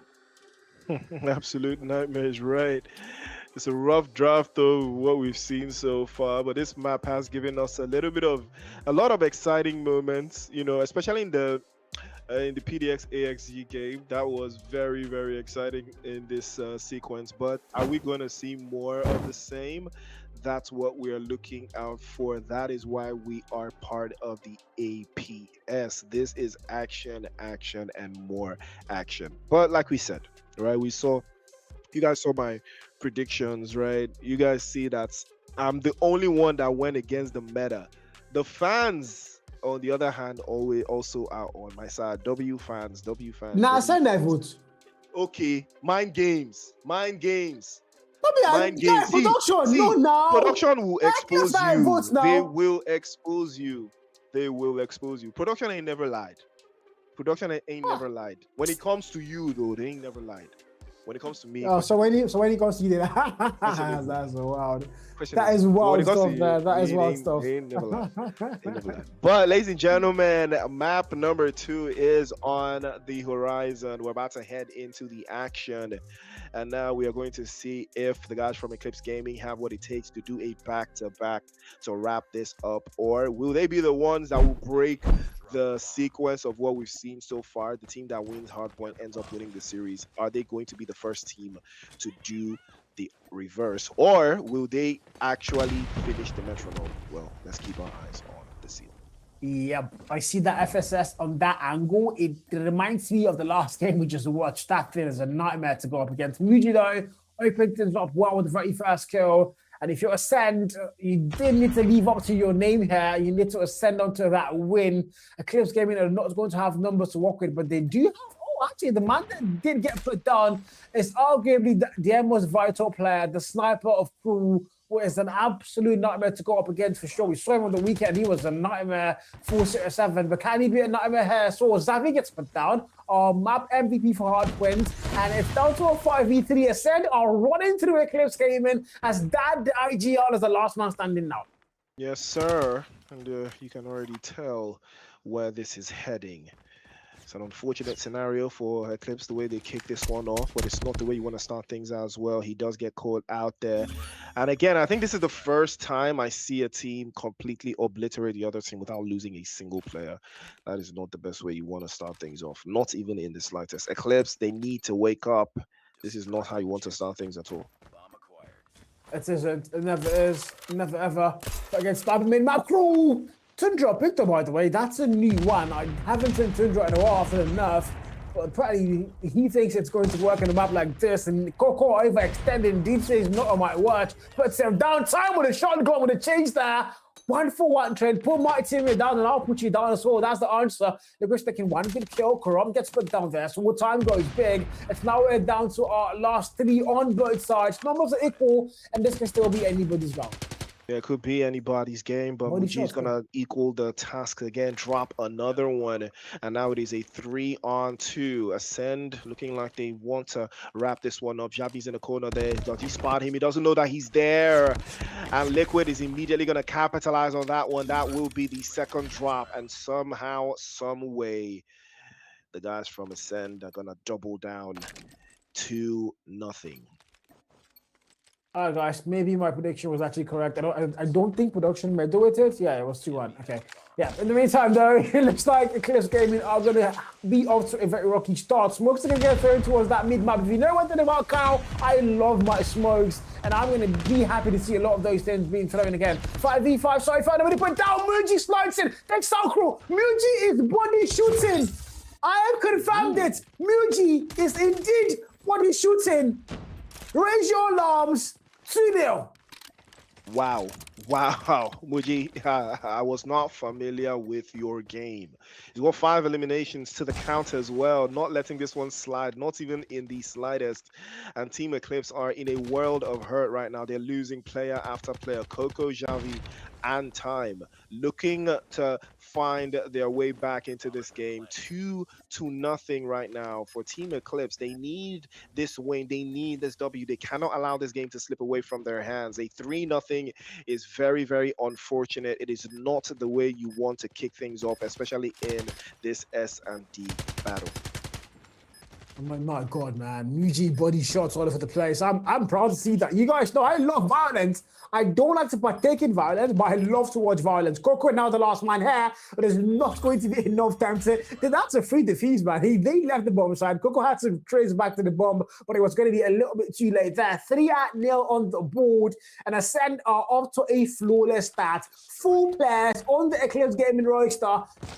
But plenty donut shop will like dinner is served. Eat any type of donut you want to eat, guys. Time the only player with a kill on their side. Now round 4 opens up. Ascend dominant start so far.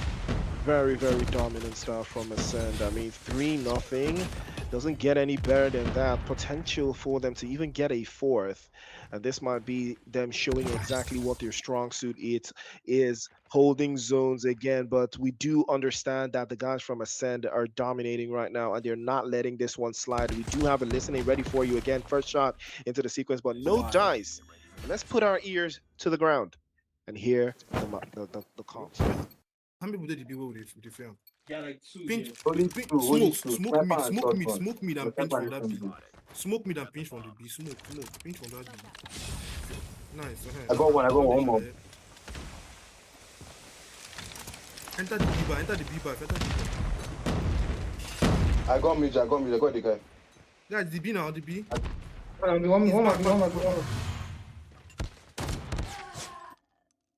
Calm down. Bomb has been planted.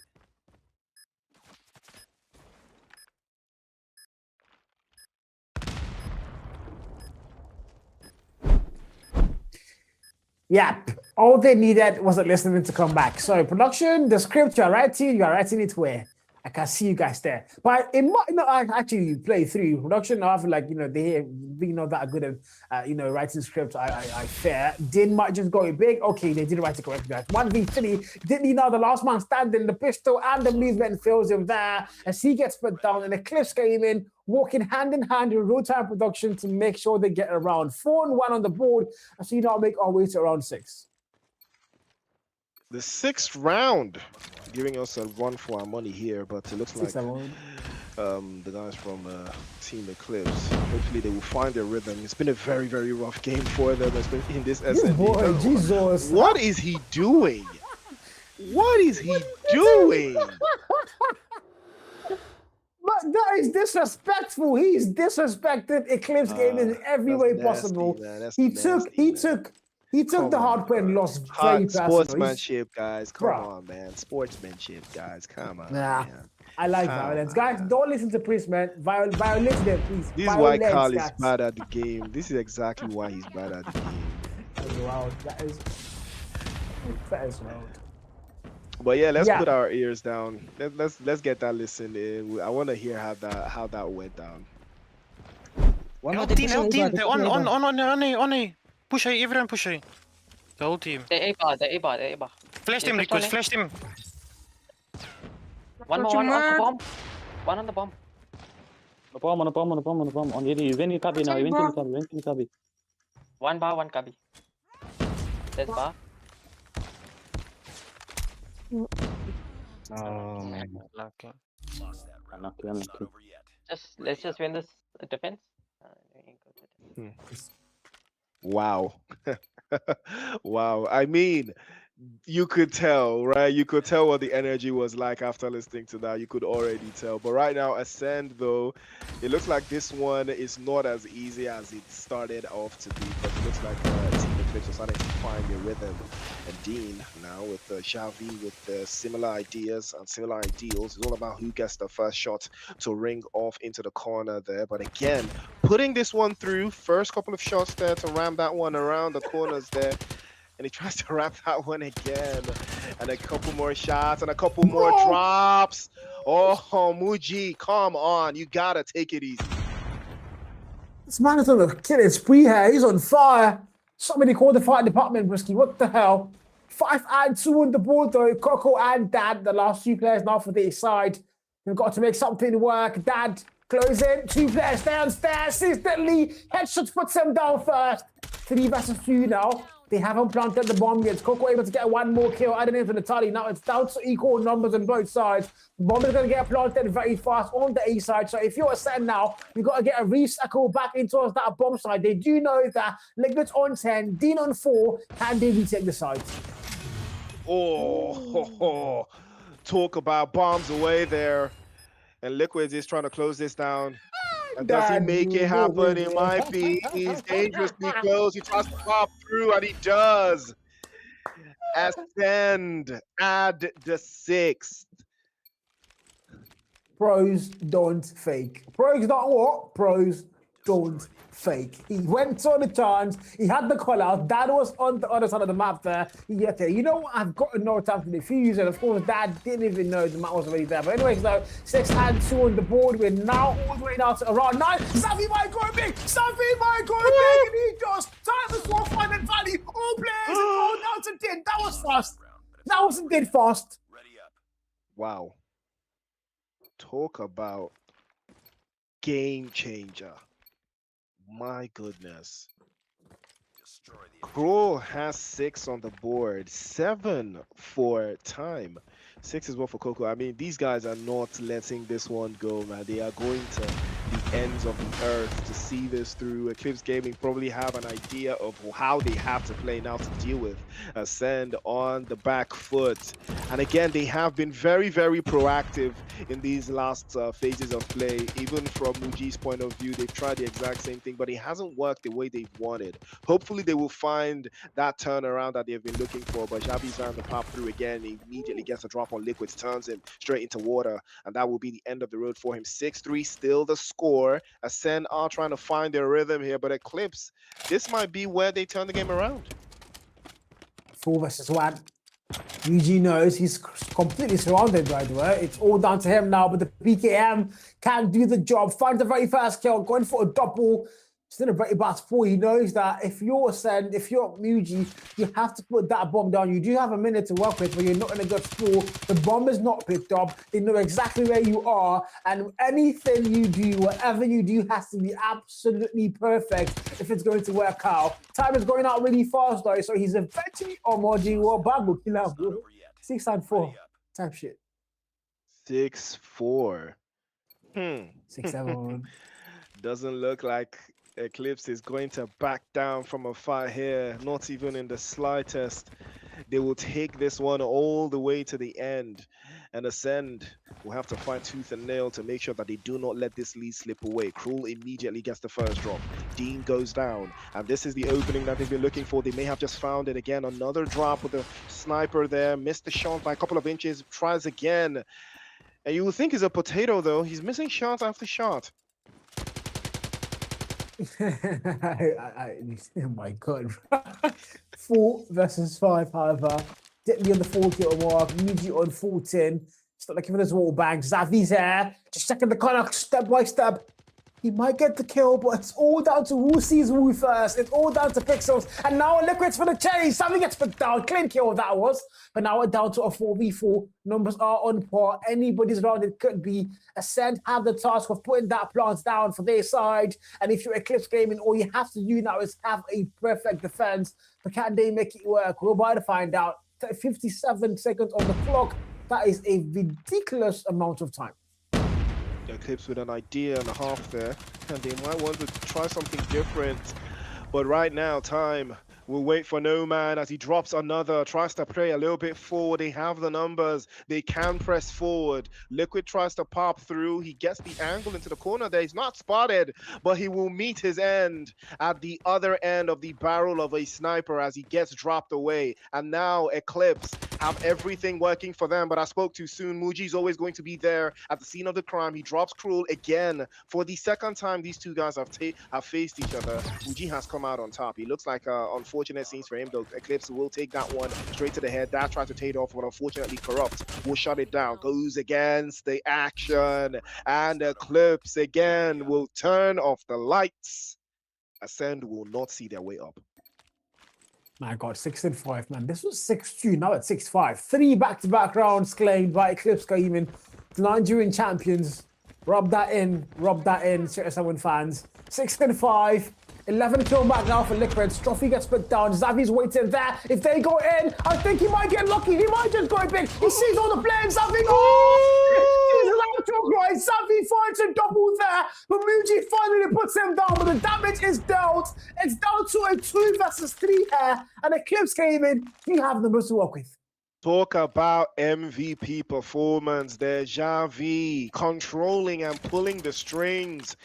And now that is exactly how you want to perform when it comes to a game like this. Now Dean and the rest of his team, they need to find something. Muji is still there looking for a way around here, but they are outnumbered by an extra body. Eclipse have this one in the bag. All they have to do now is make sure they stay within task. They cannot allow any mistakes. They cannot allow any of these players from Ascend to catch any joy or get any rhythm. Muji is trying to pop through over to the other side. Couple more sprays again, forces the issue, and Coco's have to force back. Grenades and Molotov cocktails would be the best call of duty position here, but Cruel is going to have to press forward. Coco plays in behind him. Muji's going to be spotted, overwhelmed. Spray's good. Eclipse have this one. They have them on the ropes, and it might be time to wrap this one through. Sprays continue, surely. The job is done, and we are tied.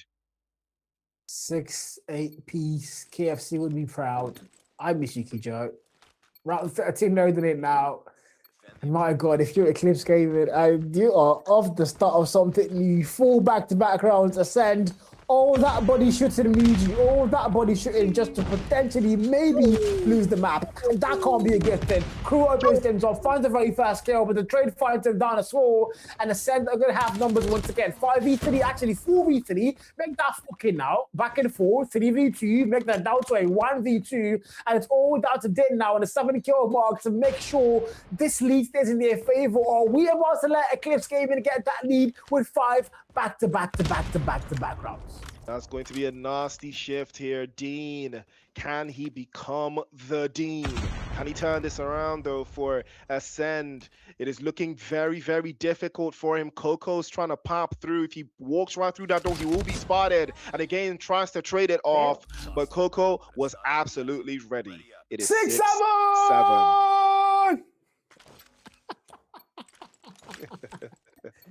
Yeah, you have to join the trend, my brother. 6-7. I saw it coming from the start of the game. Warden is shouting, so happy right now. My God, Warden is literally about to break his PC, man. Damn, Warden, relax. Stop shouting.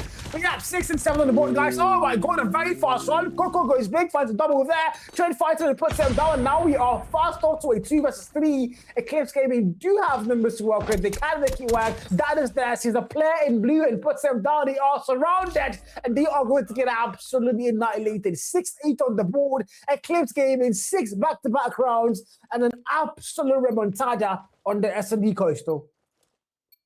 And Eclipse just asked the ultimate question to Ascend. Where do you think, though? Did you think? Did you think? Finish eating is what they told them. And pack your bags, because this might be the end of the road for you, for Ascend. And Eclipse have them dead to rights, 8-6. Surely now the job is done. Eclipse, all they have to do is see this one through. But there is still a chance for another upset. Muji is trying to pop through. Can he do more body shots? or will this be the end of the road for him as well? Ascend, it has been a very, very back and forth game so far, but it looks like this might be the end of their win. Might just be the end of the journey on this series, yeah, because no matter what happened, if they lose S&D, they've already lost the series. But can they still stay alive? Can they still work it through to go to a control where they are both tied? It's down to a 4v5. Ditley says the answer to that might be 8 and it's down then yes. Coco gets split down to a 4 versus 4 now. Dad there. SKS 7 kill mark. There's a Muji with the body shooting and the pray and spray PKM waiting at the other end. Corrupt this one with a sniper in hand trying to put you down. So if you're Dad, you know that you can't afford to pick recklessly or you're going to get one shot. But oh my God, so for Crew though, on the other hand doing damage and it's a 3v4. This is looking very, very bad for us. Talk about trade-off. 1-for-1 special. Xavi already had him dead to rights. Eclipse will overshadow again. They will come out on top, and you have to understand that these guys are #1 for a reason. I have no words there, man. Ascend, they had all the hopes, they had everything in the works to get that map in their favor, but unfortunately, it's just not going to happen, man. I mean, they started so well. It was 6-2 on the scoreboard, and things are going to end as 6-9. 7 back-to-back rounds for Eclipse Gaming, a full-on remontada. They have won the series here. Even if they lose control, which I don't think they will, it doesn't matter. They've been the better squad today. What the hell is this? Wow. Muji was trying his absolute best, but Corrupt said no, man. Corrupt just said, nah, bro, not today, man. And Coco, wow, Coco really showed them something. Cruel time. Xavi and Dad standing on business, finishing very strongly. It was a very, very interesting dynamic how this game started. You would think that the guys from Ascend were going to take this one easy, but nope. Not even in the slightest. They were absolutely ready to close this down, but it did not work the way they were expecting. After all the body shots, Muji, you body shot from the very first round. You were body shooting these people like they had no families, they had nobody to go home to, and then boom, they said, you know what, we don't like disrespect, and we're going to find the way back, and they did find the way back perfectly well. Full on 7 back-to-back rounds. My God, that was something of the history, for the history books rather. And if you are Ascend right now, you've already lost the series, and this is just so sad. Well, you have one more shot, one more chance at redemption, and that is going to be on Crossroads Strikes Control. Can they make it work? We're going to find out soon. Far. Nah. Oh my days, man. I mean, I was right. Eclipse got it like that, bro. They just got it like that, man. No ball, bro. I know ball. When I say I know ball, you guys think it's mind games, but I know ball, man. I know ball. I know ball more than Carl. It's just I don't like talking to but either way, Eclipse, Eclipse, man. Let us see how this last map is going to play out. Eclipse have won the series already, but it will even be sweeter if they don't condemn 3-0. Although I don't think that's going to be the case here, though, but we will see if that is how this is going to play out. In my opinion, not 3-0, man. 3-0 would be devastating, I won't lie. Especially for Ascend. This would just be a very terrible start, you know, and I'm hoping it's not a 3-0, but if you're an Eclipse Gaming fan, you're definitely rooting for that 3-0. Eclipse Gaming did start things off on match day 1 with a nasty 3-0 defeat to Cyclone. So them getting 3-0 as well, that would definitely get them back in the race for the title of the league phase. But in the meantime, though, it's Crossroads Strike. The players are going to have a lobby reset that, I think, so pretty much sure very soon they're going to be going back to our pretty faces, me and Juprist. Man, eyes on Eclipse though. We'll see. I would be very impressed if they do actually wrap this thing up. in this same game. I would be very, very impressed if they do manage to see this through. I would be very, very impressed. It's a solid performance either way. But the way I understand the game, I think Eclipse, I don't think I want them to take their foot off the gas though, but I think they will, because they've really, really struggled in breaking down Ascend, right? They've not necessarily had a walk in the park in these past 2 games. They've really fought for it, even from the hard point down to the S&D. They've struggled, they fought for it. And I think in this last game, I want to see if they have the mentals to finish strongly. I want to see if they have the mentals to actually close the game down. And I want to see if they are going to do that, or relax a little bit, take their foot off the gas, and see how that plays out. But again, like we said, every map matters here. They cannot allow themselves to get complacent. Every map counts, every map matters, guys. No doubt about that whatsoever. But ultimately, though, if you're Eclipse Gaming, man, this has been an absolute banger of a day. The first 3 games went smoothly. We are down to our final game. Wherever you're watching this from, guys, don't forget to leave a like, a follow, a subscription, whatever it is, wherever you're watching it from. And of course, don't forget to support our watch party host, diehard currently watch partying. Even though right now the boy they cry because they lose 3-0, but my life is so much more happier. Yeah, don't forget to leave those guys to support as well. In the meantime, though, Priest, this is our last map, last series, last game of the day, last everything. Yeah, even last bone, I think. I don't really know. But yeah, what do you think is going to happen on this control? Yeah, I mean, I would want to see how Ascend will handle this. Like we said, every single map is important, right? They've lost the series already, but I think they can still put up a solid performance, especially Muji with all of the body shooting he has been doing. Surely he has to, at the very least, do something about it, right? He has to, at the very least, finish with a win. At least leave here with some. Right, leave here with just a little bit of some.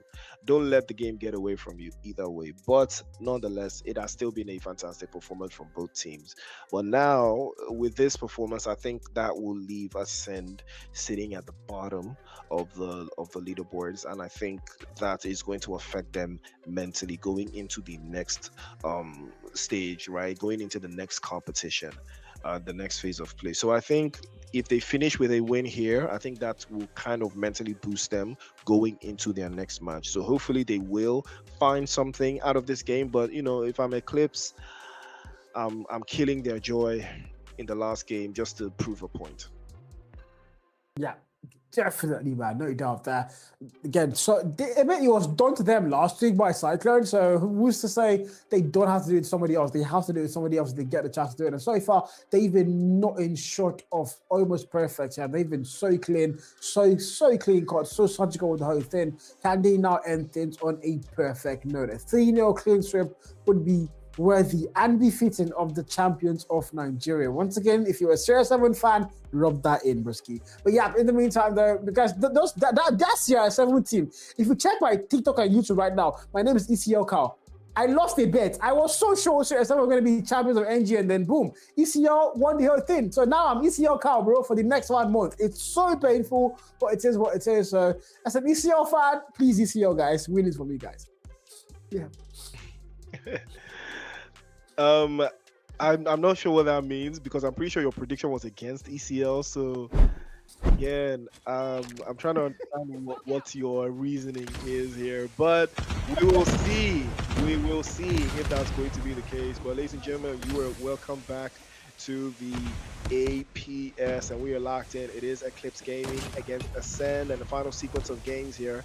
As we all know, Eclipse has already won the series, but it is a best of 3.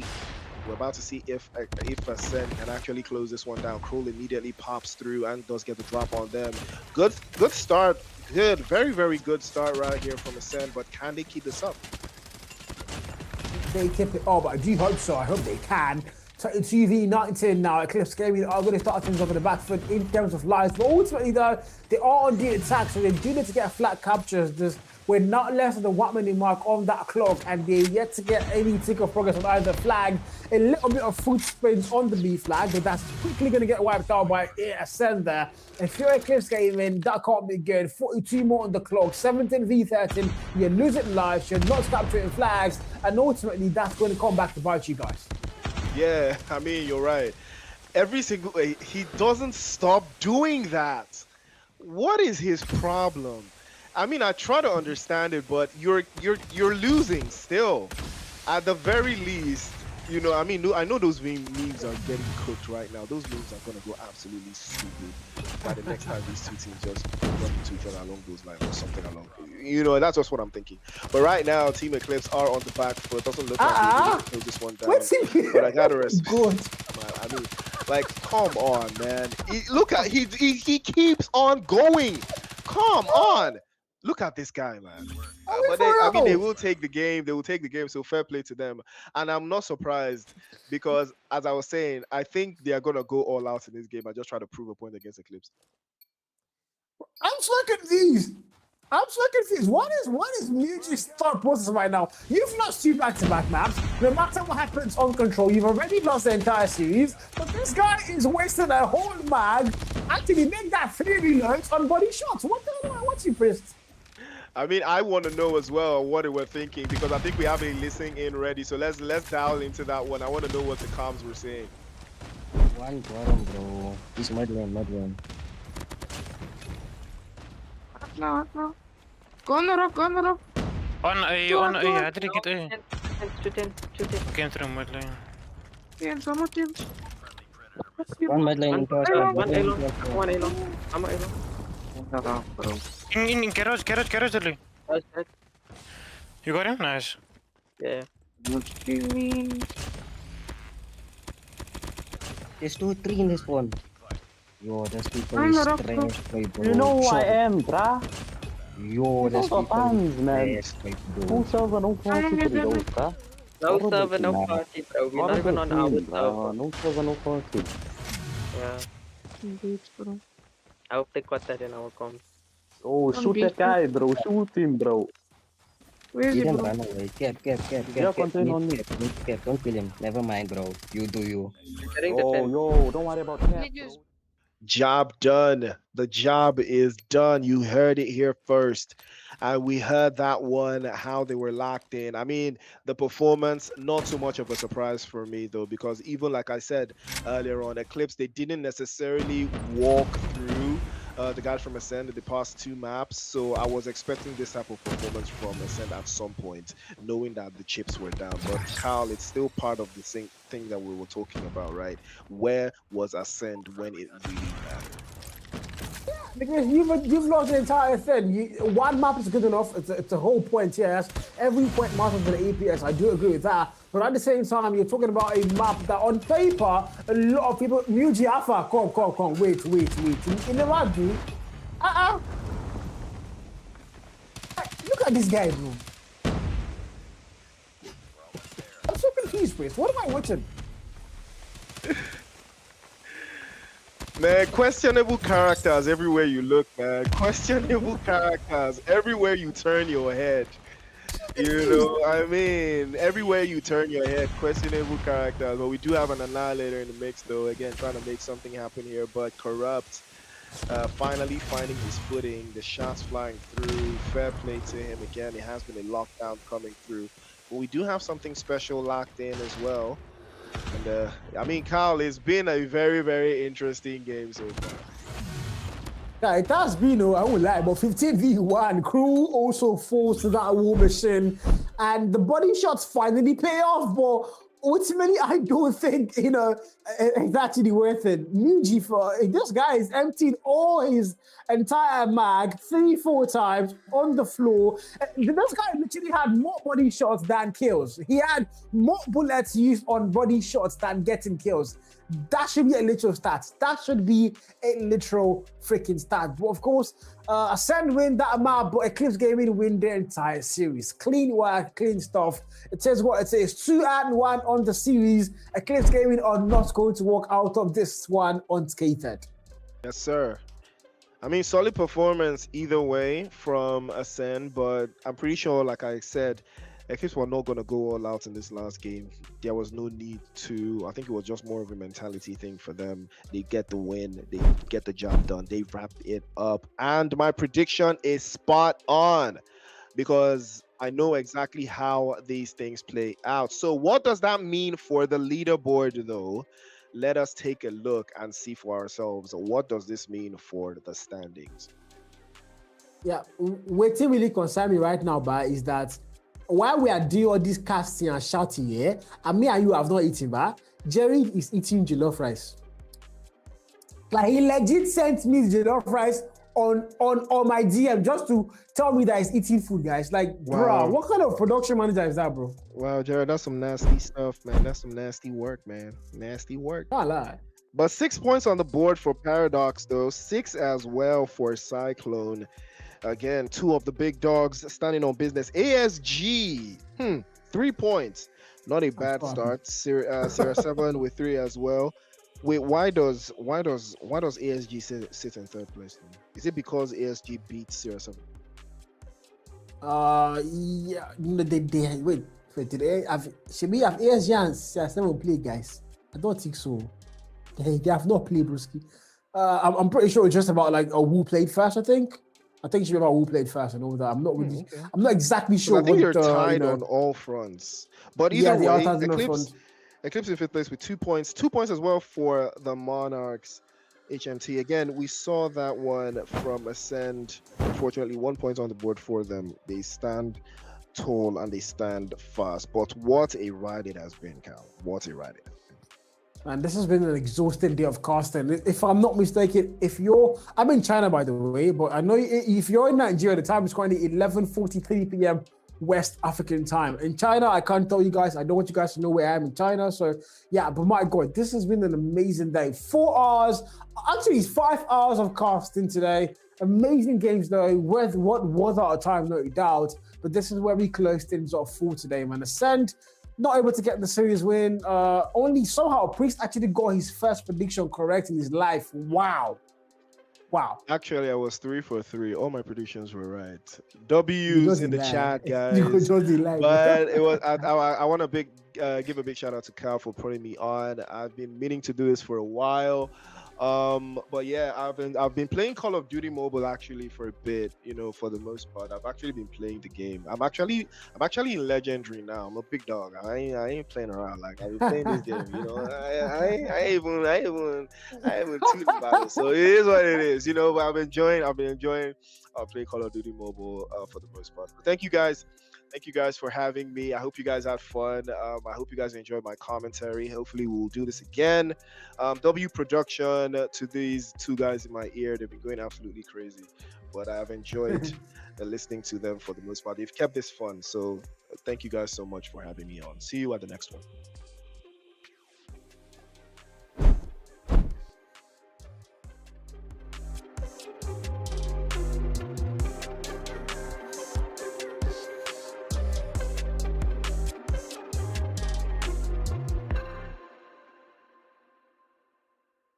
you